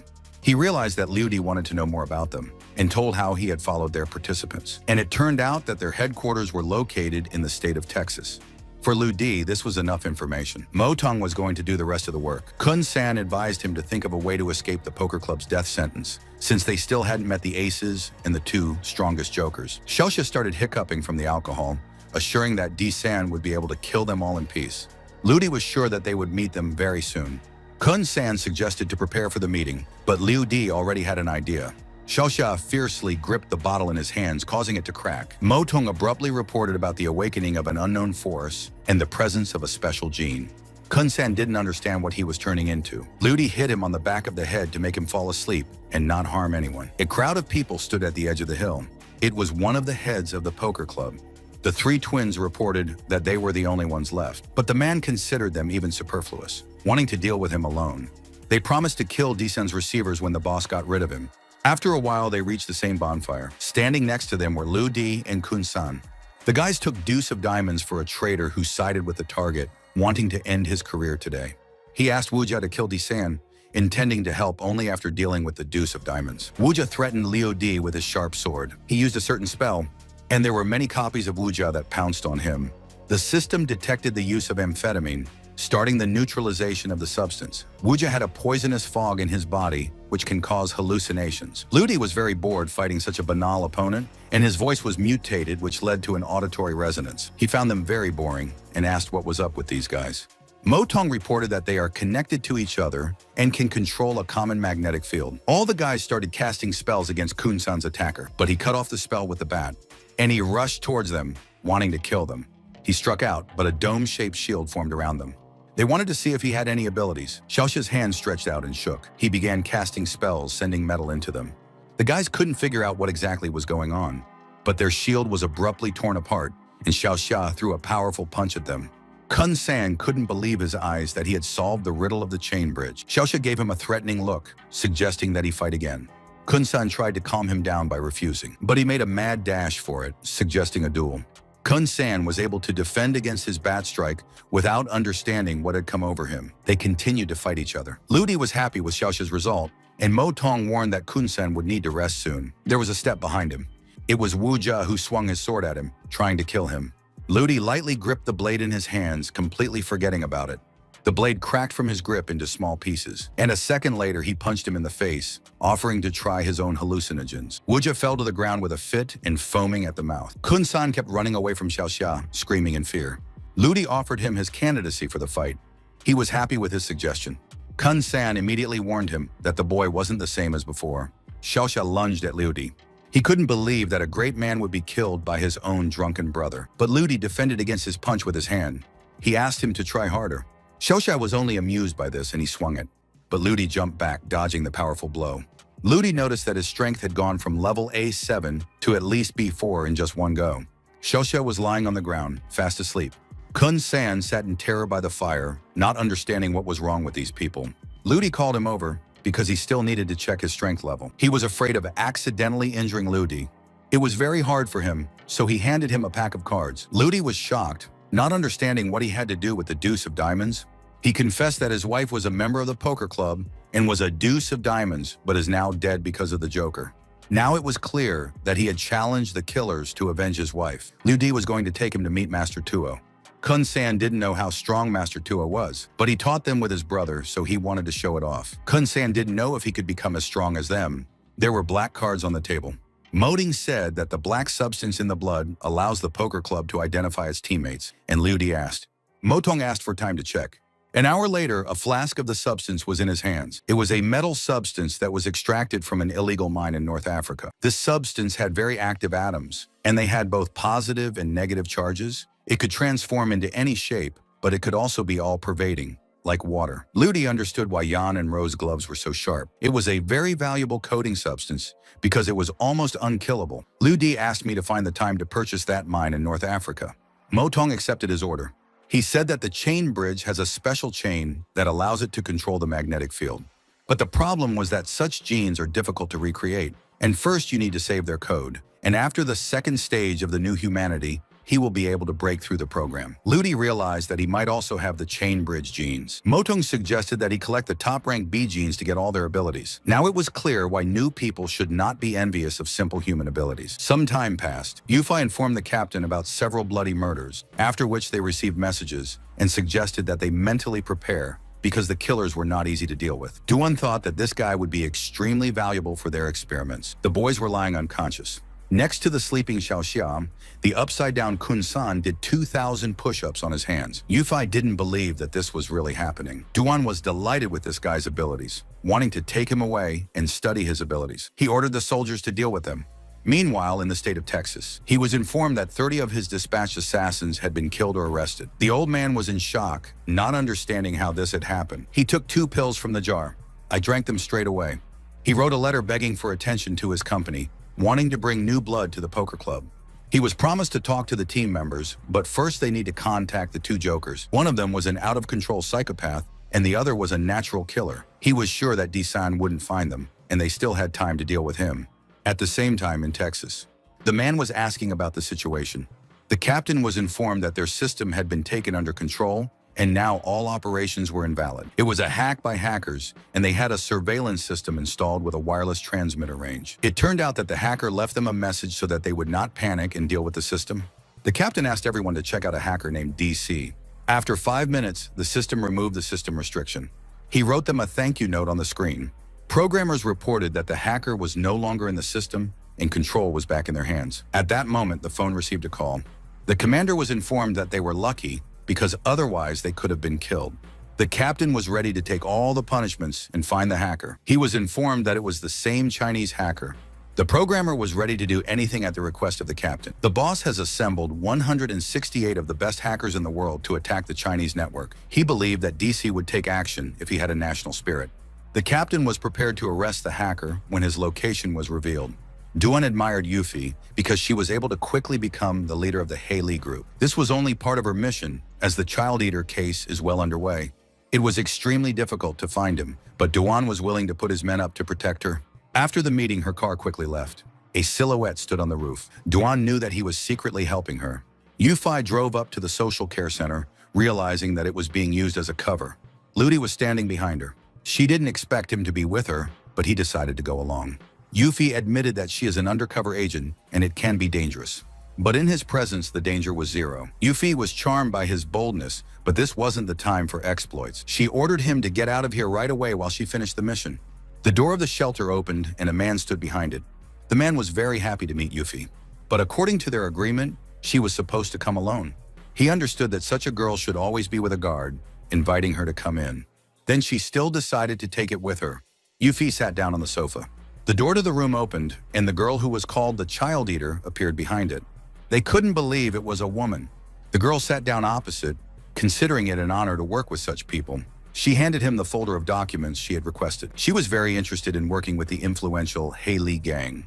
But as she wanted to know their true identity, her eyes glowed with a fierce light. Yuffie didn't understand why she was asking such strange questions. She knew that Yuffie was also an officer, but she was curious about her position in the Special Operations Group. The girl snapped her fingers. and the guards suddenly pointed their guns at them. Yuffie was stunned with fear and surprise. The child eater advised to think before making decisions, because 4 shotguns were pointed at them, and even if they are reformers, for any movement, they are finished. Yuffie was starting to get nervous that Liu Di would get hurt because of her. Finally, it was his turn. The girl introduced herself as Hong Ying, and she had heard a lot about Mr. Dr. Yuffie turned to look at him nervously. Liu Di didn't even know about his popularity, since he is known even in Japan. Hong Ying had known about it for a long time, and she was finally convinced that it really existed. Liu Di sat down next to Yuffie. She apologized to him for being incompetent, but she didn't have any information about Yuffie, so she wanted to know if she was a police officer or an undercover agent. Liu Di clarified where they had moved the goods that he had recently sent them. Hong Ying understood everything, considering him to be a real talent. She knew how he had announced the purge of the He Li gang, and now he was in business. Liu Di was filled with rage, repeating his question once more. Hong Ying became nervous and reported that they had sent all the goods to the Binnenberg Medical School in Europe. This information was enough for Liu Di, and he suddenly threw a lighter. It immediately exploded in the air, and the guards' faces were hit by a bullet. He slapped Hong Ying across the face. Yuffie was trying to figure out what was going on here. He introduced himself as Dr. At first, she didn't believe it, because she had already studied his biography. Liu Di was sure that she would only see what he wanted. With one hand, he opened the door of the metal safe. Yuffie still couldn't believe that he could be a reformer. There were footsteps outside the door. Liu Di immediately asked her to solve a couple of questions. The door opened abruptly, and there was a crowd of guards standing there who didn't understand what was happening. Yuffie took down several people with one foot. She demanded the truth from Liu Di, wanting to know his true identity. Liu Di pretended to tell her the truth at the first meeting, that he was a programmer and a mafia boss. She couldn't believe the truth. 3 minutes later, he placed a folder of papers on the desk. He wanted to destroy Hong Ying, but Yuffie wanted to leave her to the law. Liu Di stopped his foot right in front of her face, and there was a loud thud in the house. It was Liu Di who kicked her head in with one foot, causing the floor to crack as well. He didn't want to leave a devilish creature alive. They calmly left the shelter. There, an unknown man jumped off the building. He introduced himself to them as the commander of the Kyoto sniper team, and his code name was Nail. He was framed by Duan to protect them. Liu Di was pleased with his shooting skills. He thanked Liu Di for the hint, since he couldn't find the target right away. Suddenly, Yuffie realized that he had deflected the sniper's position with the light of his lighter. Nail had heard from the brothers that Liu Di was an army general. Liu Di asked for more details about the brothers. He was the 3rd child in the T family, and his name was T-san. Liu Di abruptly turned around to leave and wanted to go to Europe to deal with the real opponents. T-san wanted to go with him because he had to help at the right time. Liu Di admired his sniping abilities, but they weren't enough to fight the freaks in Europe. T-san asked me not to underestimate him. Suddenly, a bullet appeared in Liu Di's hands, and it was a demonstration of his carelessness. This bullet could have been a posthumous one for Yuffie. But the guy wasn't bad, so he didn't mind giving him a few acquaintances. He gave him a task to deal with the stolen things from the shelter. Tyson is responsible for the case if it involves child trafficking in China. Yuffie immediately asked to take her to Europe with her. It was a pretty good idea because she was a European agent, and she can help. She offered her car in case she didn't have one. But he didn't need a car if he had a private jet. He was coming aboard, urging her on. Yuffie couldn't believe that Di and Dr would be the same person, and wondered if he could also be Di-san. They came to Europe University in St. Petersburg.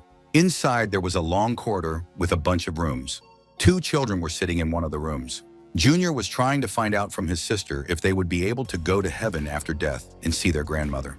At that moment, the door to the room opened. There was a scary man in doctor's clothing, ordering them to behave themselves during the experiment. The helicopter pulled up to the medical school. They came out of it. All the passers-by thought that they looked very much like superstars.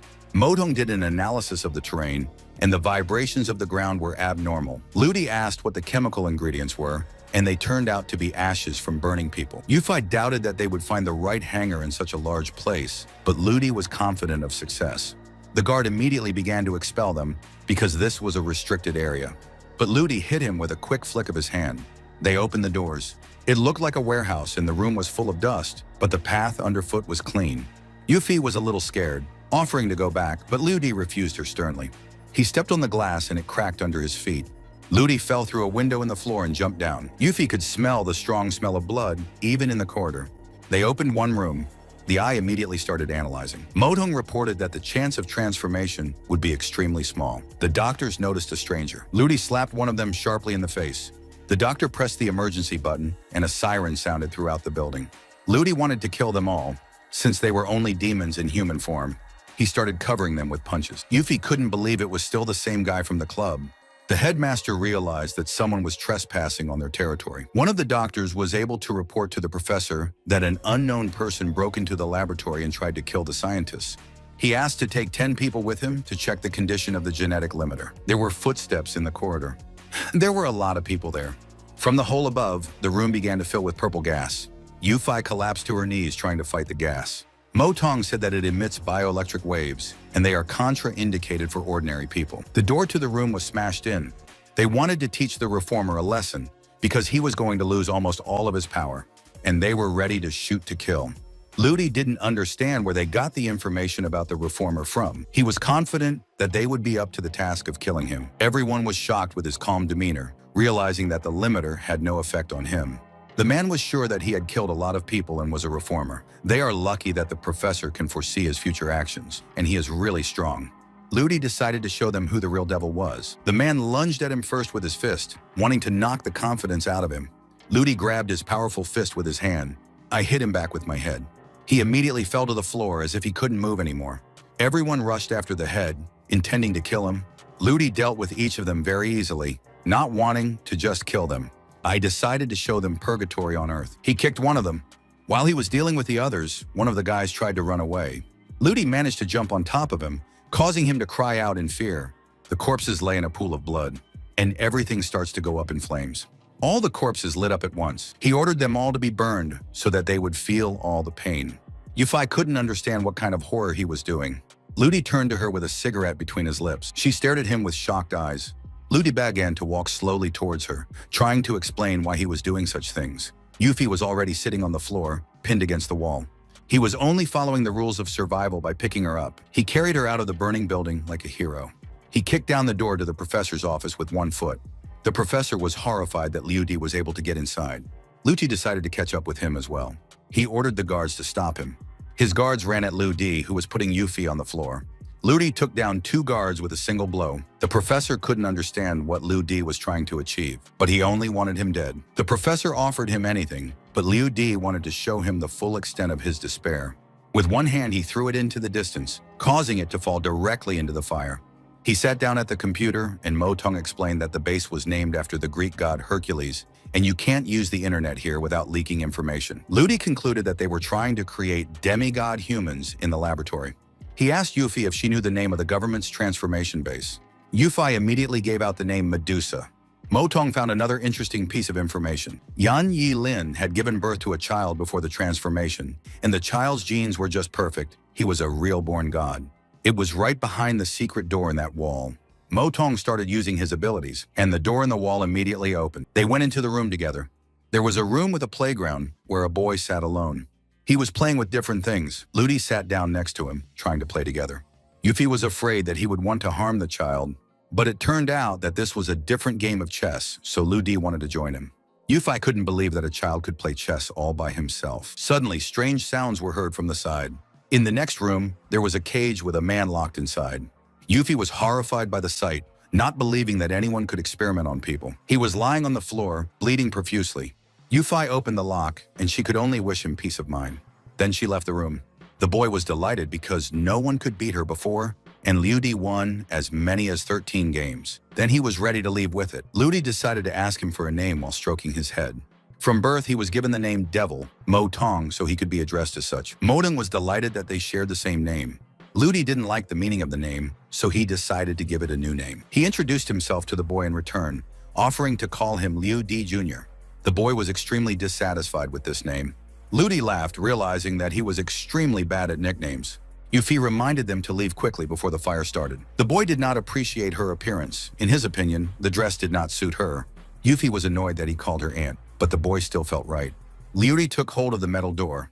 He yanked it out with one hand, lifting it up so they could get out. They left the room when the fire broke out. The lab completely exploded. People gathered near the helicopter. Ludi patted the boy, leaving him to Yuffie because he had things to do. Yuffie begged them not to leave, but Liu Di needed to meet an old friend and suggested that she use her FBI connections to complete the assignment. The helicopter began to fly away. This was seen by the man who was under the ruins. The guy begged her to wait because she was his goddess and savior. Liu Di's car pulled up to the rehabilitation hospital. He stepped out of the elevator.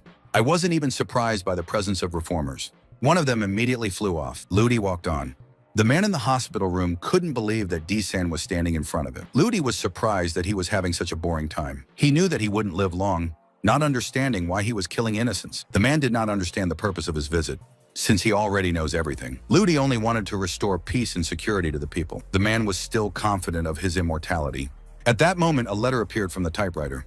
He immediately took it out and asked if he knew anything about the children that Chainbridge had stolen. He has already asked to confess and return the children. The man jumped out of bed, calling Liu Di a dumb boy for not understanding the poker club's abilities, and promised to meet him in hell, ripping off all the medical equipment.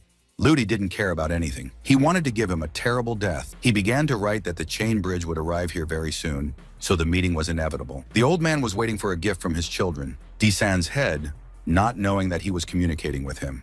There was a knock on his door when they came to play bridge. He took out his revolver, intending to teach everyone a lesson, regardless of the outcome of the game today. The old man opened the door with a smile, and his friends were standing outside ready to win. An hour later, they were sitting at a table playing cards. Ludi burst into the room, ordering the guests to leave so that he could talk to the host. The old man didn't expect D-San to appear. The guests were not happy that he interrupted their game. He took out his revolver, starting to shoot immediately. All the guests immediately scattered. Ludi sat down directly across from him, offering to play with his deck. But the old man was surprised that he was still alive and was able to escape from the chain bridge. Ludi realized that he wanted to kill him just like the others. He clutched the deck of cards in his hands, realizing that he also had a lot of cards. But Liu Di was only going to destroy it with one. The old man started coughing with nerves. He realized that Liu Di had already met Teacher Ko. Liu Di reported that he was already dead because he had committed suicide. He started shouting in rage, assuring me that the Joker would take care of him. After all, he doesn't even understand the ultimate meaning of a poker club. Liu Di slapped him sharply across the face with his fist. There were 2 clown cards in his hands. And they are at least B-class reformers, maybe not as strong as the Joker, but they can destroy his empire. Meanwhile, in the hospital, the man suddenly woke up. He slowly got out of bed. He opened the door as he left the room. The man went to another room, where a guy who looked much better was lying. Suddenly, he fell down next to him. The guy got up from the bed, deciding to assume the name Lin R. He had spent too much energy trying to have a good time now. Meanwhile, the hospital was still on fire. Yuffie watched the man whose arm was burning under the rubble. She asked if he was sure. But the captain did not believe her words, as an ordinary person can kill 14 reformers in 1 hour. He concluded that Yuffie had been drugged and was only hallucinating. She tried to convince him that this man had managed them even in 10 minutes. Moreover, in China it is called God. He asked not to talk nonsense, and it was better to look at the information provided, where Liu Di's rank was compared to 27th. Yuffie was telling the truth when she offered to meet him in person. One of the soldiers ran up to the commander, asking for further instructions. Whole building burned down, so nothing can be returned. According to the expert, there was a gas explosion. He asked her to return to the headquarters to have a full health checkup. Yuffie reminded him that he had to follow her orders. Suddenly, the commander noticed an unknown child. There was Liu Di Jr. in the helicopter, and Yuffie called him hers, the kid who was abducted. The captain was horrified that it was so difficult to control her. But she didn't break the organization's rules at all with her behavior. The captain allowed the child to be taken away, but asked him to return to headquarters. The helicopter and cars started to leave. Behind him, I could see the hand of a man climbing out of the wreckage. They came to the north of Europe. Yuffie headed to the headquarters with the guards and the baby in her arms. The captain asked me to leave the child here and go to the office for a full examination. The full exam was supposed to take 3 hours, and she was against it. The captain reminded them that they were being chased by the Chinese god of war, as she said, and while there was still time, it was better to check their health. Yuffie demanded a little respect, since he was also a Chinese citizen. But the captain treated him normally, but he wanted to stay here since this god is very strong. Yuffie asked them not to overdo it and not to leave the child here, which could bring terrible consequences. But the captain considered this a simple alarm. An alarm sounded sharply in the building. An employee urgently stated that the headquarters had been attacked. They did not understand where he came from, in order to gather all available forces to delay.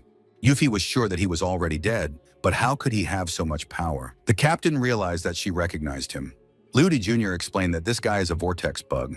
He couldn't understand what the boy was saying. Yuffie thought that this guy might have come from the experimental lab. The captain believed her after seeing his incredible strength. The guy could fight with several employees at once.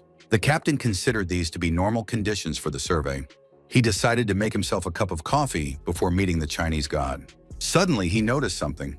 The guy killed a whole crowd of his people. He asked her to run with the baby while he held the monster. The doors began to crack, and at that moment, the guy knocked it out with his foot. He was glad that he had finally found them. The captain charged to stop him, but the guy was able to hit him harder, right in the stomach. Yufi begged not to touch the child. She could withstand any attack from him. The guy in fact came only for her, considering her a queen. Lodi Jr. immediately recognized the vortex worm, and the guy recognized his little neighbor in her arms. The boy advised him to get out of here, because soon his friend will come here and he will deal with him. The guy didn't believe him right away, but the boy kept threatening him. He decided not to kill him, since they had been neighbors for 4 years, but ordered them to stop provoking him. The boy knew that his friend would be here soon. The boy had never heard him talk so much. At this moment, the window was shattered by Liu Di's appearance. Liu Di appeared from behind the guy with falling shards. They immediately rejoiced at his appearance. The guy realized that Liu Di was going to ruin his fun. But Liu Di only wanted to kill him, the black and white Joker. Liu Di took off, and I gave the guy the first punch. He started to growl in pain but didn't move at all. Yufi was shocked as if he was an immortal. Liu Di even liked it a little.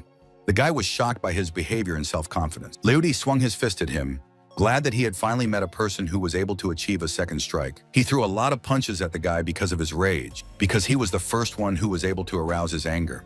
Everyone watched as he covered it with punches. The captain realized that this man was the god of China. Finally, the guy fell in a pool of blood. The boy had no doubt that his brother would win easily. He introduced himself to Liu Di as the captain of the North American division of the FBI and admired his strength. I asked him to join his defensive team. After all, those who are in his team gain a lot of money and an advantage. Transforming people was fashionable right now, and Liu Di would be free. Liu Di wanted to know what was going on in their company of heroes. The team of heroes consisted of B-class reformers who were scattered all over the world, with whom they solve important world problems. Liu Di still decided to join them, assuming the codename Di Liu, for which the captain sincerely thanked him. The captain handed him their badge for using their resources. Moding said that the badge contained a communication module, an identification and geolocation module. Liu Di called them over, preparing to return. The captain clarified exactly where Yufi was going. She decided to contact the master and establish a relationship with him so that they could meet again. The captain watched her go. The Liu Di sensor on his phone was missing. He realized that he had recruited heroes that he couldn't control himself. The helicopter landed in the forest. The boy screamed with delight. There, Kun-sen and Xiaoxia were sitting by the fire tree. Xiaoxia was very happy to see his brother.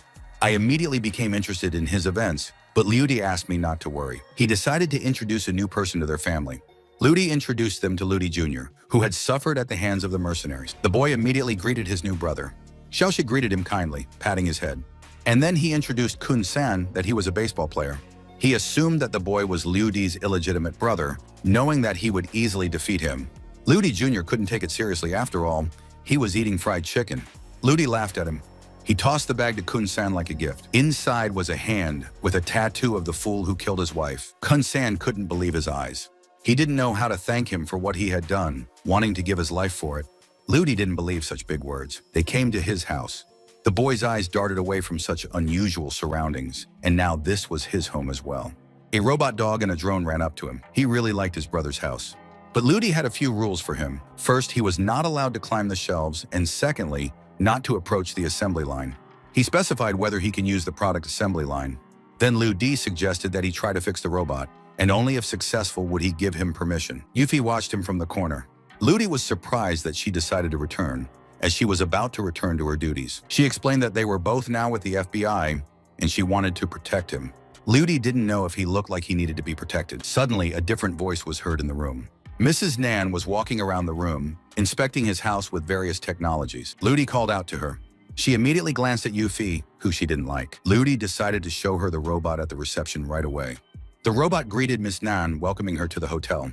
She didn't understand what it was, but the robot was created with the help of artificial intelligence, which works according to the program. Yufi was always surprised by his versatility, not knowing that he was also an inventor. He and Mrs. Nan sat down on the sofa. He said that he had prepared design drawings and now he only needs a reliable manufacturer. Mrs. Nan decided to help because she had a couple of friends that have modern factories. Liu Di asked them to offer them a price that they would not refuse and buy out the necessary factories. He received an unexpected call. It was his mother. She suddenly reported that she felt like she was about to die. Liu Di was no longer surprised by this news since she was referring to the game. She said that she was very annoyed with Zhao Chun, who constantly asked about her single son. Ludi suggested that we meet tomorrow to discuss everything. She decided to wait for him tomorrow night, intending to cook a delicious dinner. He dropped the call inside. The girls overheard his conversation, trying to go with him to his home.